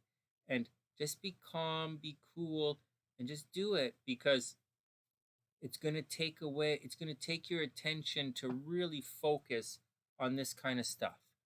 Okay, I get it. I do get it. What else is happening? So communication is good. It's not that good. The sun is about to highlight something right here. Where did it go? The sun is about to highlight, it's about to highlight a wound. You might have a problem with your brothers and sisters. You might have a problem with communication. But the sun is going to highlight all of this stuff. So be careful. Not yet, but it's going to. What else is going on? I already said problems with your mother. That's going to happen. Problems with your mothers, problems with your brothers, and problems at home. You might think about moving. Pipes are going to burst. The entire deal. There are definitely problems with the kids right now. Mars is cruising through your 5th house. Definitely problems with the kids.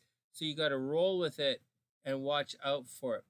And that's what I see. I don't see negative Pluto happening. You're not going through any Saturn return or any Saturn goofiness. That happened many years ago.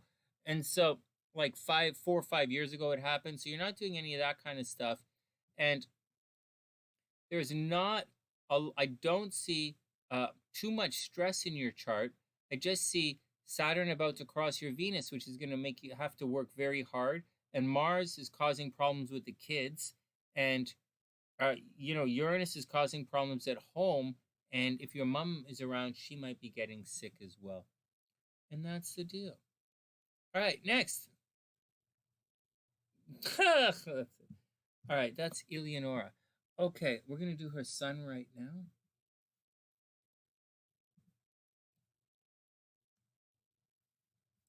Okay, Mario's up. Now let's see what happened in Mario's chart.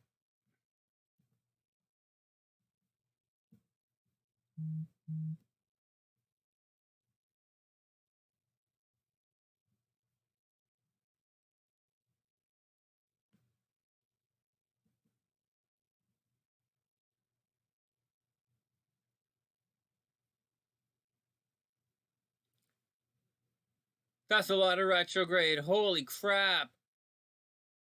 Is this guy's chart? This August 18th, 1991. Look at this. This chart, it looks like Gabrielle's chart. It looks a lot like Gabrielle's chart. Except Gabrielle, I don't know, I can't remember what year she's born. I think Gabrielle's in 88. She's in 88? Gabrielle's in 88 and Daniela's in 91? I thought Daniela was a dragon. Is a dragon. Daniela and SLC are the same age. And I thought Daniela is the first to go through it. She's a couple of months older than, like 1 month older than SLC. I think this chart looks. This looks like Gabrielle's chart. What the fuck? Here we go. Well, I don't think. Okay, let's see what's going on.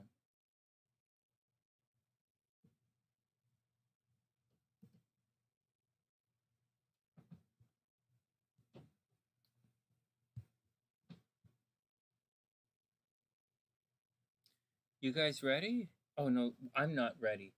Mario is 305. Mario.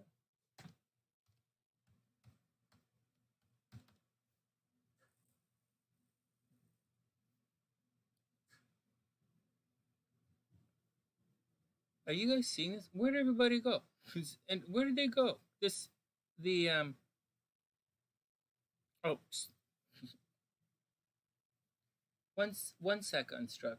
Let's I'll write you down before I forget, and I'm going to start Mario's chart.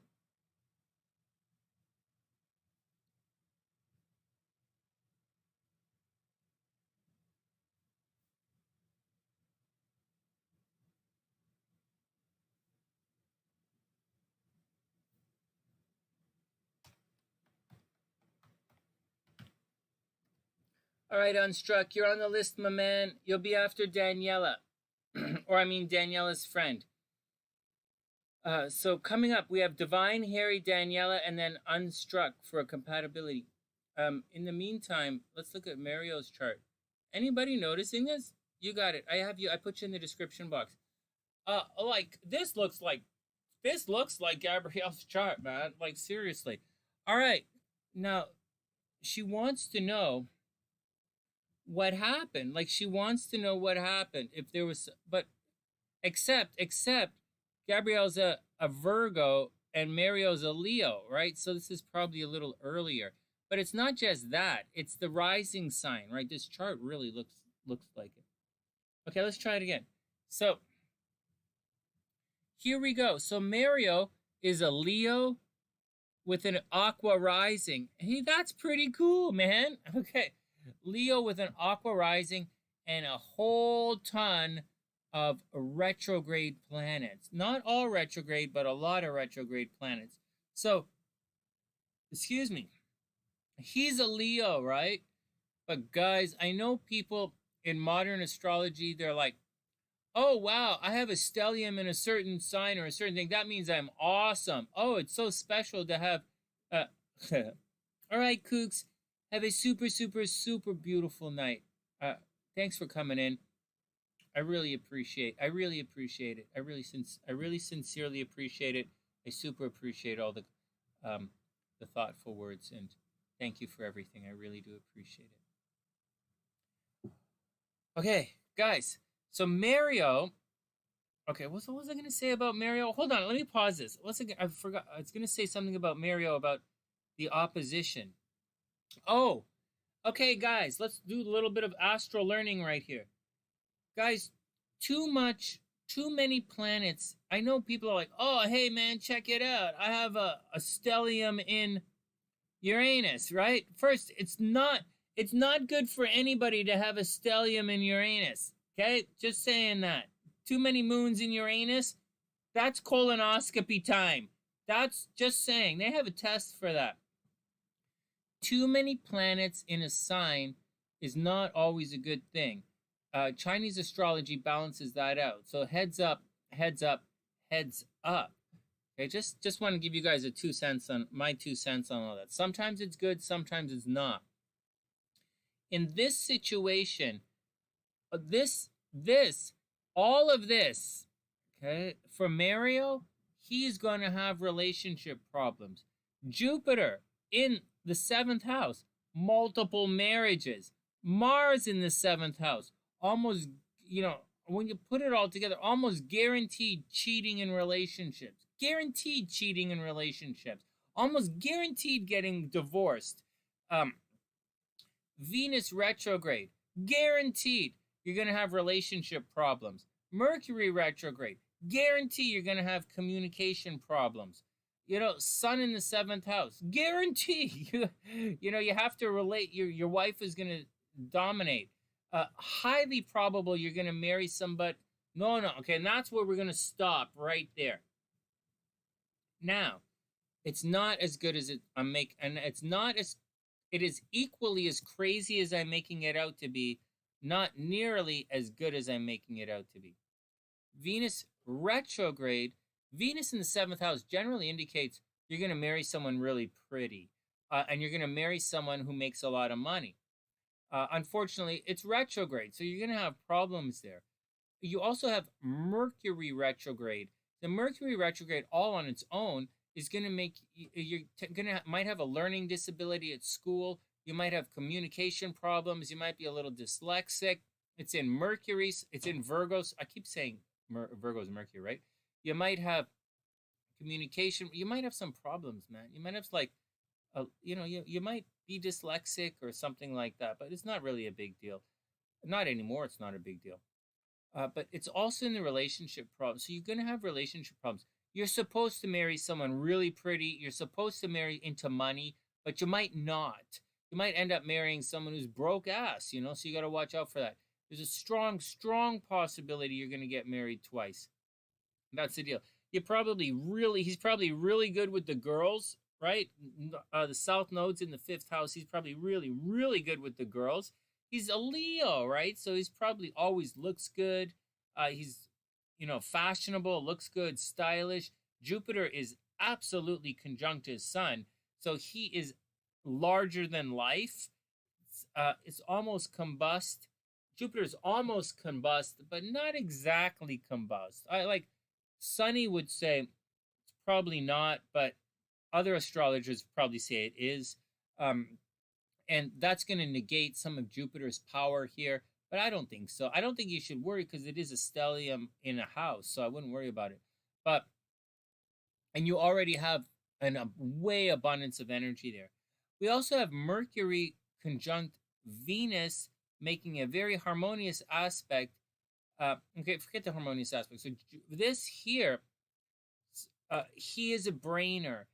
Mario's a brainer. He has a really nice aesthetic. He'd be very good with the details.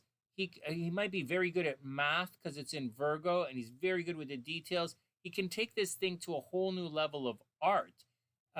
People who have Venus conjunct Mercury it's not just about having a nice aesthetic. These guys are hardcore brainers. So he's probably a hardcore brainer, man. Mario's a brainer, so that's the deal. But I'm telling you, man, all of this stuff in the 7th house is definitely going to cause him problems in relationships in life. He's either going to be a hardcore player, or he's going to, he's going to have problems. All right, moving along, we have Pluto way up here in the 9th house. So, he has to watch out for when he's traveling. Obviously, he has to watch out for stuff that's happening at school. Maybe maybe he's around a lot of death at school. Maybe his friends died when he was younger, and it's a very stressful experience. The moon is in the 10th house right here. Obviously, he's career-minded. He's probably really fun. He probably likes to tell jokes. He's obviously creative. He's expansive. He does not like to be controlled. He does not like to be told what to do. He's not necessarily quote-unquote rebellious, but he doesn't like to be told what to do. And he probably doesn't like to stay inside either. He probably likes to go outdoors. He might want to travel a lot. Or he could be a naturally gifted teacher. Let's go back a bit. He can make money in relationships. He has to absolutely team up with people to make money. If he doesn't team up, he's going to have a rough go at it. It's not that he's not going to make any money, but it's easier for him in a partnership to make money. You're going to say, but Sonny, he's a Leo. Aren't Leos supposed to do it on their own and rise and shine and all this kind of stuff? Yeah, but you don't make money from your sun. You really don't. You make money from your Venus, which is the heads up. So heads up, he has to partner up. He's going to end up in an interesting social group. he might end up with rebellious friends, rebellious pairs, some goofy people. He's definitely, not definitely, but there's a lot of, he's probably gonna end up dating his friends. I think that's pretty neat. He kind of has to watch out for getting his friends pregnant, I'd say. But at the same time, like, there's cheating in relationships almost guaranteed. So someone in this relationship is going to cheat. So you got to watch out for that. Should have a lot of friends. It's all retrograde though. This entire thing is retrograde. So, he's going to have friends for life. He's going to date some friends when he's young. They're going to come back later in life and they're going to date them again. And that's the deal. I got to get to the transits here. Finally, Saturn's in the 12th house. This is not the greatest place. It's got to go somewhere. But Saturn in the 12th house. Like, Saturn is in Aquarius, which is an okay placement for it. It's actually an okay placement for it. So you got to roll with it. But it is retrograde. It's in the 12th house. It is going to cause him problems. It's going to stress him out. He's going to feel controlled. This is not good. Saturn in the 12th house is going to make him feel controlled, and he really doesn't like being controlled. Now, you asked if he was going to get sick. You said he's sick. What's going on? Oh, look at my face, man. Look at this delay. I'm really stressed out, man. But I see it right here. I can see it right here where he got sick. This is pretty simple for those who follow astrology. You can see it right here. He was sick right here. He went through a Saturn return. Saturn's at the time people checked out. Like this is fairly textbook. The you could see him getting sick. You could see Mario getting sick. No joke. Like Elenora. See man, I see this kid getting sick. He's not a kid. He's an adult, right? But he's just gone through a Saturn return. Like, that's textbook. Right around your Saturn return time, you get sick. It's in the 12th house. So Saturn in the 12th house, themes of being controlled, mental health. He might have had some mental health problems in the last year. Stressed out. He may have been suicidal. He might have been suicidal. I'm not joking. Be careful. He might have been really sick, and but he should be past this now. I think next month, in around the end of April, that sickness might come back. He might be sick for the summer, but I think by October he's going to be out of it. He's going to be okay. It's time for him to enter into a new stage in his life, but he just went through a very difficult situation. Watch this. Saturn didn't just move here. Saturn transited all of this in the last couple of years. Saturn was going over a lot of his stuff, causing a lot of problems. And also Pluto, right? Pluto and Saturn are going through a lot of stuff, causing a lot of problems. But I think he's going to be okay. See, this is all, it's not that easy. It's all Virgo-y, right? And the Virgo-y stuff is okay. He's past it. This is when it moves on into Pisces in 2022. 2022, he's going to have some problems. But 2021, he should be okay. Oops. 2021, Mario's going to be okay. 2021, he's going to be okay. You could see that he was sick. Very sincerely, you can see he's sick. This is all empty, right? You guys seeing that? That's completely empty. This is what's going on, and that's stressful as anything. And that's the big, slow transit.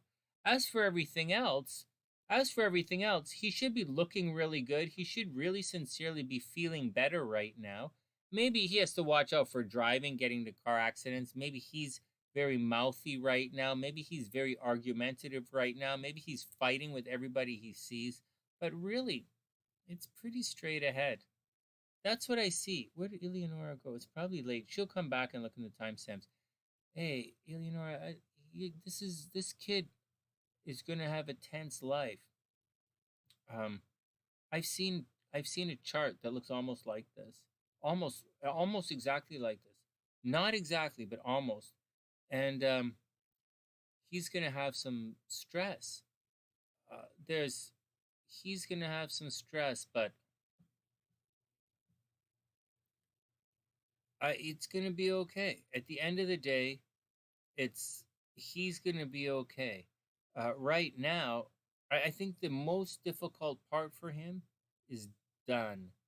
So one step at a time, and he's going to be okay. And that's the deal. He's entering into a cycle where he looks really good.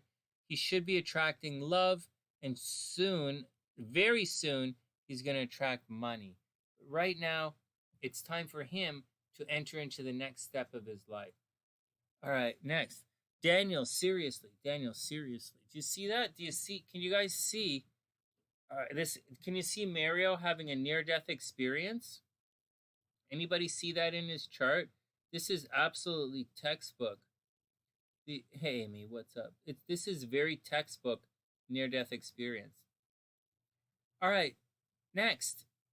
Hey, Elenora, I hope your kid's okay. He's not a kid. He's a man. Like he's 27. He's almost 30 years old. He's a man, but our kids are always our kids. All right, Beast, be cool, my man. Have a super, super amazing day. Oh no, what did I do? Next. Okay, who's up next? Okay, I really wanted to see Mario's chart.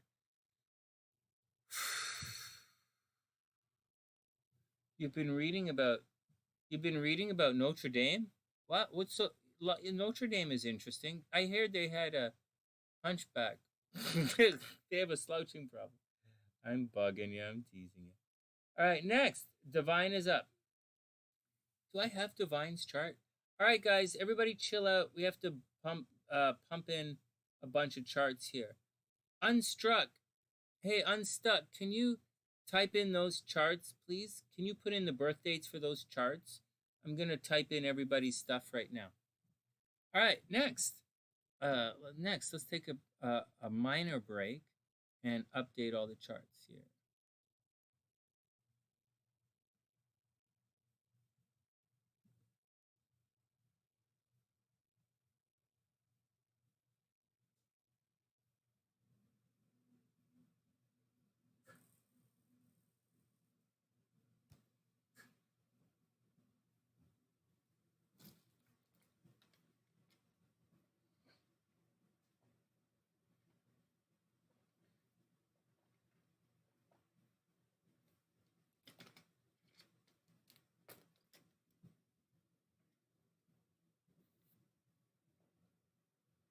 Okay, so where am I?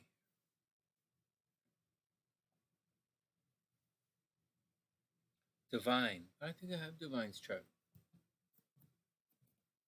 Wait, let's just cancel that.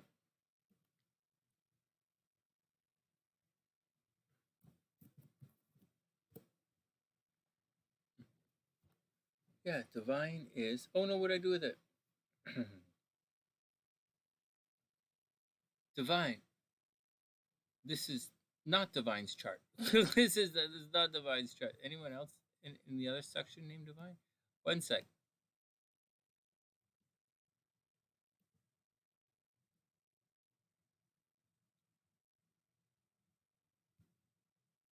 Divine, I got you right here. 12, 15, 99, 10, 43, California. Divine.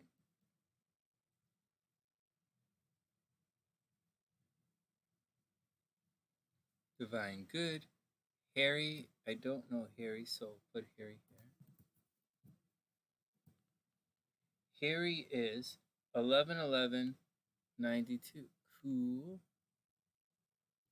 11.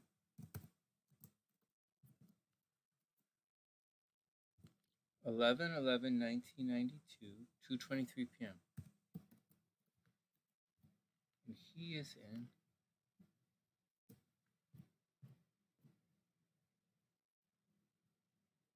ALBU QU. What? QU ER QUE, Albuquerque.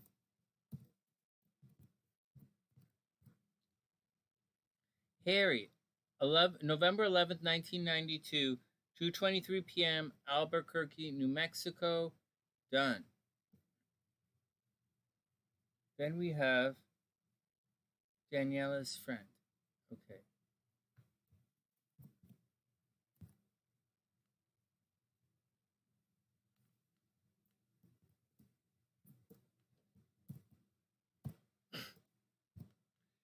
Daniela's May 1st, 86. Hey, cool birthday.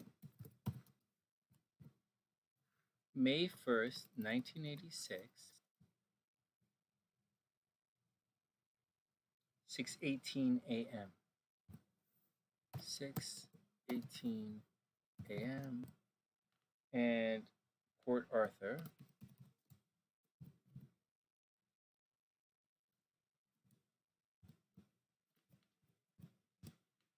Oh, that didn't work. Hold on, that didn't work. Port, did I spell this wrong? Cancel.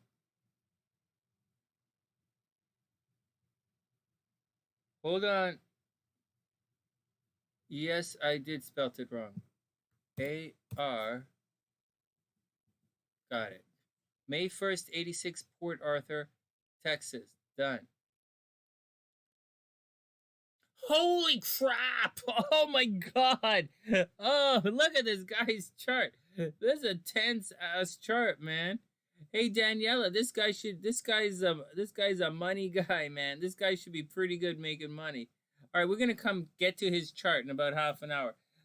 First, Divine and Harry, and then Daniela's friend, and then Unstruck. Did you type those in yet?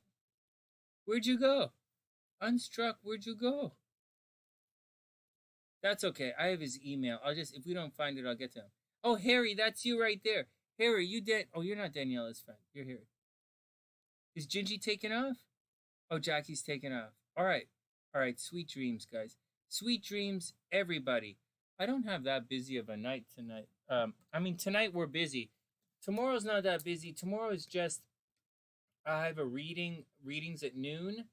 And then I'm free in the afternoon, but I have to work out tomorrow. I don't know what I'm going to do. I got to lift weights. Doing a lot of chin-ups, but like, I don't know. So see.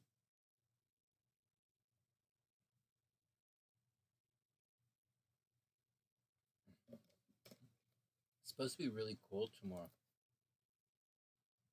All right. Oh, there's water right here.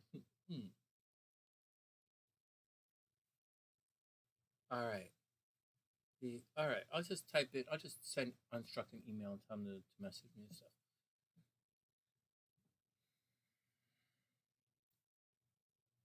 That was intense, man. I'm having an intense life experience. So, Divine is up.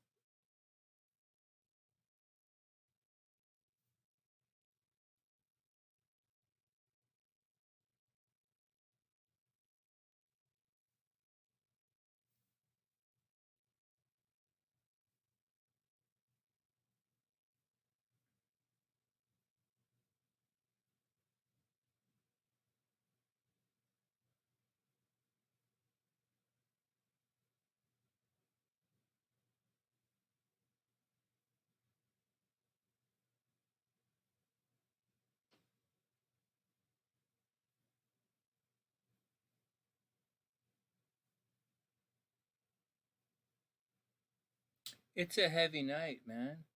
All right, let's do it. Oh, Divine is right there. Okay, good. Divine is right there. 328. Let's say 328.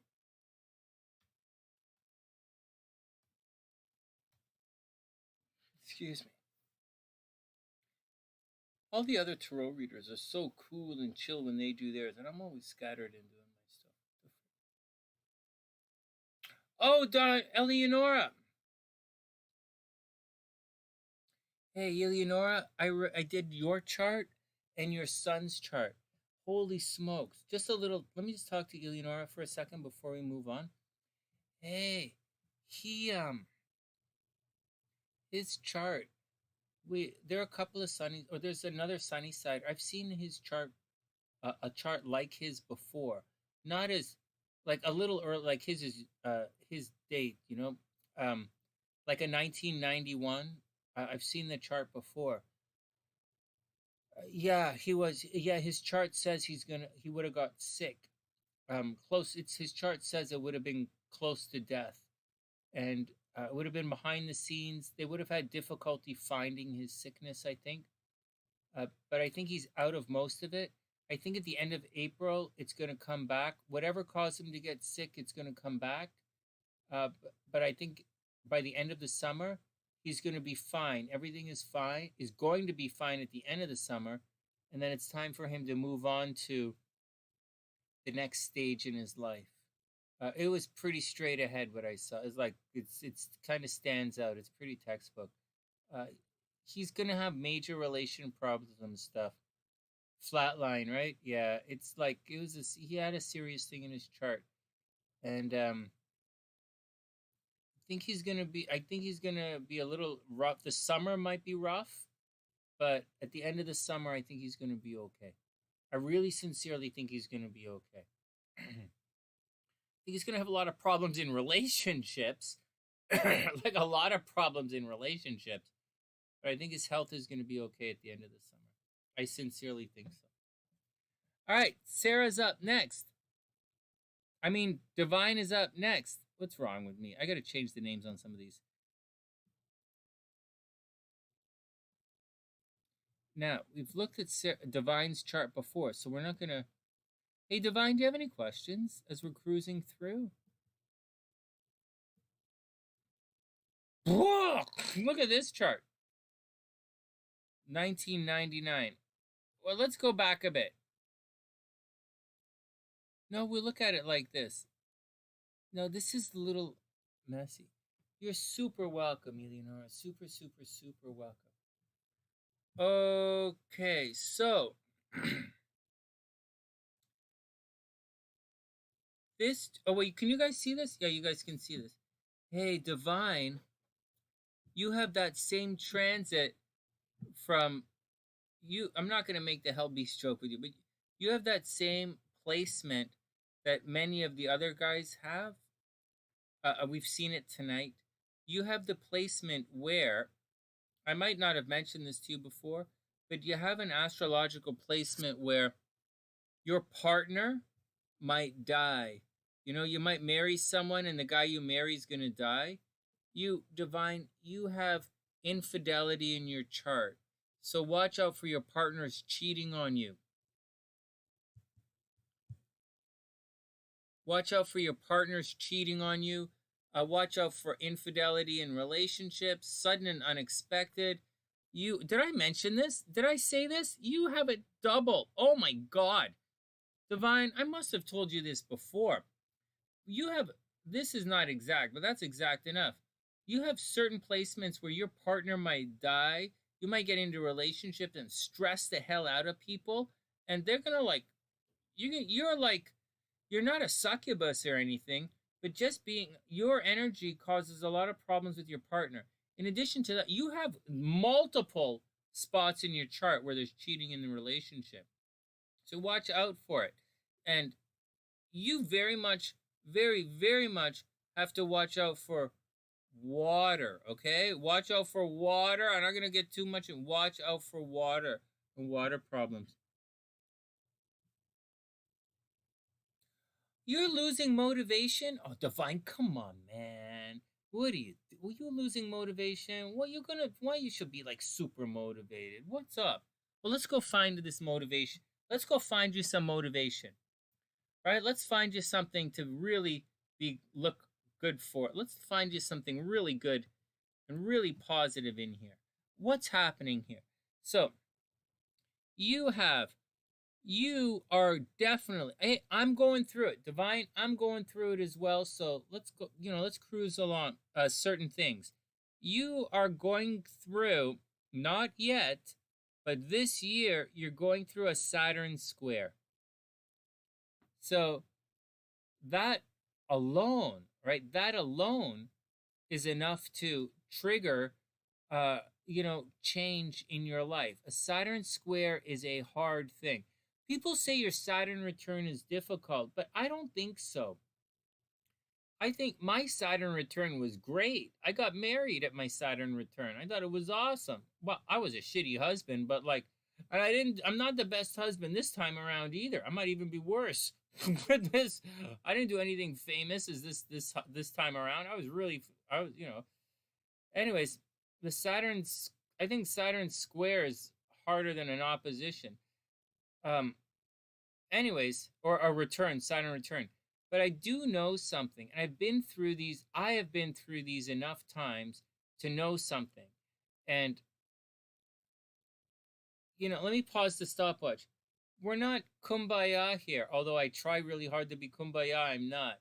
And I'm not giving you make-believe astrology. I'm giving you stuff that I've lived most of this stuff. Sunny-siders live. We live our astrology. Divine, you know how I talk, right? We live the astrology here. So I'm going to tell you how you can overcome some of it. And, okay, so that's the deal. So this Saturn square that you're going through for the rest of 2021, I told you guys 2021 was going to be a major Shazam show. And so what's happening is you're going to have a very tense 2021. And at the end of it, it'll be time to move on to your next stage for the next 7 years. So this is not the time to indulge in a malaise. It's not. It's the time to put the feet forward. It's time to close the eyes and keep walking. Keep moving. Remember, let me pause this once again. I know I'm going through this, and I know you're going through this. So knowing that we're going through this, I consciously streamlined 2021. I did not know I was coming here. I did not know my mom was going to get sick. If I knew my mother was going to get sick, SLC and I would have bought a condo down the street. Well, first, obviously you guys know we can't afford to buy a condo in Etobicoke. You guys, that's obvious, right? And you guys, it's like, so, but we would have bought something would have happened. We would have moved in pretty close if I knew something was going to go wrong, sick with my mom. But but I didn't plan any music shows. I didn't plan any hypnosis. I'm supposed to be producing a New Age festival. I didn't do that. I consciously didn't do it. I'm supposed to be doing a couple other things I don't want to talk about because, other people watch the channel. And I didn't do it. My goal was I took Saturn to heart and I said, this is it.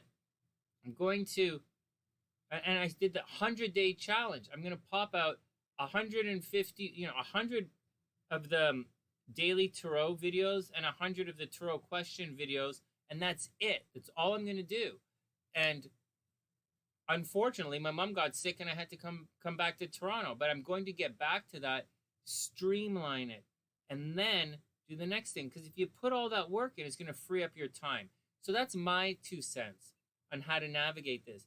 And so I really implore you to just keep going. Streamline. The biggest way for you to get through this transit is to streamline and focus. And if you don't streamline and hard work, if you don't streamline, focus, and hard work, it will all be taken away from you. So the universe is going to force you to do this, whether you want to do it or not. All right, Sonny, enough preaching. All right, whatever, man. But Divine, excuse me, put in the work. Put in the work. You don't have to freak yourself out and do a lot, right? It's Saturn. It's hard work. Jupiter means lots of work. Saturn means hard, focused, concentrated, disciplined work. And so that's your deal. Okay, so that's the deal. In addition to all of that, Saturn just transited, oh my God, your South Node. So something from the past might have been the problem. Maybe you had to go, maybe you went to a funeral recently of a high school friend. Like maybe you went to the funeral of an old friend, a childhood friend recently, or maybe there's people behind the scenes stressing you out. Maybe you feel controlled right now. I don't mean to be preachy, Divine. I'm just saying keep your feet moving, because it's going to get a lot better. It's going to get a lot better soon. And let me tell you guys something else. I've been there. I've been there. I've been speechless at several, like I've been literally sitting on the floor, staring at the wall, saying, how did this happen? And being surrounded by so much pain that, but I knew if I was just Sonny, if I was just me, I'm going to make it through. Everything, like I was surrounded by so much hatred and so much jealousy and so much trying to stab my back, and everything was getting taken away. And my car blew up. Like it was brutal. And I was sitting there and I was like, but I knew, I know how to make it through. And that's the same thing I think you're going to go through. And it's pain. You're going to do it. You're going to be okay. All right, next, let's keep going. What else is going on with the Divine? So, anyways, you're going to be okay. But you just went through, Saturn is just about to make a pass through all that stuff. This stuff is going to get stressful, man. What are you going to do? It's going to get stressful. There's going to be a malaise. But don't worry about it. I didn't say do lots. You know, like 2 10-minute videos is really not that much for me when you consider that my horoscope videos are 2.5 hours long. Okay, so it's not that big of a deal. Or my music videos are 9 hours long. So a 10-minute video is not really a big deal. All right, so don't stress. So don't stress it out. Keep going. You are going to awake in a beautiful new day, because look, Divine, I know you understand astrology. Look, Jupiter is about to click over. All right, give it some time. In a couple of months, Jupiter is going to click over into your first, like it's going to go retrograde, right? Like you're going to double this up. But Jupiter is about to click over into your first house a little later on. And then you're going to be like, woo, super lucky, super happy. Everything is going to be pretty good. It really is. What else is going on in your chart? So that's the deal. It's all behind the scenes. It's all mental health. It's all, believe it or not, it's not in your head, but the biggest challenge you have is in your head. Watch for suicidal thoughts, Divine. Divine, don't go crazy. Watch for suicidal thoughts. You're going to be okay. You will be okay. And that's it. That's the big deal, is the Saturn. What else is up? What about money, Sonny? Yeah, let's get some money. Hey, Divine, right now you're probably looking really good. You're probably attracting a tremendous amount of love. In 2 weeks, you're going to attract money. And when Venus, in a month, right? In a month, Venus is going to cross your Jupiter, and you're going to make a lot of money next month. I don't know how you're going to make a lot of money next month, but you're definitely going to make some money next month, which is really good. Your regular Venus is over here. So I know your Venus is in Scorpio. I get it. I know your Venus is in the 8th house. I get it. I know your Venus is square your Mars, so all of your boyfriends die on you. I get it. So I know they always call you names and they're abusive towards you. I get it. I get the stuff in your chart that we're not going to talk about because it's public, right? Because we're having a public reading, so I'm not going to totally put you on the spot with things that like you might not want public, but I get it. So you could make your money, Divine. Divine, why don't you focus on making your career? You know, Venus in Scorpio in the 8th house. You'd be a naturally gifted psychotherapist. Divine, you would make a gifted counselor. Gifted. You could make a gifted counselor. You could be a mortgage broker. You could be a mortician if you wanted to be a mortician. You could help people invest their money. You're very good with loans, working at the bank. Venus in Scorpio in the 8th house is someone who's really good. You'd be a really good economist. You'd be really good in helping people invest their money. You'd be a good grief counselor. And those are all really good things. They're all very high paying, good jobs. You have you probably don't need any of that stuff or care about that. But that's where it's coming in, you know. You're very gifted with the occult. Very, very, very gifted with the occult sciences. And you could put a big chunk of your time there. But you're like, you know, that's not, like, it's the 8th house, which is your thing. Now, Venus in the 8th house means everybody dies on you all the time, right? So you got to roll with it. You're starting a business? Do it. Do it, do it, do it. What kind of business are you starting? You should do it. Start a business, start a business, start a business. What kind of business should you, Divine, I'm going to give you my 2 cents. What type of business are you starting? Because you'll be successful. You'll probably be, you see that popularity is your thing. You're probably super popular anywhere you go. Moon in the 1st house, you're gonna like, yeah, you're being an entrepreneur is a thing.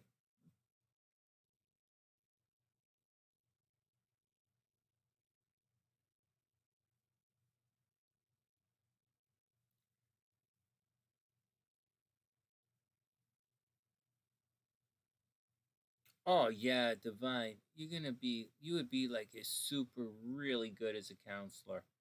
Because you're like a Saggy. You're optimistic. You're a Sag. Your moon is in Pisces. You're naturally gifted. You're a naturally gifted empath. Well, you don't want to be an empath. An empath makes a shitty counselor. They talk about no boundaries.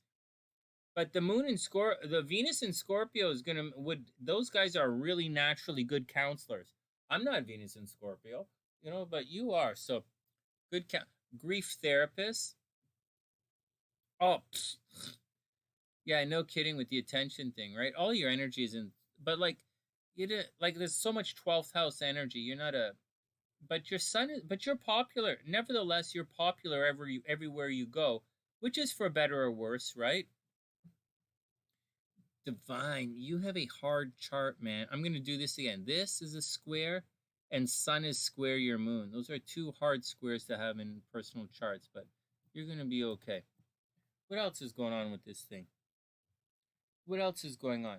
So stay motivated. You're you're in a you're looking really good right now. You have a lot of personal power going for you right now. So you should push your personal power. The problem is this abundance of energy that's happening in Pisces right now isn't really that great for this Sagittarius energy in your chart. So, but it's not a life thing. It happens every year. This is fast. Venus is fast moving. The Sun is fast moving. Like the energy in Pisces right now, Mercury's going to come in here. The Pisces energy does not vibe with you, but it vibes very much with your Venus. It vibes with your Venus, and it vibes with your moon. So you have to do it. You have to keep going, and you have to keep going. You're definitely lucky in love. Definitely lucky in love right now. And you were lucky about a week and a half. You were lucky a week ago to win the lottery.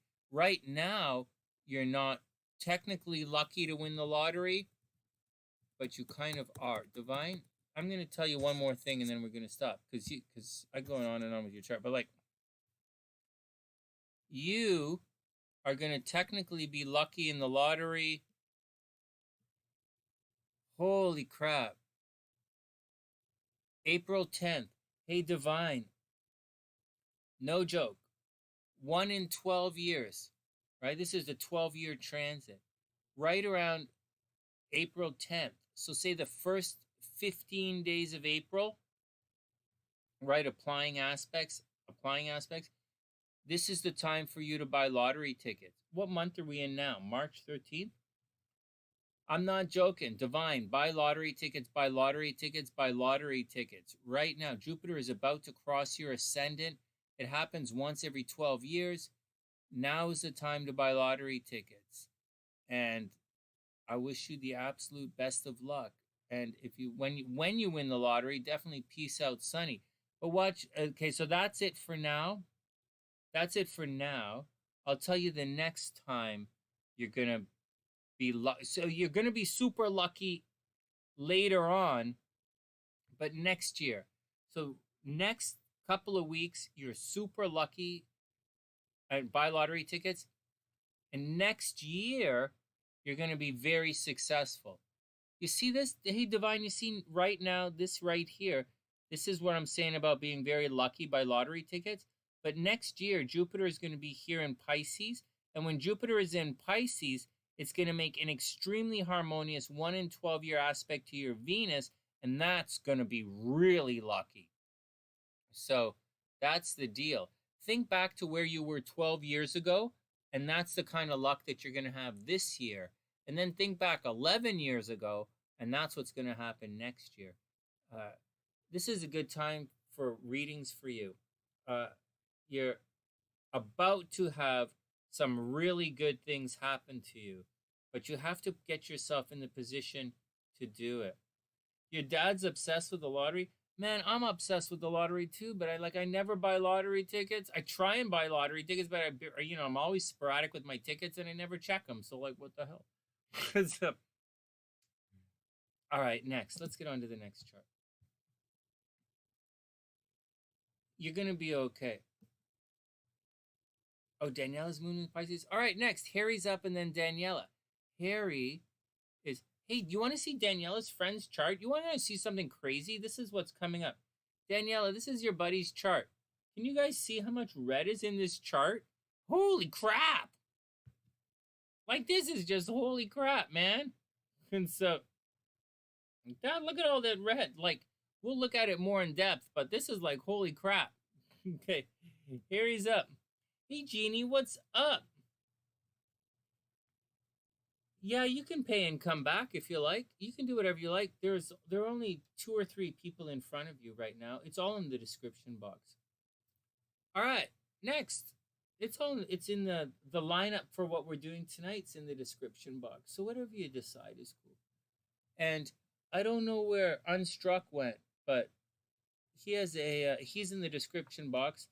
And we'll figure it out. I don't have his birth information. I have his birth information, but I don't have the other information. All right, Harry's up. Divine, you are super welcome.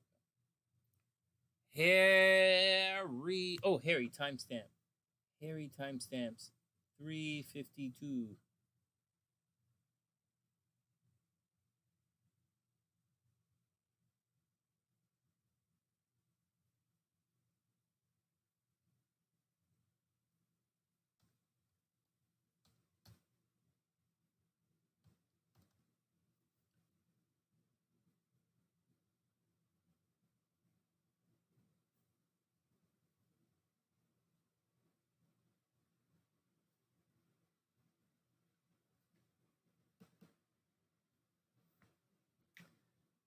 $3.52. Harry, here you go, my man.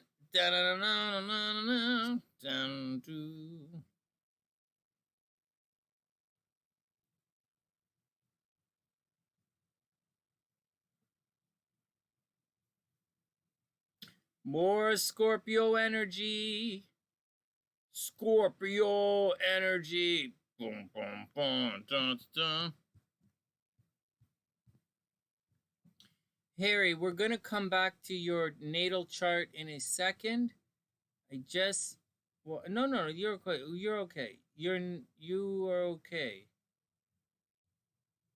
Jupiter is in Aquarius, right? So you're okay. Holy crap! You're going through your Saturn return right now, too. Oh my God. What the hell, man? You're going through a major change in your life. What the crap? All right, let's do it. Oh, you sent it already, Genie? Okay, one sec. Let me write you down so I don't forget.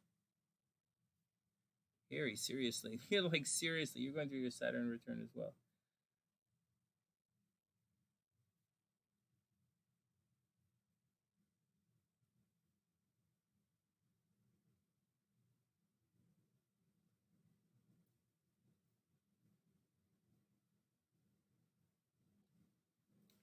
Jean, can you Jeannie, can you type in your birth information, please?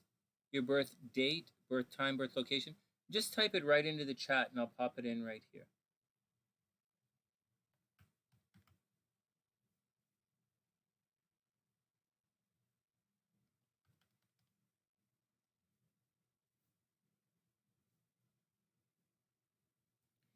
Just type it in and I'll do it. Or Tyson, what's the question? With Bruno, hey, Lennox Lewis. Tyson's one of my faves, but Lennox Lewis Canadian. He's British. All right, next. All right, here let's do it. Oh, you got it right here. Here you go, Jeannie. We'll be up soon.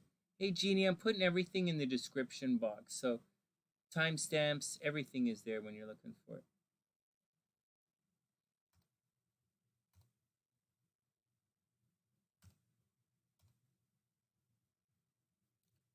Okay, Harry, Daniela, let's do it.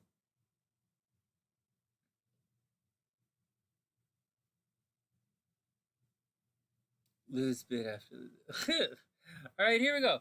Harry is a Scorpio. Thanks for your patience, Harry. Thanks for everybody's patience. Actually, these readings, the nights, my reading might take a long time. Okay, so here we go. Harry is a Scorpio Pisces rising. Oh my goodness, where's your moon? You are probably, oh, excuse me, you are probably an artsy fartsy Scorpio. You're probably a little artsy fartsy. You're probably super romantic. You know, forget a, you're probably emotional. You absolutely have to watch out for alcohol musician, right? There you go. Hey, Rock, you still awake? Oh, you're doing your thing. Hey, sweet dreams, Rock. And to Chris, you know, sweet dreams to Chris. I hope your mom is okay, Rock. I hope your sister is okay. I hope everybody is cool, man. And sweet dreams, I hope everything is cool. Yeah, Harry, you're full on artsy fartsy. A Scorpio Pisces rising. You can't fake that one. But you know that, okay, like I crossed this out. This is 8th house stuff. So there's a little bit more than that. You're probably a little bit of a sex freak, just saying. You're probably a little bit, like, your Scorpio themes are probably very strong. The Sun and Pluto in Scorpio in the 8th house is very much going to give you a close association with death, right? It's the 8th house is the house of death and other people's money, borrowing money and death. And so, like, that's the deal. And the Sun is right there in Scorpio. So what do we say? You have a very close association with the occult. You might drink blood. You do some like goofy stuff. You might read tarot cards. You might like have a very close association with death, you know? In addition, you also might inherit a lot of money. You might inherit money, and like it's pretty much, it's Scorpio themes of death, man. You probably have a tattoo of a scorpion and a upside down vampire or something like that.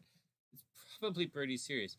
You have to watch out though for addiction, right? A Pisces rising with all this Scorpio 8th house energy and a Pisces rising, and your Chiron is over here in the 6th house. You have to watch out for your health. Watch out for addiction. Watch out for alcohol addiction. Watch out for addiction, right? Your moon is in Gemini in the 3rd house, no less. So this is you can be very repetitive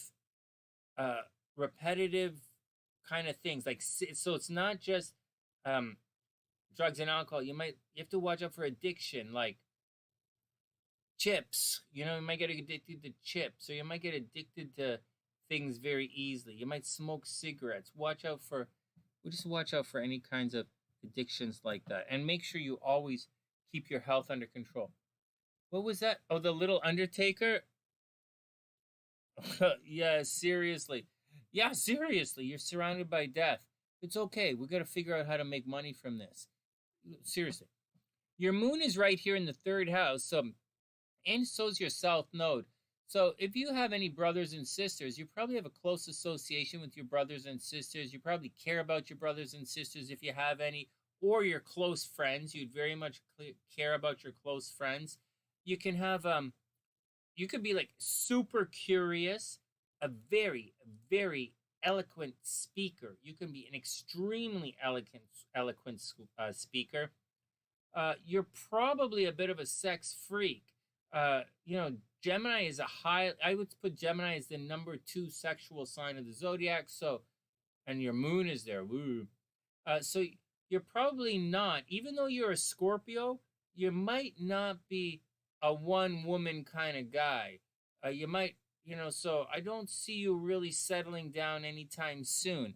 In addition, you have your Jupiter in Libra in the 7th house. I can't see you I can't see you like, dude, you probably pull the babies like it's nobody's business. Girls probably flock to Mr. Mystery, right? You probably have hardcore mystery vibe going on, and they love it. You know, you got the artsy fartsy hardcore mysterious guy, and the girls love it, love it, love it. But it's too much. You know, Jupiter in the 7th house, multiple marriages. But like, I think it's going to be okay. I think it's going to be okay. This juxtaposes this up here, and we're going to get to this. This is a problem area for you in your chart. And your Mercury is stationary. It might be stationary retrograde. So you're going to have communication problems.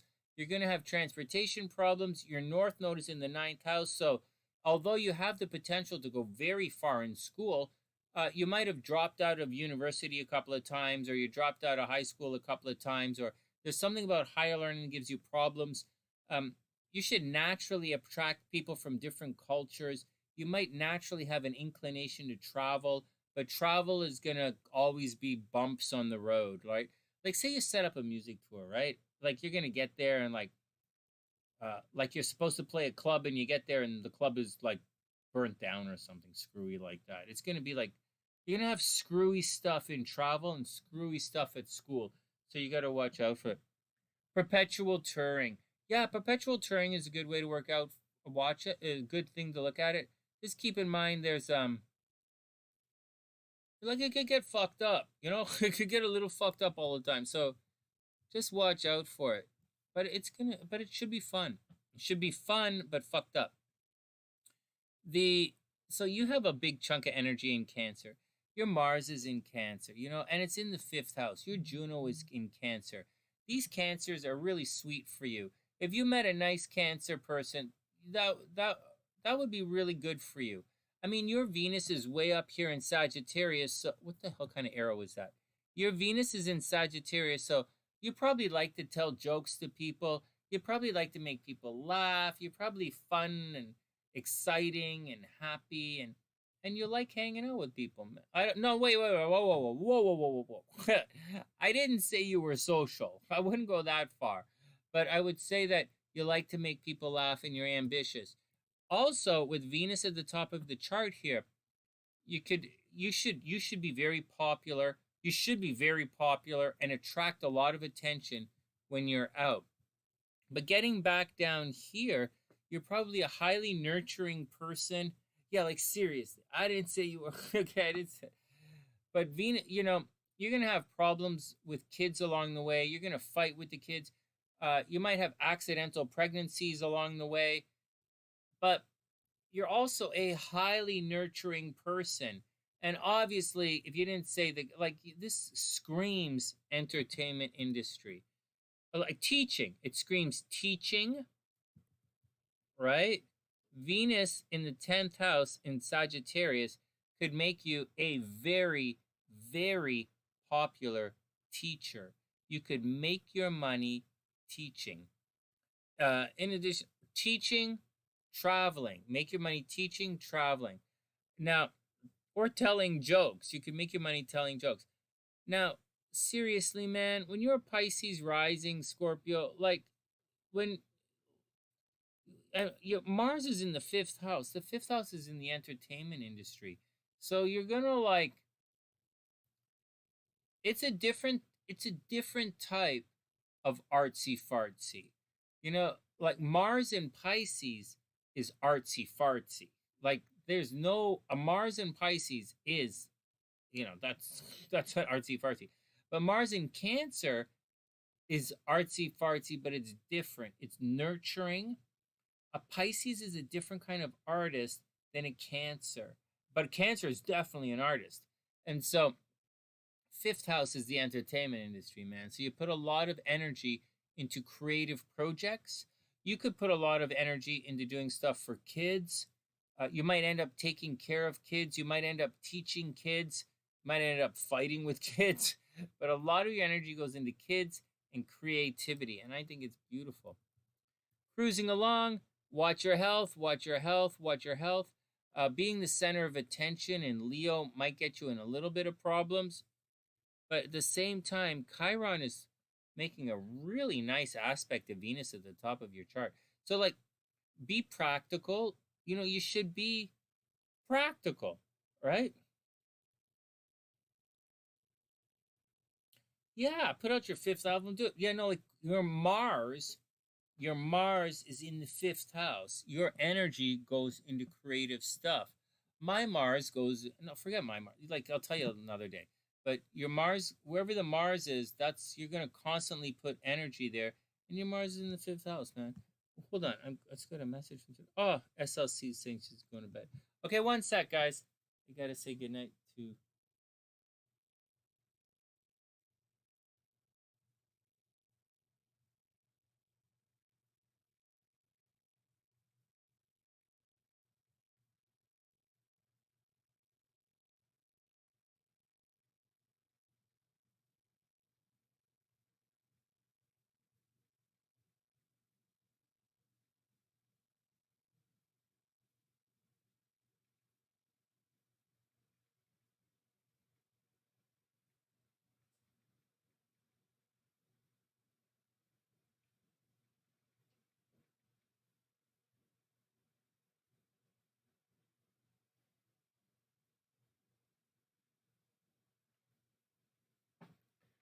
All right, next. These readings are getting a little too in-depth. Okay, let's move on. Multiple marriages, watch your health. You're gonna be popular, man. You're gonna be popular. Venus is in the 10th house. Hey, so 8th house, you do attract death. Whatever, work with it. Tormented by your friends, right? You're probably always tormented by your friends. Let's go on the transits because the transits are important. Just remember that. I just want to say your money comes from being out in the world. So you probably make more money. I would say you do very well on stage. If you want to know about that, stage and touring, money in the outside. The more high visibility you can make yourself, the more money you will make. The more you can raise your 10th house popularity, because this is where the money is coming from. So the more you can do that, the more money you'll make. There's no sense in staying home because there's nothing here, right? There's nothing going on here. So money is out in the popular world. Outside and travel, friends probably torment the hell out of you. You know the kind of deal where everybody says they're your friend, but you're like, nobody wants to hang out? You have that kind of chart. Then we have, you are going through your Saturn return. Ooh. Right here is your Saturn return. You're going through it right now. This is a big change in your life. So maybe you're going to end up like, I don't know, maybe you're going to do something. I have no, like, it's in your 11th house of social networks. So maybe you're dramatically going to change your social network this year. But you are in for a very big change this year. Like, just flat out, you are in for a change. So go rock it.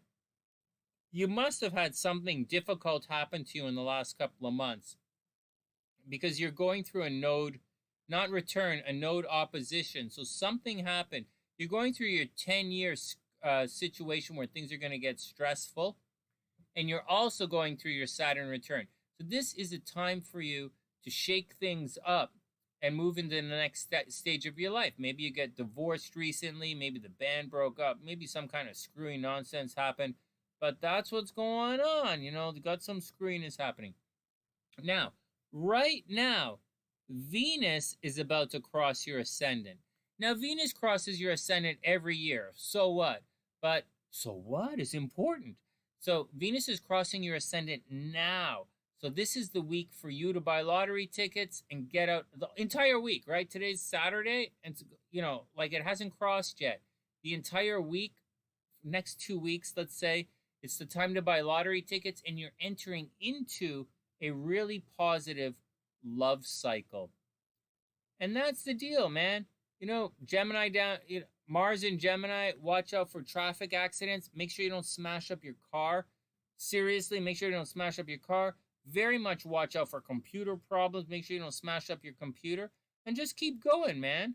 You know, this is a year of change. This is a very, very big year of change for you. But once you cruise through, everything is going to be okay. I think you're right before the difficult part, but the difficult parts, by October, you're going to be out of it. All right, next. Oh, these are too long. They're only supposed to be 10 minutes. I'm dragging too long. Next, Daniela's buddies up. Daniela. All right, here we go. Daniela's up. Little Undertaker. You really do, don't you, Harry? You really do. We've had some kind of stuff. Oh, Daniela's there. Yo, D, what's up? Daniela, here we go. Danielle, look at this guy's chart. May 1st, 1986, 6:18 a.m. in Port Arthur, Texas. Port Arthur is that? All right, whatever. Is that by the water? That's close to the border? Can't remember. Okay, what am I looking at here? Oh, the time, 4:11.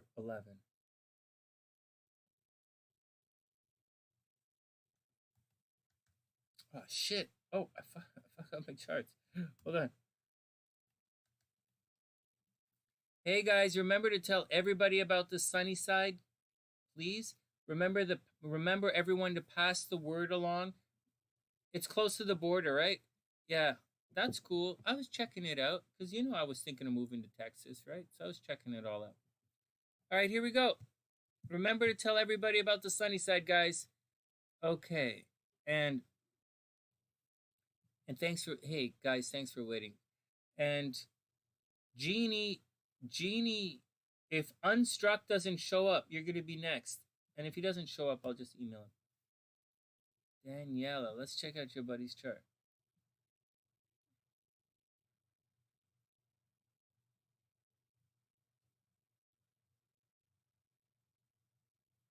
Harry, thank you. Thank you very much. I super appreciate that, Harry. And Eleonora, thank you very much as well.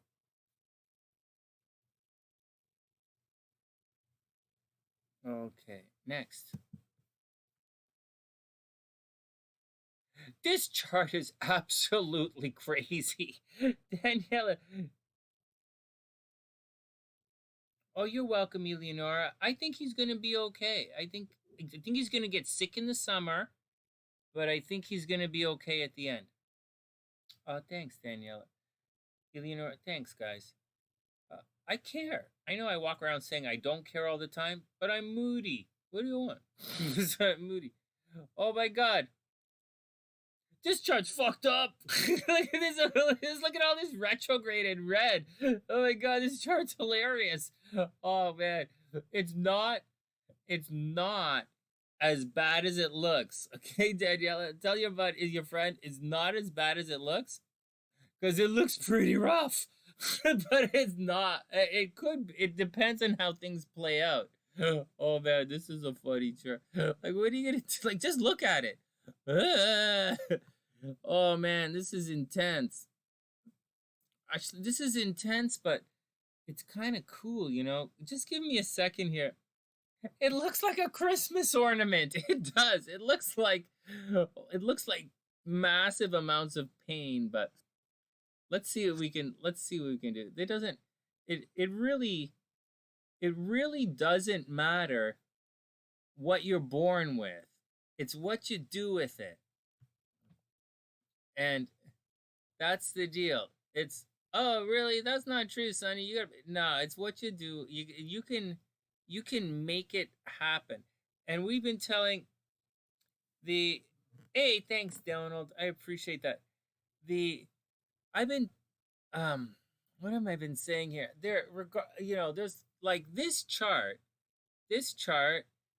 like, man, oh, thanks, Donald. That's really sweet, man. That's really, really sweet. I super appreciate that. Oh, and Donald, I'll be joining you in the home workouts, man, because I don't have a gym anymore. And every single day they're like moving stuff out of the house. We don't have the workout room anymore. And like the treadmill has a whole bunch of stuff on it. I have an exercise bike in the other room, but like that's anyways. All the weights they're giving away. They gave away a lot of the weights. In the last week, we've been giving away a lot of stuff from the house. All right, next. So let's take it all with a grain of salt. Let me calm down and take this chart with a grain of salt. There's good and bad. Like Venus in the second house, tons and tons of money. Lilith in the second house, you might fuck it up. Wherever Lilith is, there's damnation. So if Venus wasn't there, oh man, Venus is conjunct Lilith. This guy probably likes to have sex with money. That's what, I'm not making it up. So he probably likes to have sex with money. That's okay. Who doesn't? It's paper cuts. You can get paper cut, okay? But it opposes a retrograde Saturn, man. Actually, you have Saturn, a retrograde Saturn. Retrograde Saturn means it's coming back to get you. Do you see that?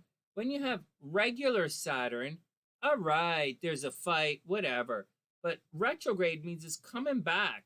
So like, what the F? You know, he probably has, so this, whenever I see this in a chart, this in a transit, okay, if this is a transit, if Saturn was on the outside here, which it's not, right? Saturn is over here, so don't worry about it. But if it was on the outside, that's a bankruptcy transit. Seriously, if I saw this in transit, I'd say he's gonna go he's gonna lose a lot of money, and he's gonna get divorced. But it's not a transit. It's in your natal chart, which is not worse. Okay, it's not worse. It means you're gonna have challenges. You're gonna have challenges. But I'm gonna show you in a second how the energy kind of works in the chart and it lines it all up. All right, let's get back to some other stuff here. So he is a Taurus rising, double Taurus. Oh crap! With an Aquarius moon. Well, I know why it is Aquarius. Well, you have all the Gemini and Aquarius, so you clearly vibe with Daniela. But like, you are obviously stubborn, right? Stubborn. Everything you do is measured. I mean, your Mars is in Capricorn, right? So your Mars and your rising sign and your sun are very earthy. You're probably very practical, down to earth. This is all textbook stuff, right? Practical, down to earth. Some people would say that you might be a foodie. I wouldn't say that you're a foodie, but some people would say you're a foodie. I would say you take your time doing things. You're very organized when you do things. You're very sequential when you do things. You probably have a plan, and you're very good at following the plan. I know your moon is in Aquarius, So you're an outside of the box kind of thinker, but I do think you still follow a very structure kind of thing, a structured approach to things. It's just your particular structure. And with the moon in Aquarius, you probably don't like to be tied down. You probably like to be easygoing. You probably like a good joke. You probably come across as lighthearted. You are probably very social, and you're probably very popular too. It's pretty cool, man. The only problem is, oh, and you're ridiculously stubborn. For those who don't know, just because he's like a Taurus is one of the most stubborn signs, but Aquarius is one of the most stubborn signs too. And the moon is in Aquarius. So, like, you're like a stubborn dude, man. But, like, so what? So what? The problem is, Taurus is extremely possessive, and which is okay because you probably work in the financial industry, or you're probably you might be a mortgage broker, right? You probably work in the banking industry, or you're a mortgage broker.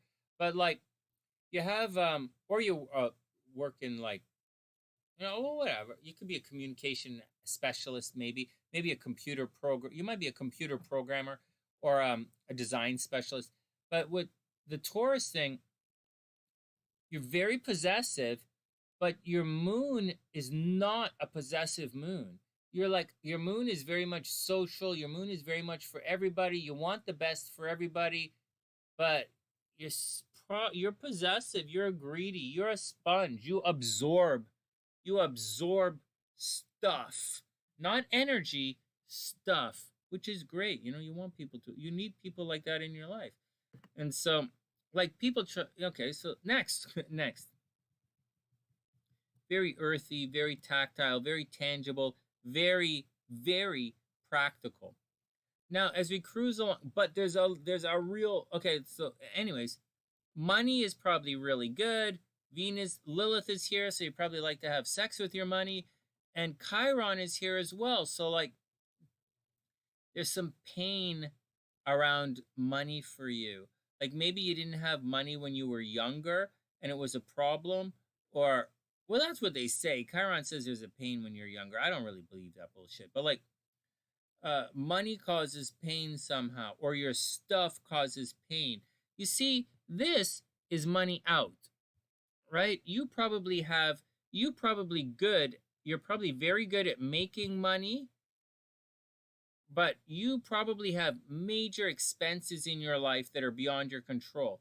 See this? There's a possibility your partner died on you. Like, you got married, or you had a girlfriend when you were young and she died. Maybe she committed suicide. Just saying, maybe she committed suicide, and it's going to cause you problems. Or maybe you got someone pregnant and you always have to pay for them. Or you have to pay for your family. But there's a definite drain on your resources, which is a problem. Maybe you have a legal battle you lost and it really sucks ass for a while. So that's stuff that you have to watch out for. Everything is neat as we cruise around. You have to watch out for accidental pregnancies and knocking people up. But we all have to. And I'm sure that Harry has to watch out for knocking girls up a lot more than you do, okay? The musician has to watch. Anyways, there's death in this chart. You have death in this chart as well. You've probably been around a lot of death as well. Money is good. Death is a lot of death.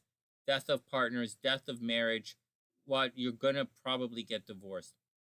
Up here, you are a fan of things at a distance, higher learning, and travel. So you might put a lot of energy into traveling. You might put a lot of energy into studying. Maybe you went on to do your master's degree. Maybe you studied your brains out. Maybe you traveled a lot in this lifetime. Maybe you want to teach. I don't think you want to teach, but you might want to teach and you might want to travel. And you have a very big, grandiose view of things in the world. Once again, the moon is in the 10th house, so you're obviously super popular. You obviously, on my chart, have a grand trine here. It's not the greatest grand trine, and it does have Chiron, but you should be very popular and put a lot of energy into being very popular, right? And it's going to be okay. You're also probably going to end up marrying somebody you work with. Next, Jupiter is in the 11th house. Forget all the red, right? Just forget all the red for a second. You probably have a ton of friends and you're very popular in many social groups. And you should work that to your advantage. You should work your popularity to your advantage financially. Sincerely. And don't think it's negative about anything like that. It's really, it's going to be okay. Oh, thanks, Donald. I super appreciate it, man. I really do. I really do. I really do appreciate it.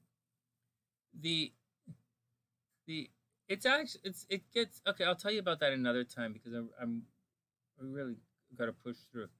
Then we have, what do you want? Mercury's in the 12th house in Aries. You can be a little argumentative. You're probably a little gossip prone. People probably talk about you behind your back. You might talk about, people gossip about you behind your back. People talk about you behind your back.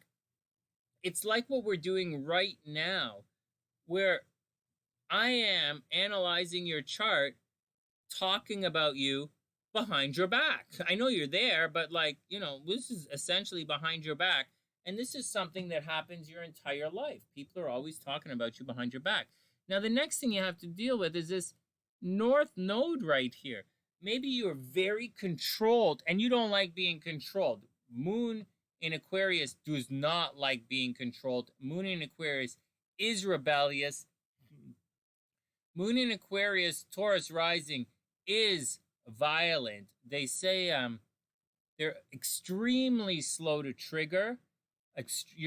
But you are probably can be very violent at times. So calm it all down. Take a grain of salt. Goose Fabra. Make sure you don't step in any Goose Fabra. That makes it worse. And just take it nice and easy. Nice and easy. Behind the scenes stuff. Watch out for it. Watch out for your mental health. Watch out for, going crazy bananas in the brains and freaking out. Over here, health is really important. It's important for you to plan your day. Plan your day, structure your day, and then work through the plan, and you're going to be okay. It's going to result. Your intuition is pretty good. But if you rely solely on your intuition, it's going to get you into a lot of problems. On top of all of that, you probably get into trouble in life when you put yourself first. You see, South Node in Libra is someone who naturally works well with other people. Now, you don't have to work with other people. I know I say it a lot. For some charts, I say, oh, you should team up with somebody to be successful. You do not have to team up with anybody to be successful. Actually, if you team up with someone, they're probably going to die. So, that's the thing. You don't have to even a little bit team up with anybody. You're the one who makes all the money. And whenever you team up with, this teamwork is you get, this is not good. This is fucked. I don't want to see that. So, you don't have to do that. But in your heart, you naturally help other people anyway. So you're probably a really cool guy. Moon and Aquarius are cool guys, man. All right, let's look at the transits. So that's the gist of the chart. Your transits are you're going through a difficult situation right now. Do you guys see it? Where was it? I saw it somewhere in here. Oh, it's the Scorpio thing. Okay, hold on. You went through some major situation in the last couple of months. In the last couple of months, Saturn squared your Pluto. So that's a situation. You might have had a major health situation attack you in the last couple of months. You might have had, you might have broke up, ended a very serious relationship in the last couple of months. It's a really, really tense situation that you'd be going through.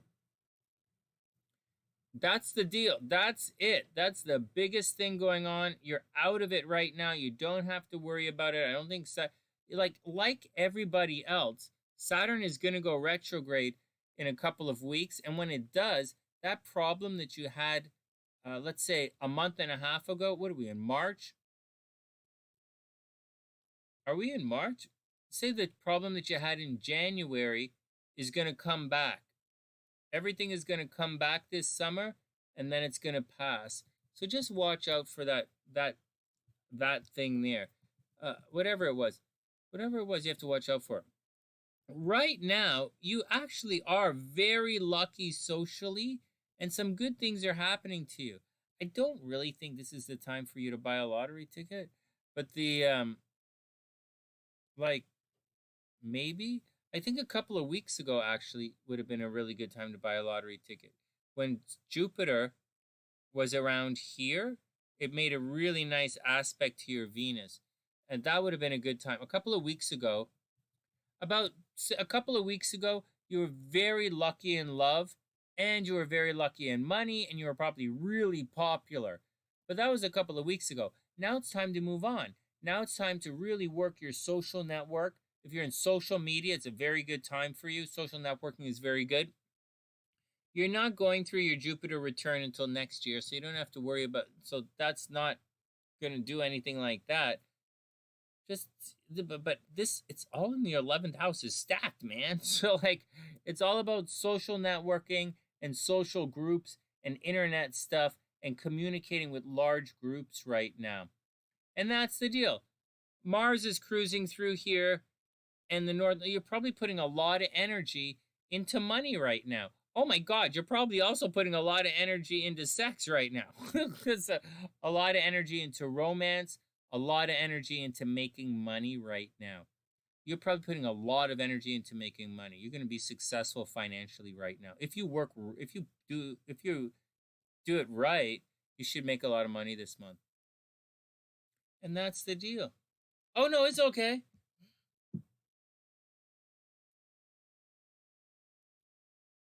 Let's see. Oh no, it's okay, Elenora. Let's check it out. This chart is Daniela's friend's done. This is a good chart. He doesn't really have much to. He has to watch out for this right here, his health. But he's other than that, this guy's a pretty cool chart.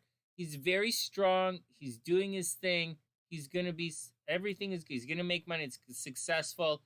It's all good. Just watch out. There's a drain on his money, right? There's always going to be a drain on his money, and he has to watch out for the health of his partners. He might probably going to get divorced. All right, next. Oops. But it's a cool chart. It was really funny to see. He's not in any danger. He's fine. You see, he doesn't have, his Mars is not in his 12th house. If the Mars was the 12th house thing, he'd be in danger. He's not in any danger. Just watch the health. He shouldn't have anything new happen to him. He should have the same old thing return, but lesser, right? It's returning, and then it's going to move on at the end of the summer. Just like last year. You remember how last year, the beginning of the year was like, what the fuck? And then the summer was like, really, what the fuck? And then at the end of the summer, things started to move on. It's gonna be like that. He's gonna be okay. And to answer Eleonora's question, the strong destiny, I think I said did I say you have a strong destiny? You'll have a strong destiny. Your nodes, see, we usually look towards things for the nodes for your destiny. You have a strong, oh my God, yeah, my God, you have a very strong destiny. Very, very.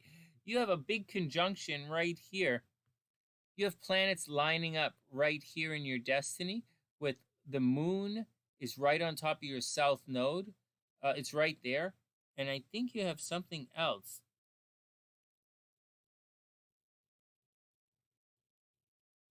And it's right, the moon and your nodes right on your ascendant and descendant. You have a strong destiny in this chart. You really do. Eleonora, you have a strong destiny. Thanks, Daniela. You didn't have to do that. I appreciate that. I'll read your cards right now. They, no, it means your destiny, you know? You have to work towards everything, and it's going to work out. You know, just work towards it. It's going to work out. And you know my philosophy? My philosophy is shine as brightly as you can, do the best you can, do the best you can in whatever it is that you do, and your destiny will find you. And I believe very strongly in that. I've seen it happen, and I believe it's going to happen again. Yeah, obviously you work hard. You're Capricorn. Like, I know you work hard. All right, come on. I got to move to the next one. All right, let me read Daniela's cards. Daniela's cards, and then then we're going to do Genie. Then we're going to circle back for Genie.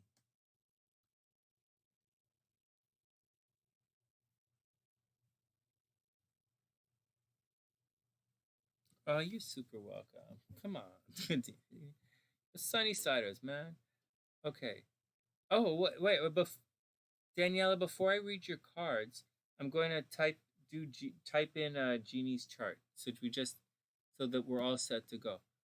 And that is, man, look at me. I look like I'm 1,000 years old. Look at my face. I'm gonna get skinny. I'm not gonna get fat, but whatever. I'll fix it. I'll figure it out. I'll go down to the park and do calisthenics in a park. What the fuck? What the fuck am I gonna do calisthenics in a fucking park? Oh, I'll join a gym. Join a North American gym. What the fuck am I gonna join a gym under coronavirus? Whatever, Sonny. Vanity is its own trapping. I know. I know. I get it. Okay. Genie. G-E-N-I. No, Daniela, he's gonna be okay. He's gonna be okay. Just his chart is fun. His chart is stressful. It's funny, but he's gonna be okay.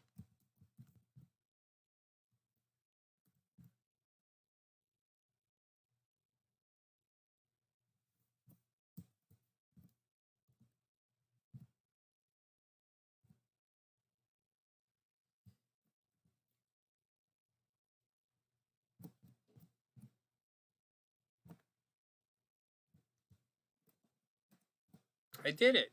Genie, May 12th, 1979. Nairobi, Kenya, 7:30 a.m. All right, let's read Daniela's cards.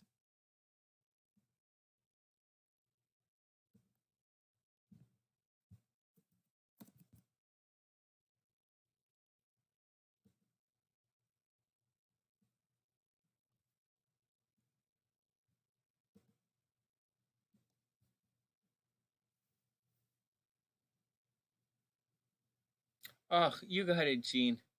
Thanks, Eleonora. Almost. Jean, I'm just going to read Daniela's cards, and then we're going to circle back.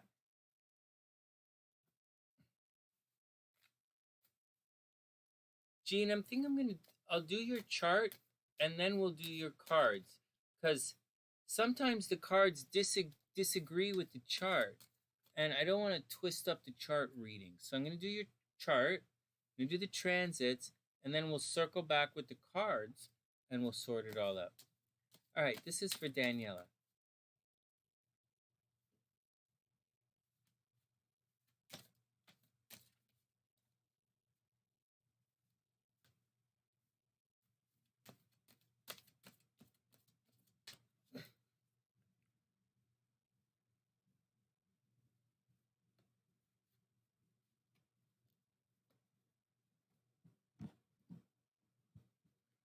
All right, Daniela, first up. Uh-oh. Uh-oh. 8 of Swords reversed. That's not the greatest way to start a reading, but you know what? You want, if this is happening in your life, you want to know. This card means you guys have the blinkers on. Something is going on. You're missing something. See how she's blindfolded? She doesn't see all the danger around her. yeah, it's a communication thing, but it's not like your words. It's not like you constantly say, hey, buddy, and the guy's like, don't call me fucking buddy. It's not that situation.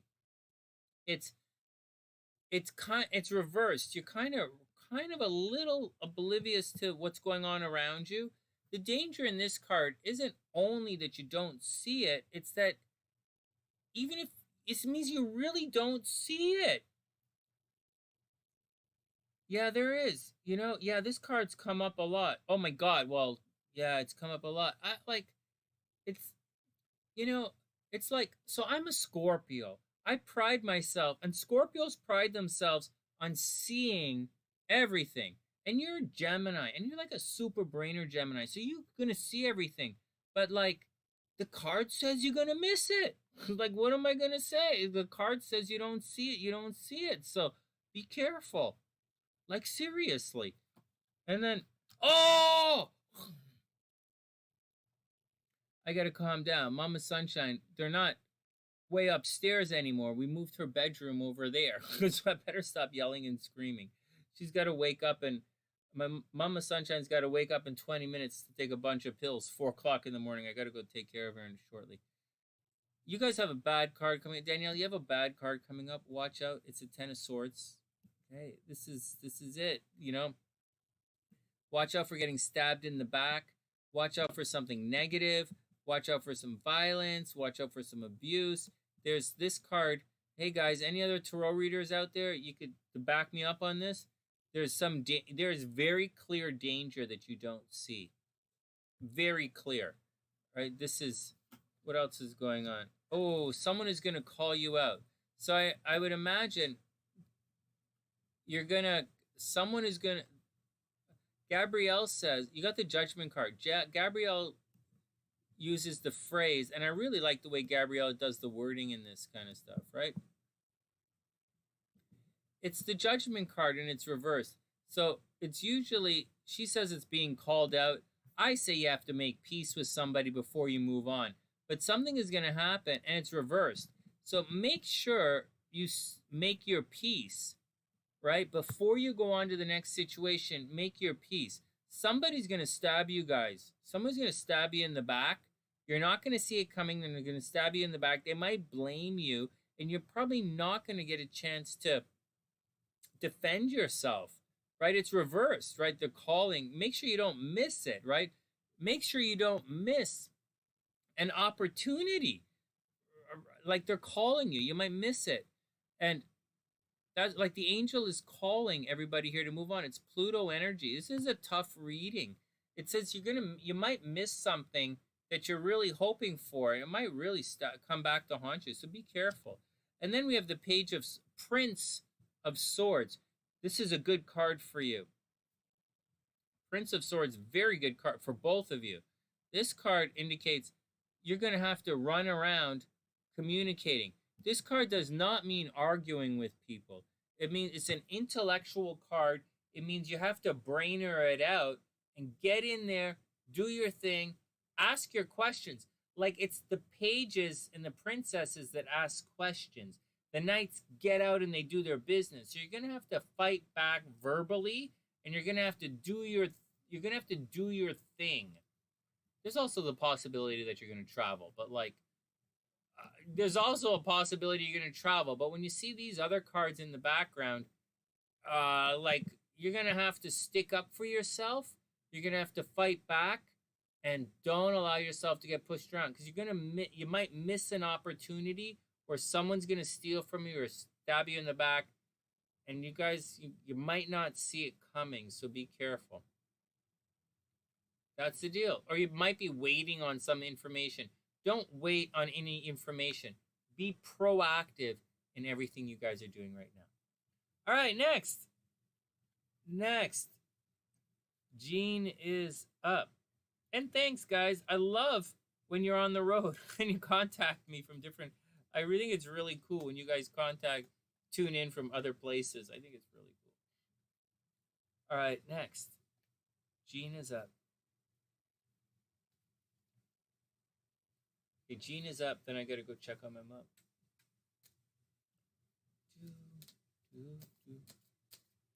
You are super welcome. You are absolutely 100% super welcome. And I like your friend's chart, right? He's a Taurus. What am I not gonna like? He's a Taurus, right? I'm gonna totally dig his chart. And so,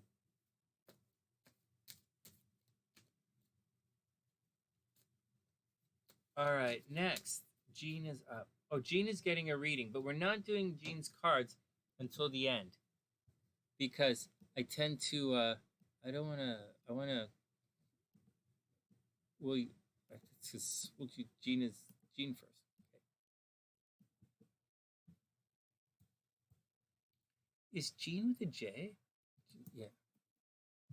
He's a sweetheart. Yeah, he looks. His chart looks pretty cool.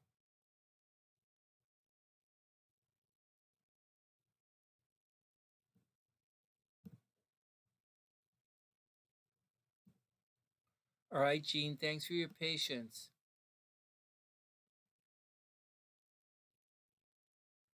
Oh, a Gemini rising. Hey, look at this. Taurus Gemini rising. Look at this chart. Hey, look at this chart. How about this?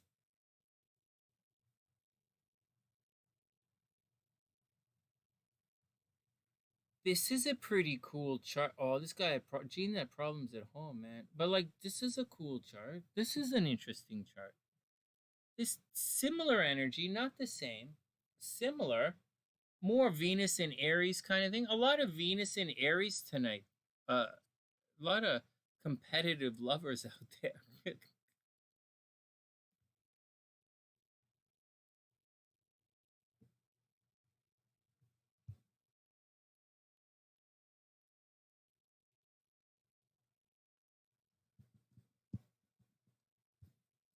All right. You're in the UK? Very cool. This is a cool chart, man. This is a really cool chart.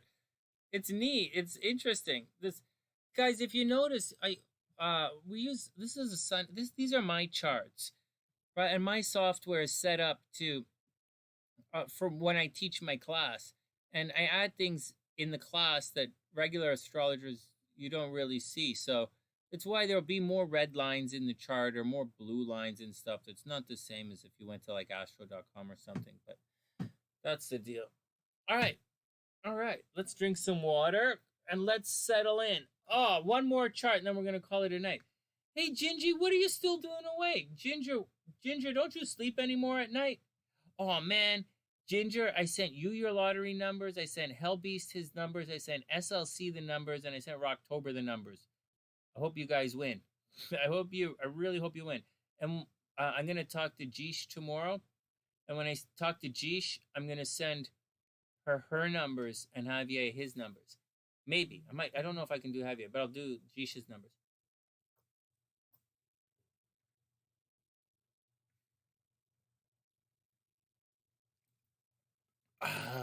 All right, here we go.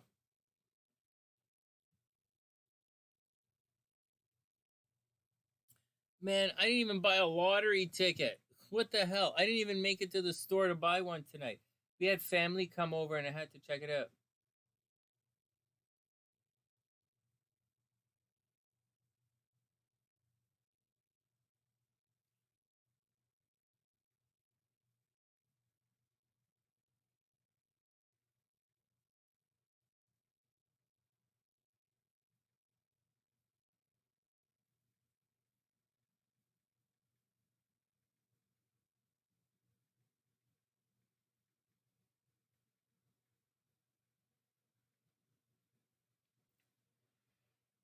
Oh, you just sent me a message. I finally got a message on time. I haven't seen SLC's messages and like they take forever. Like I don't always get my messages anymore. All right, here we go, Gene. Oh, I wonder, Ginger. I wonder. I don't know how it works. I don't. I don't really know. That's a new. It's a different type of. It's a different software. That those numbers come from. So I really don't know where they came from, but I'm looking at them and I'm checking it out and I'm testing them with you guys. So I'm testing with you guys.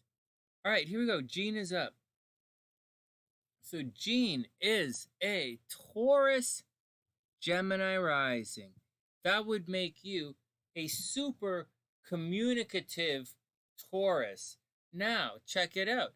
Taurus is Taurus is not like a Taurus is and isn't a quiet or a loud sign. That's not anything. Taurus has no reputation either way of being like the bull in the field is quiet. That's not really the bull. It's not really how it works. Your Jupiter is in the 3rd house. So you either have tons of brothers and sisters, you might have a large extended family, or there's a situation where you're a communication specialist. Maybe you're a writer or a computer programmer or something. But you could probably very communicative when you want to be, and it's in Leo, so you could be loud and proud if you want as well. There's also a possibility you could be very, very good in sales if you want to be. But even though saying loud and proud and all that stuff, the sun is in the 12th house, so you're probably somewhat reclusive. You probably don't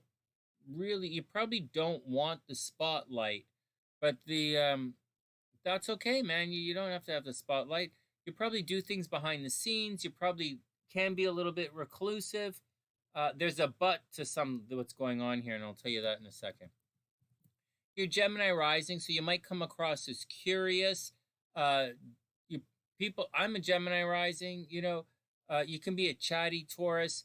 There's a chatty, curious, always looking things up. You probably Google the crap out of everything. But then again, you're probably a behind the scenes kind of guy. Once again, the 3rd house, lots of communication, lots of studying, communication, and you're gonna have. All right, continue. You might have problems in relationships. This chatty stuff is going to get you in problems with your friends. You might end up fighting with your friends a lot. So you're going to have to watch out for it. You put a lot of energy into groups with your friends. You see, this is communication down here. Like this is websites, and the 11th house is the internet. So something is going on in your life with like websites, computers, and the internet, and groups of people. So just be cool with it. You're obviously very aggressive. You're obviously very competitive, so you got to roll with it. All right, next. Here is the tricky part. Problems, home stuff. Yeah, you get a lot of attention, but you like being alone. Yeah, man, attention. That's a lot of attention. But this is clearly the 12th house. It's right in the middle of the 12th house. Now, you might have had problems at home. Always. Maybe Saturn is there. It takes away. You might have had a situation at home when you were growing up. Like your parents might be divorced. They might have been controlling. Maybe you went somewhere else to go to school. Like maybe you went to school in England. I don't know. Or like maybe you went to school in England, and that's a possibility. And your North Node's in the 4th house. Home is always going to be a problem for you. Maybe you're going to have an unsettled home life. You're always going to be on the move, so to speak, and you're not going to get a chance to settle down. Or the people at home are going to be quite controlling towards you. And that's the deal. But something about your home always gets taken away. Then things are going to get rough, Gene. You've got the Pluto in your 5th house. That's a hard place for it.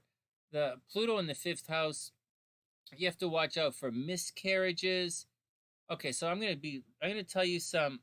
Oh, you do lots of research on Google? Yeah, come on, man. Like his chart is like it's a Gem. I know the Gemini rising scene is all about Google.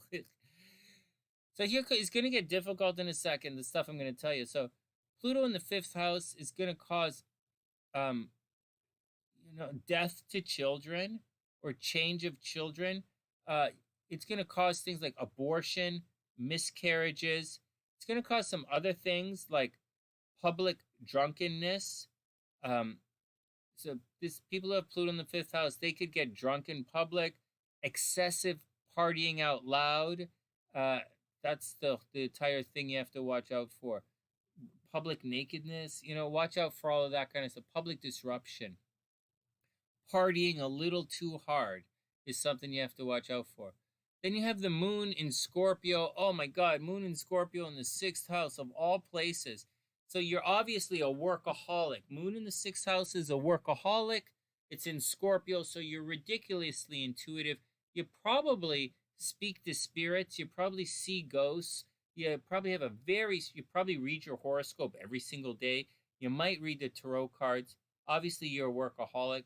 You have to watch out for that particular placement, especially right beside Uranus. It means you have a way over the top sex drive that can get you into trouble at times.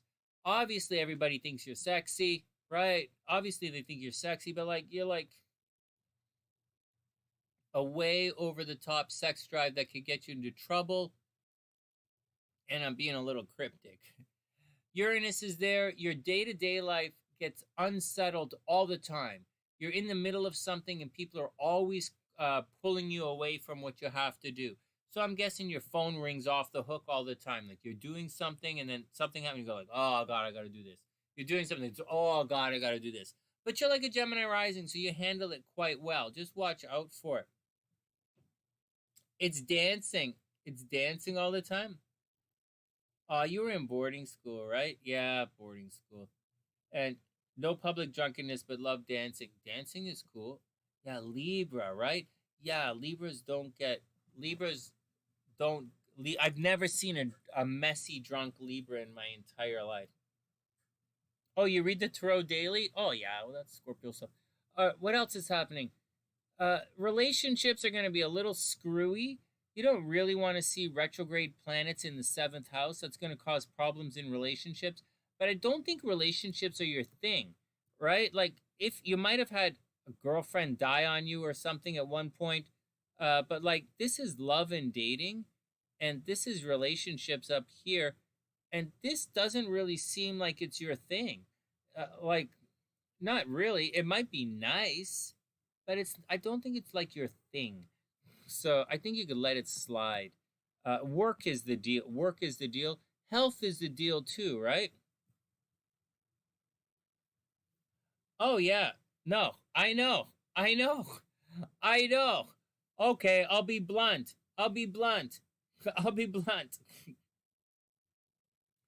It's the sign of chronic masturbation. Yeah, your chart, it lines up for chronic. I'm not going to point it out because other astrologers are they steal my stuff, right? But this lines up as someone who has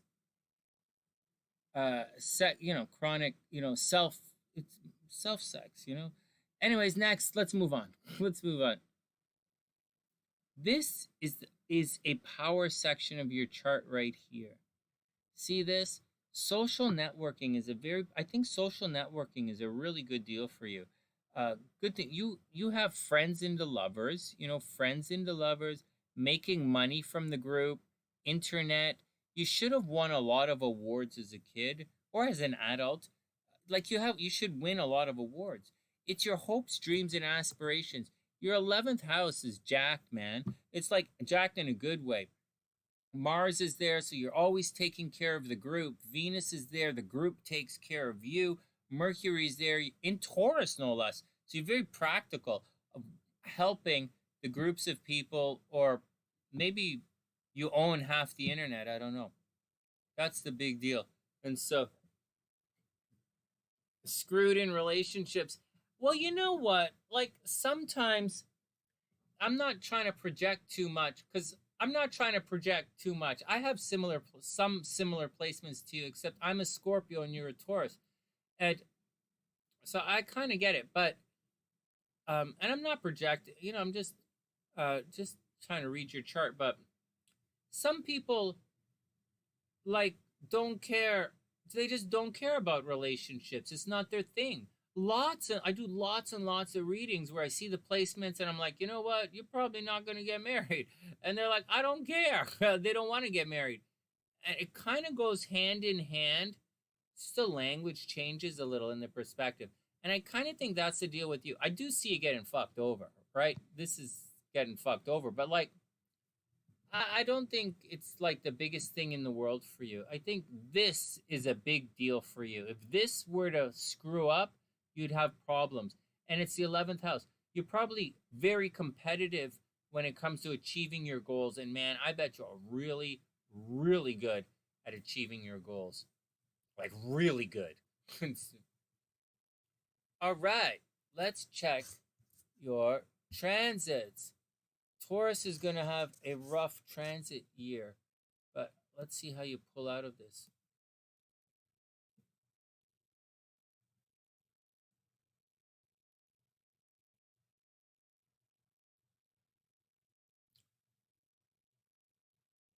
I would imagine you are going through a difficult time right now. Yeah, you're not gonna. Yeah, I don't see any. Yeah, it's gonna. Yeah, yeah, I don't see you getting into shallow relationships. One sec. Hey, Unstruck, can you type in the birth information? If you type, I don't have the charts. I haven't done yours yet. You're the next one. If you type in the charts, we'll do it. We'll do it right after Jean. Okay, so Jean, you're going through a very difficult thing astrologically here. You're going through this right here. A number of Sunnysiders. What the hell? A number of Sunnysiders have gone through this, are going through this right now,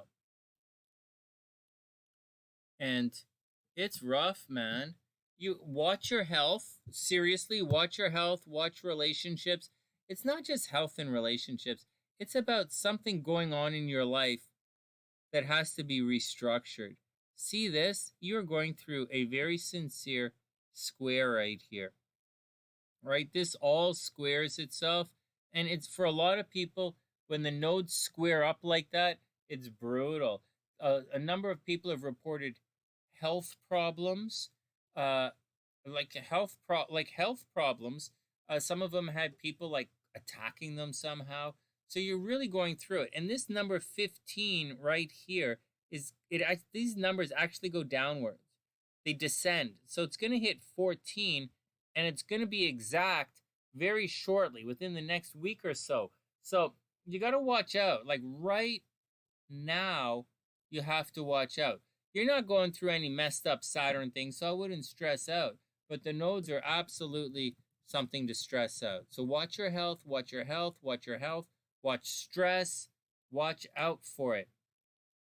It's actually surprising and pretty good, except for that, when you're past this in the next month, after that, it's actually a pretty good time for love for you. Not yet, but like in a month. What else is going on? Oh man, in a month is a really good time for love for you. Love and money are very well aspected next month. So keep your eyes open. You're going to very, very lucky for you next month. And that's the deal. Travel is good. Travel, transportation, higher learning is good. If you wanted to go back to university and get another degree, that's a good time for it now. But the deal is your popularity is soaring right now. You should be things at work should be very good. There's a possible for an office romance if you're interested in that kind of thing. And next month, everything is really good. You're lucky in love and money. Right now is your career. Next month, love and money. And that's the deal. Okay, let's read your cards. What was that? Join the club, man. Gene, my man. For some reason, I have a ton. I used to have in Vancouver a ton of women super jealous of me, and I was like, what the hell is with everybody? Like, it was the silliest. But you know, it is what it is, and you gotta roll with it, you know. Let's read the cards and see what they say.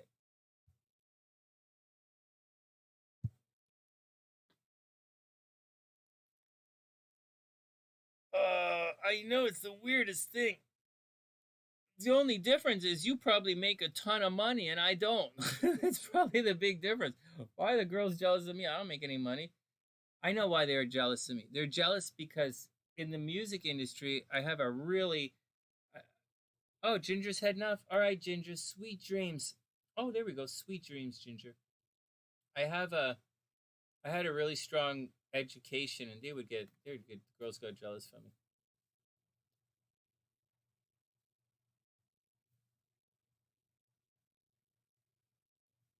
All right, Unstruck.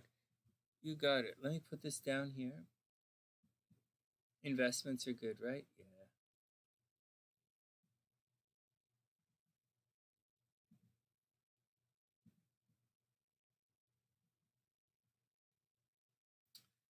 Oh, Gene, I didn't put a timestamp in for you. I totally didn't do that.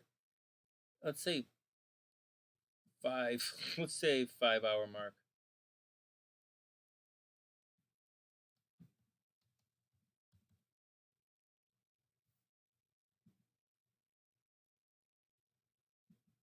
Oh, damn, I screwed it up. One sec. I'm cleaning this up.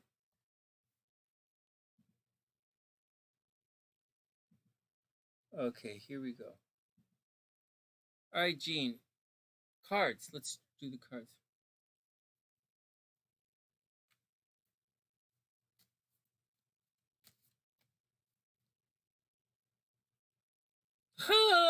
That's funny. That's really funny. You know what my problem? Like, no one, no one ever, because I'm somewhat reclusive. No one sees me studying all the time. No one used to see me studying. They just thought I was some kind of spoiled hotshot, because because I'm my attitude and the way I speak. But no one ever sees me study or practice or do anything. And I spend about 90% of my day studying and practicing. And so that's what it is. All right, Gene is up. Hey, thanks, Unstruck. Oh, unknown? Yeah, that's okay. That's all right. We don't need the time or place.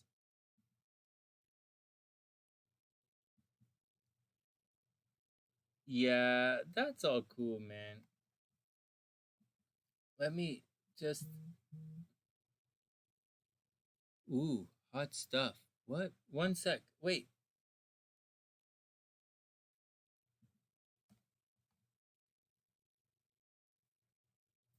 Chucks.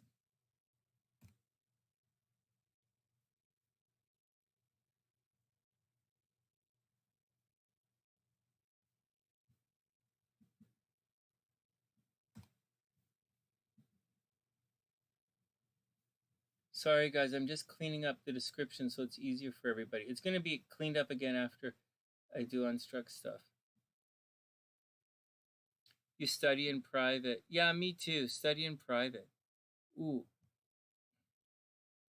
Oh, my super beautiful wife sent me a picture. Ooh.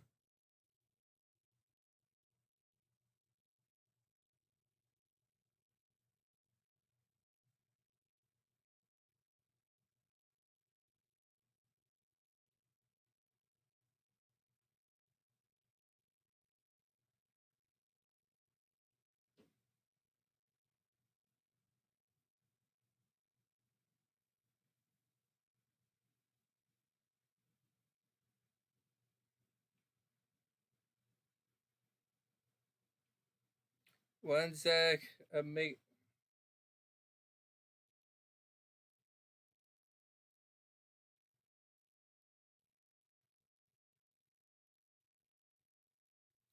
Here we go. Yeah, when you do everything in private, they don't always. They don't. People they get jealous fast, right? But whatever.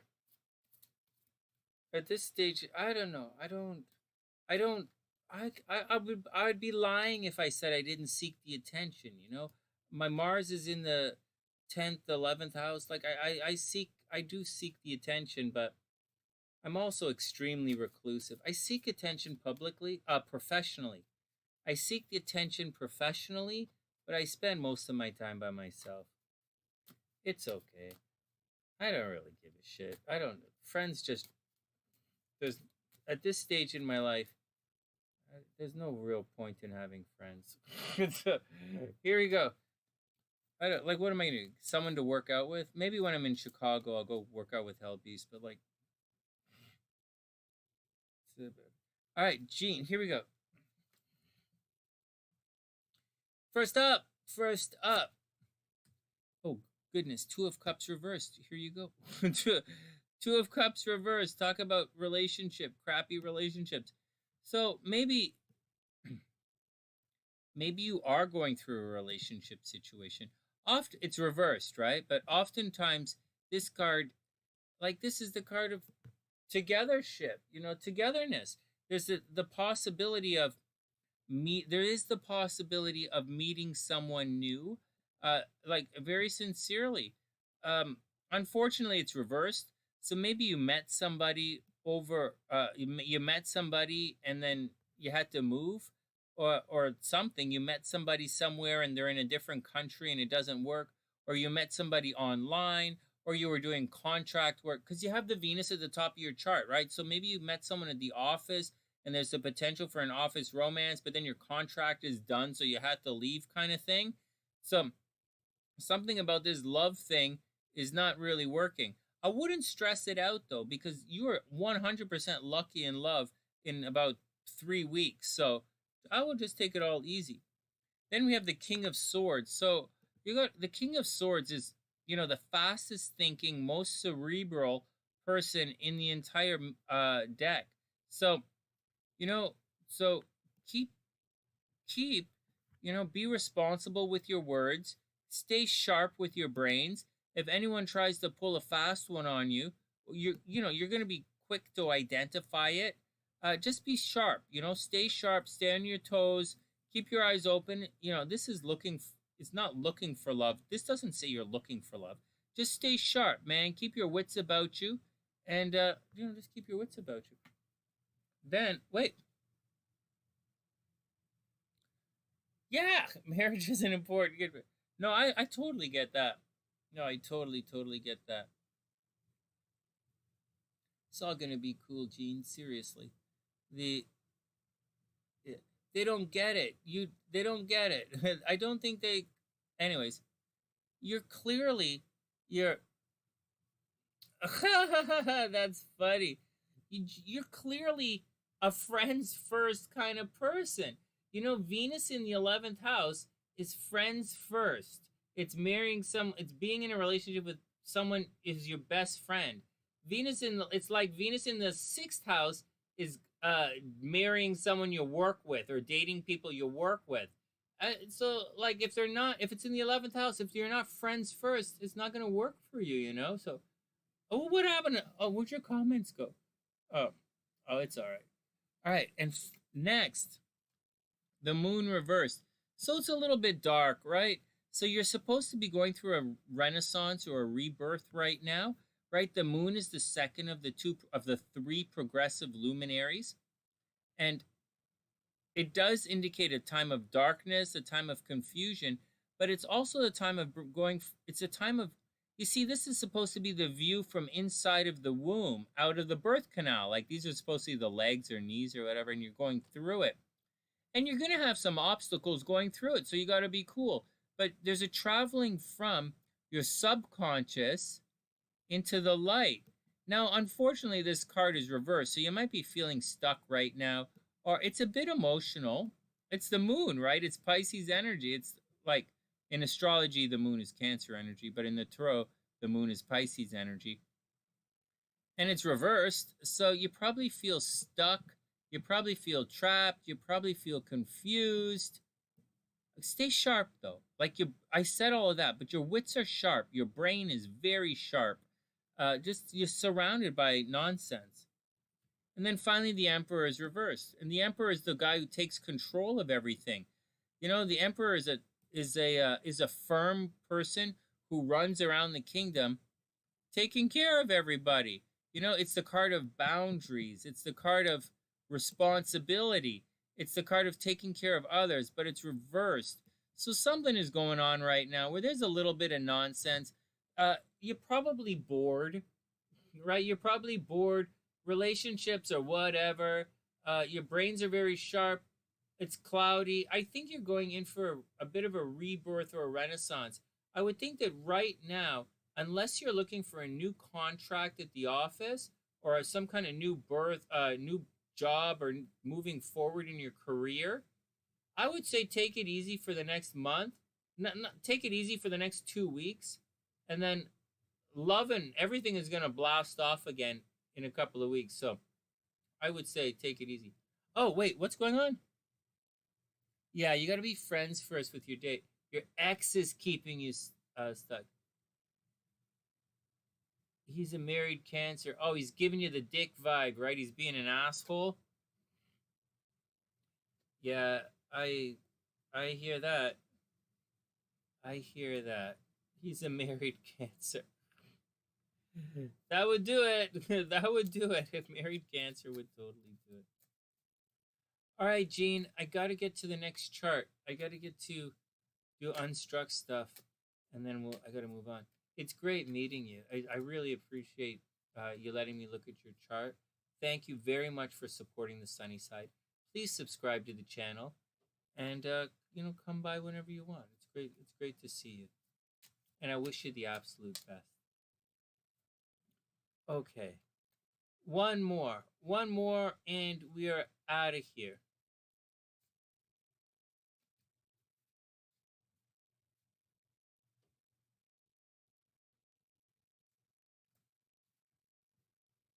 The cards are down there.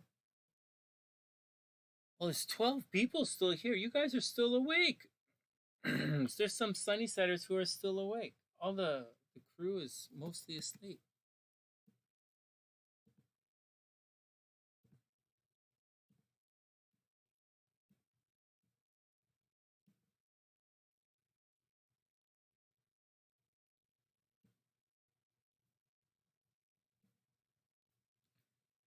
Okay, Unstruck, be cool, man. I gotta pull these charts up. I thought you were here somewhere. I have your chart somewhere. I'll pull it right now.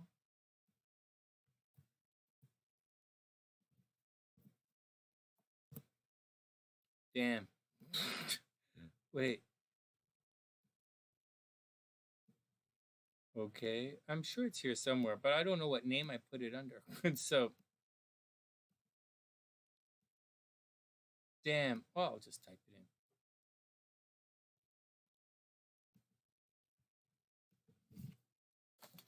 Donald, you're still awake? What the hell? He's a married player? Oh, I get that. Cancers can be players, man. Oh, yeah, Cancer can be player. Oh, yeah.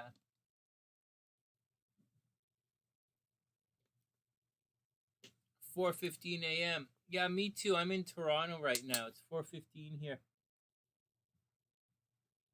Oh, okay. Oh, Donald, you know what we got to do? Wait, Unstruck, are you still there? Oh, give me a second. I got to type in this. Hey, Donald, so I don't have the gym anymore because I'm in Toronto. And I think I'm going to start doing calisthenic videos because what the hell? I always wanted to do fitness videos, but I don't know. It's always, I'm in pretty good shape. Because I'm in pretty good shape, hypnotherapists always said that I should do videos about hypnotherapy. Talk about like a bunch of idiots, right? A bunch of idiots. You're supposed to like have no idea what's going on in someone's subconscious mind, so you have to be very careful on the language you use in hypnosis. I think these fuckers are like, oh, Sonny's in great shape. He should like do fitness videos. I'm like, are you guys fucking retarded? Oh, maybe Unstruck. I'll try that. I'm just reluctant to use your name out loud because you use a different name there. But if you're cool with it, it's cool with it. So that's the deal, So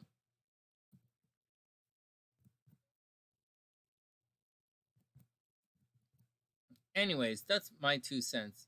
My nonsense. My 2 cents on nonsense.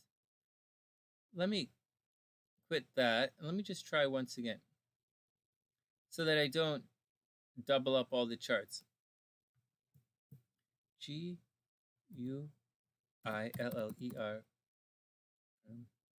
Oh.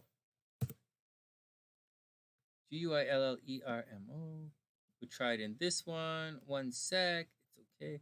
I accidentally stored the charts in a whole bunch of different places, so I go. Typical Sonny stuff, right? No. Okay, here we'll do it right now.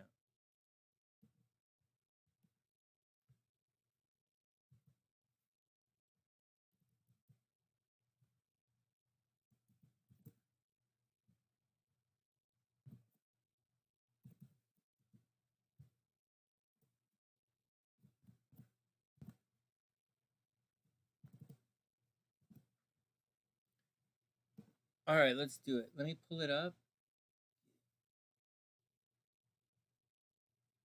April 24th, 24.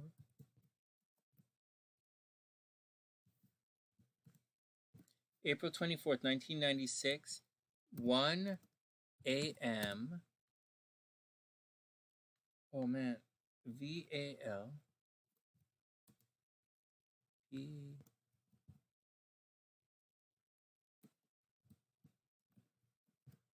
There, we got it. Okay, April 24th, 1996, 1 a.m. Valparaiso, Mexico. And it worked. All right, cool. We cool. Next. Next. Let's see where your girl comes from. Your girl is...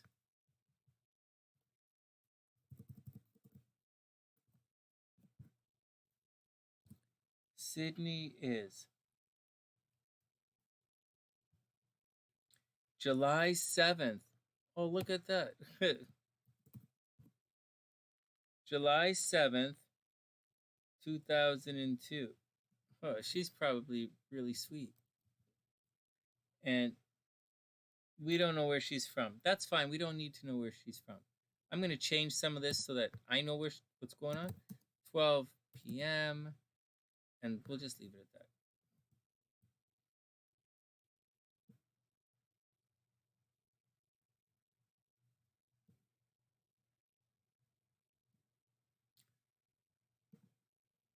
Okay, let me come back to the screen. Can we double check all the dates before we move forward? Unstruck is funny. Oh, yeah. Well, I'm not the strongest guy in the world. I always wanted to do calisthenics anyway, so now is the time in my life when I could do it. Oh, I just gotta figure out the best schedule for it. I'm not really stressed about anything. Like, I'm a little bit stressed because I go to the gym every single day. So I'm being here and not going to the gym every day is a little stressful for me. I don't want to get out of shape. All right, one more. We got 10 minutes and then we're done for the night. This is a long show. 5.5 hours is one of my longest days, but I'm glad we went through a lot of people here. Okay. Hey, Guillermo, let's check it out. So timestamp. Let's make sure I have the right dates because I want to delete them so nobody sees them. Oh, yeah, leave them there, it's fine. 5/22. Timestamp. Here. 5/22. Well, I could delete yours. Your chart is good.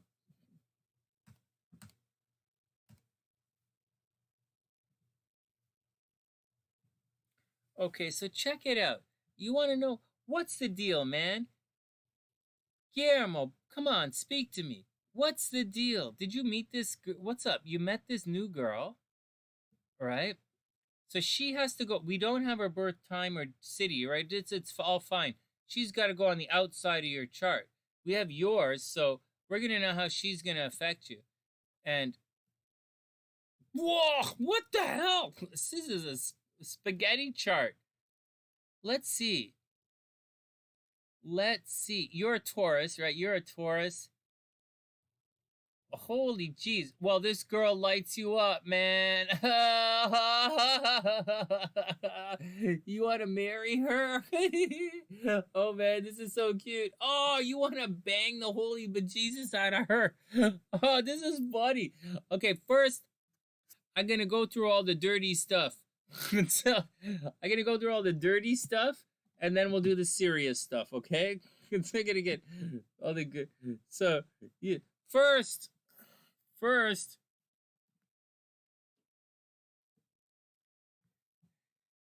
she totally, wait, are you going to show her this? Are you going to show her this video? She totally gives you the horny, man. She's like, she totally gives you the horny. Her Venus falls into your 8th house of ooh. This is your astro sector of ooh, and this is your astro sector of la, and this is your other sector of la. She gives you the ooh la la. No, serious, but seriously though, but serious. I know I'm saying it in a really jokey way, but like seriously, she really does. All right, let's check this action. Actually, you know what? I can tell from this chart right off the bat you like her. Like you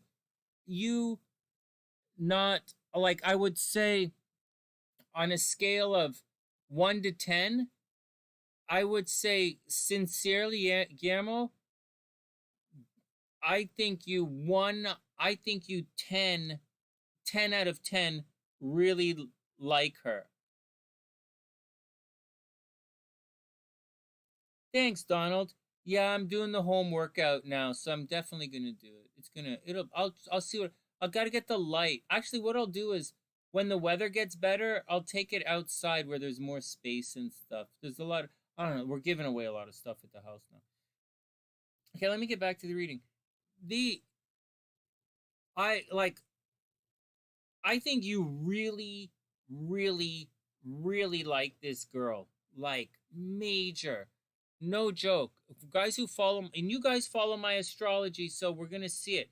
I'm going to show you the obvious, then I'm going to take a step back and, like, I'm going to look at it and see if there's any problems, then we'll go see the other stuff. Your moon is conjunct her sun. That is the strongest bond there is in astrology. And it's you, your moon. You are flat out into this girl. Not only is it conjunct, it's in the 7th house of partnership. So I think you, what the hell is 7.5? It's the 7th house of partnership. I think you want to marry this girl right away. You might have just met her and want to marry her right away. It's okay. It's okay. It's uncontrollable pull towards her. This is pretty close to Venus is almost conjunct your vertex. She lights up marriage in your chart. And then we have the moon right here. And this is your 5th house of romance and children. Man, I think you've met this girl and you have completely gone cuckoo bananas about her.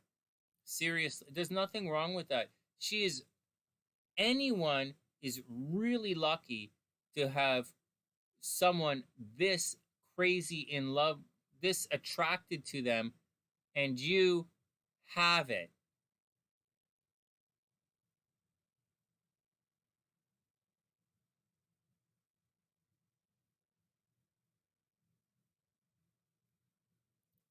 So okay, so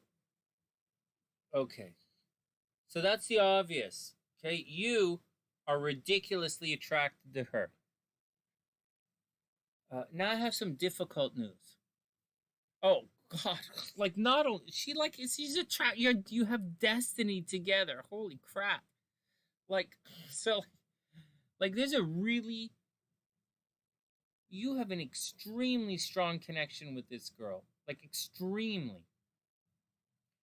But, well, that's the deal, man. We have to find out if she feels the same way. This is not a joke. Like, I know I'm joking about it, but this is, you guys see me do the horoscopes. I'm not making this. This is exactly what I look at, and it's exactly there.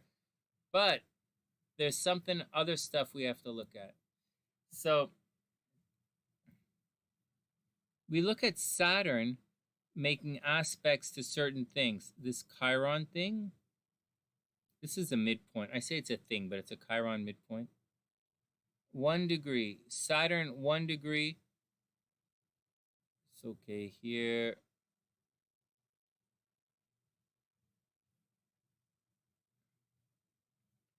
So this Saturn, a Saturn conjunction is not the worst thing in the world. A square or an opposition would be really bad, but a conjunction is not so bad. The relationship is going to have to go through a transition. You have to watch out for control issues in the relationship and just do your best to be awesome. All right, that's the first thing. You don't technically have a square there, but it's close. So there are going to be challenges in the relationship.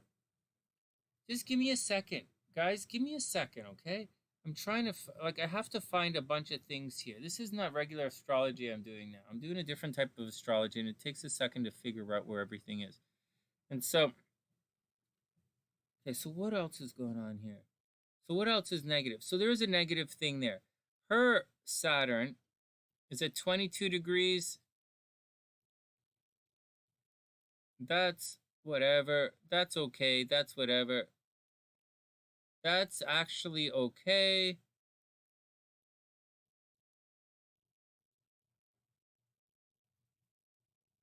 That's pretty close. That's okay. Yeah, that's okay. That's good. That's a bullet dodged.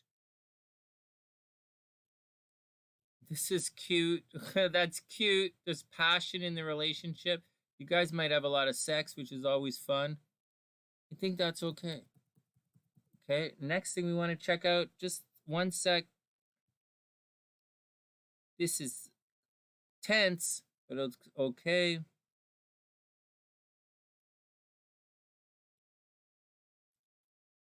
Like I said, this is tense, but I think it's okay. Tense, but gonna be okay. You're okay.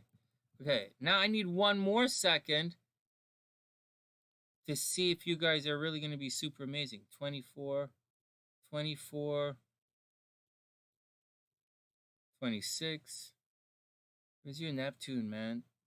10, 24, 26, 10, 9. Oh, look at that! Oh my God! So,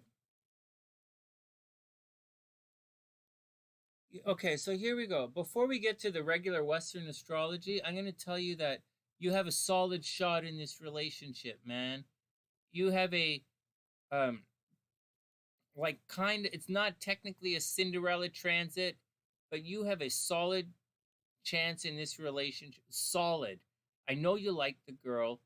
I'm on your side, but I'm not going to set you up to walk around with loaded hand grenades in your underwear. I'm not going to launch. I wouldn't do that. I wouldn't send you into harm's way, especially with love. Especially when you're clearly into the girl. You have a very strong chance of a very strong relationship. 17, 27, 17. She stands to get a lot out of this relationship. All right, whatever. So let me just stop this and let me tell you what I was doing. So we're doing the Magi astrology stuff. I have to check on your Chiron situation for better and for worse. And that's why it takes so long. Because even if some certain Western astrology stuff is locked, this is a lock. Okay, there's nothing she can do. If she cheats on you, you'd forgive her. I know, it's that crazy. When you guys are together, Guillermo, I bet when you guys are together, you physically stand right behind her. I bet you do. I really do. I bet you stand right beside her or right behind her. It's the weirdest thing. You're always right there. It's almost like you shadow her light, and it's such a beautiful thing. You have a this is a rock thing for this is really good for you. The next thing is the we look for Chiron, because even if things are awesome, if you have a negative Saturn Chiron aspect in your chart, it's not going to work out. It's going to look like it's going to work out and all the possibility of it working out, but something is going to happen that screws it up. Fortunately, you don't have that. Then we want to look for Cinderella transits. Like, is it going to be awesome? Like, are you guys going to really be like amazing? I say it all the time in astrology. We want in the chart, we want the two people to come together and to do more than they would have done individually. And you do have that in your chart. You really do. So there are some tensions in the chart, but you also have the potential for great success. So I really think you should do it. All right, you should go for it. Now, what else is going on? Let's see what else is going on. Her Venus is at 26 degrees. How does that light up? Oh my God, her Venus lights up this Chiron right here. Well, that's a square, but it's also harmonious. So, yeah, you guys have the potential. It's not going to be the easiest thing in the world. That's an inconjunct, but like, it's not going to be the easiest thing in the world, but you should go for it. You really should. Well, you know what? Her Venus doesn't really attract you. You don't really have anything at her Venus level. What about her Mars? And her Mars is at 26. You don't really activate her Mars or her Venus. And you have to do it somehow. Her Moon is at 11 degrees. Is she super duper into you?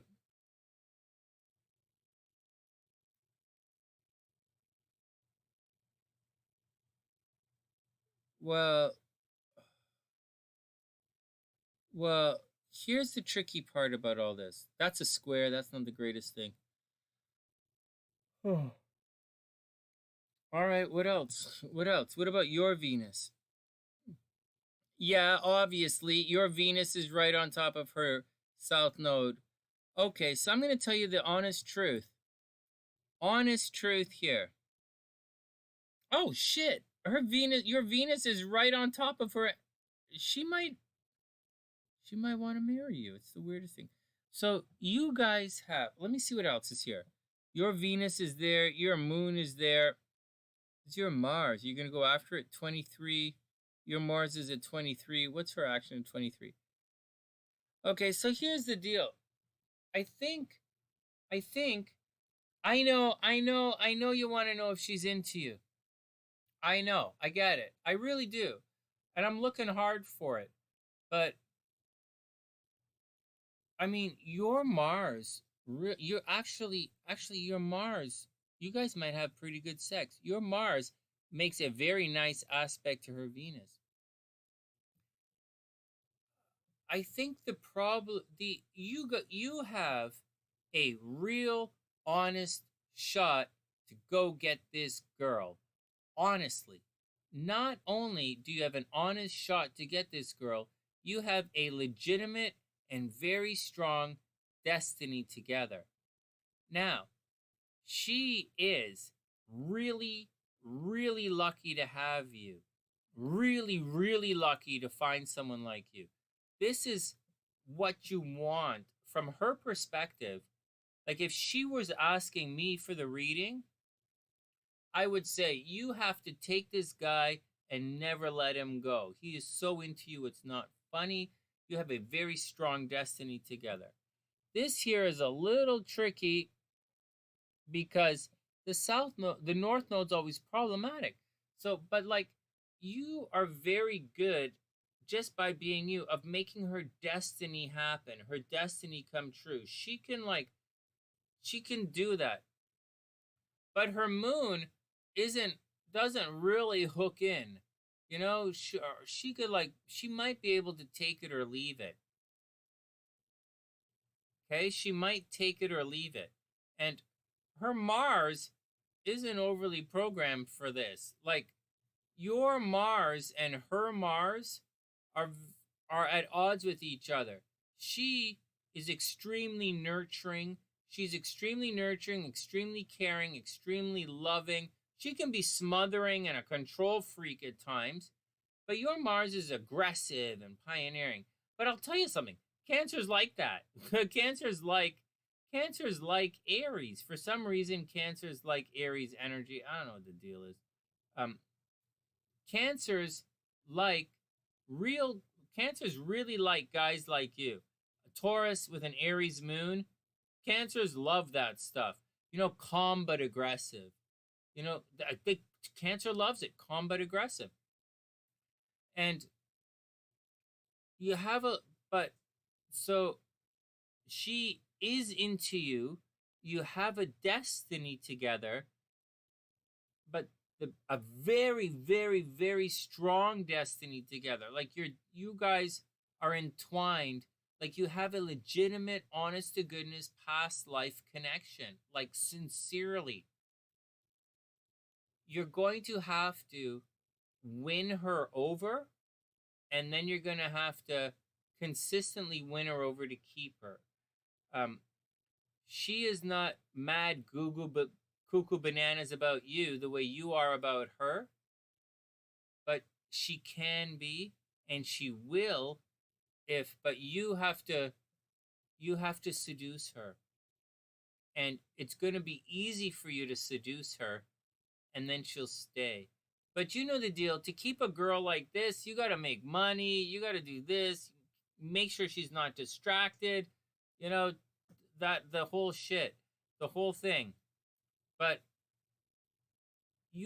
she needs your destiny here. She needs your support. And I really think you like her so, like you have a Venus Sun connection. What am I going to say? So you have all these feelings for her. You should go get her, man. You should go get her. Guillermo, go get her. Go get your girl, man. Go get your girl. Don't take no for an answer, and keep going. Just do it, do it, do it, do it. She deserves a guy like, maybe she doesn't, but this is clearly the girl you love. So you got to go get this girl. And that's it. You kind of want to see it as a guy. You kind of want to see it the other way around. Like the girl is super into you and all this kind of stuff. But like, man, you like your girl. You like your girl. You have an honest shot here. You have a very clear destiny together. And you guys are strong. This is a really beautiful chart. The only thing I would want to see would be her moon. The only thing I'd want to see would be a stronger moon connection from her, or like a stronger, but like, so what? It's not there. So what? Everything else is like really like you are totally into this girl. So go get her. So go get her, man. You're going to be awesome. And that's the action. I hope everything is cool. I hope it works out. You go get her. Go get her. Go get her. Go get her. She is super lucky to have you in her life.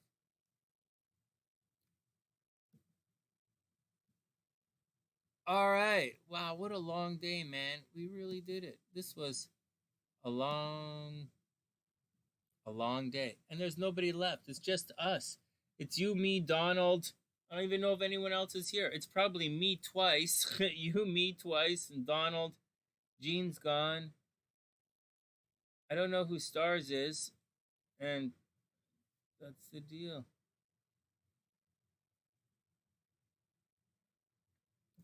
A Gemini moon and Taurus sun. Gemini moon and Taurus sun is okay. They're adjacent. I don't think that a Taurus moon and a Gemini sun, I don't know that that's yeah, it's okay. It's okay. I think it's okay. Gemini moon is curious. be careful. Gemini moons are notorious flirts. Gemini moons are notorious flirts.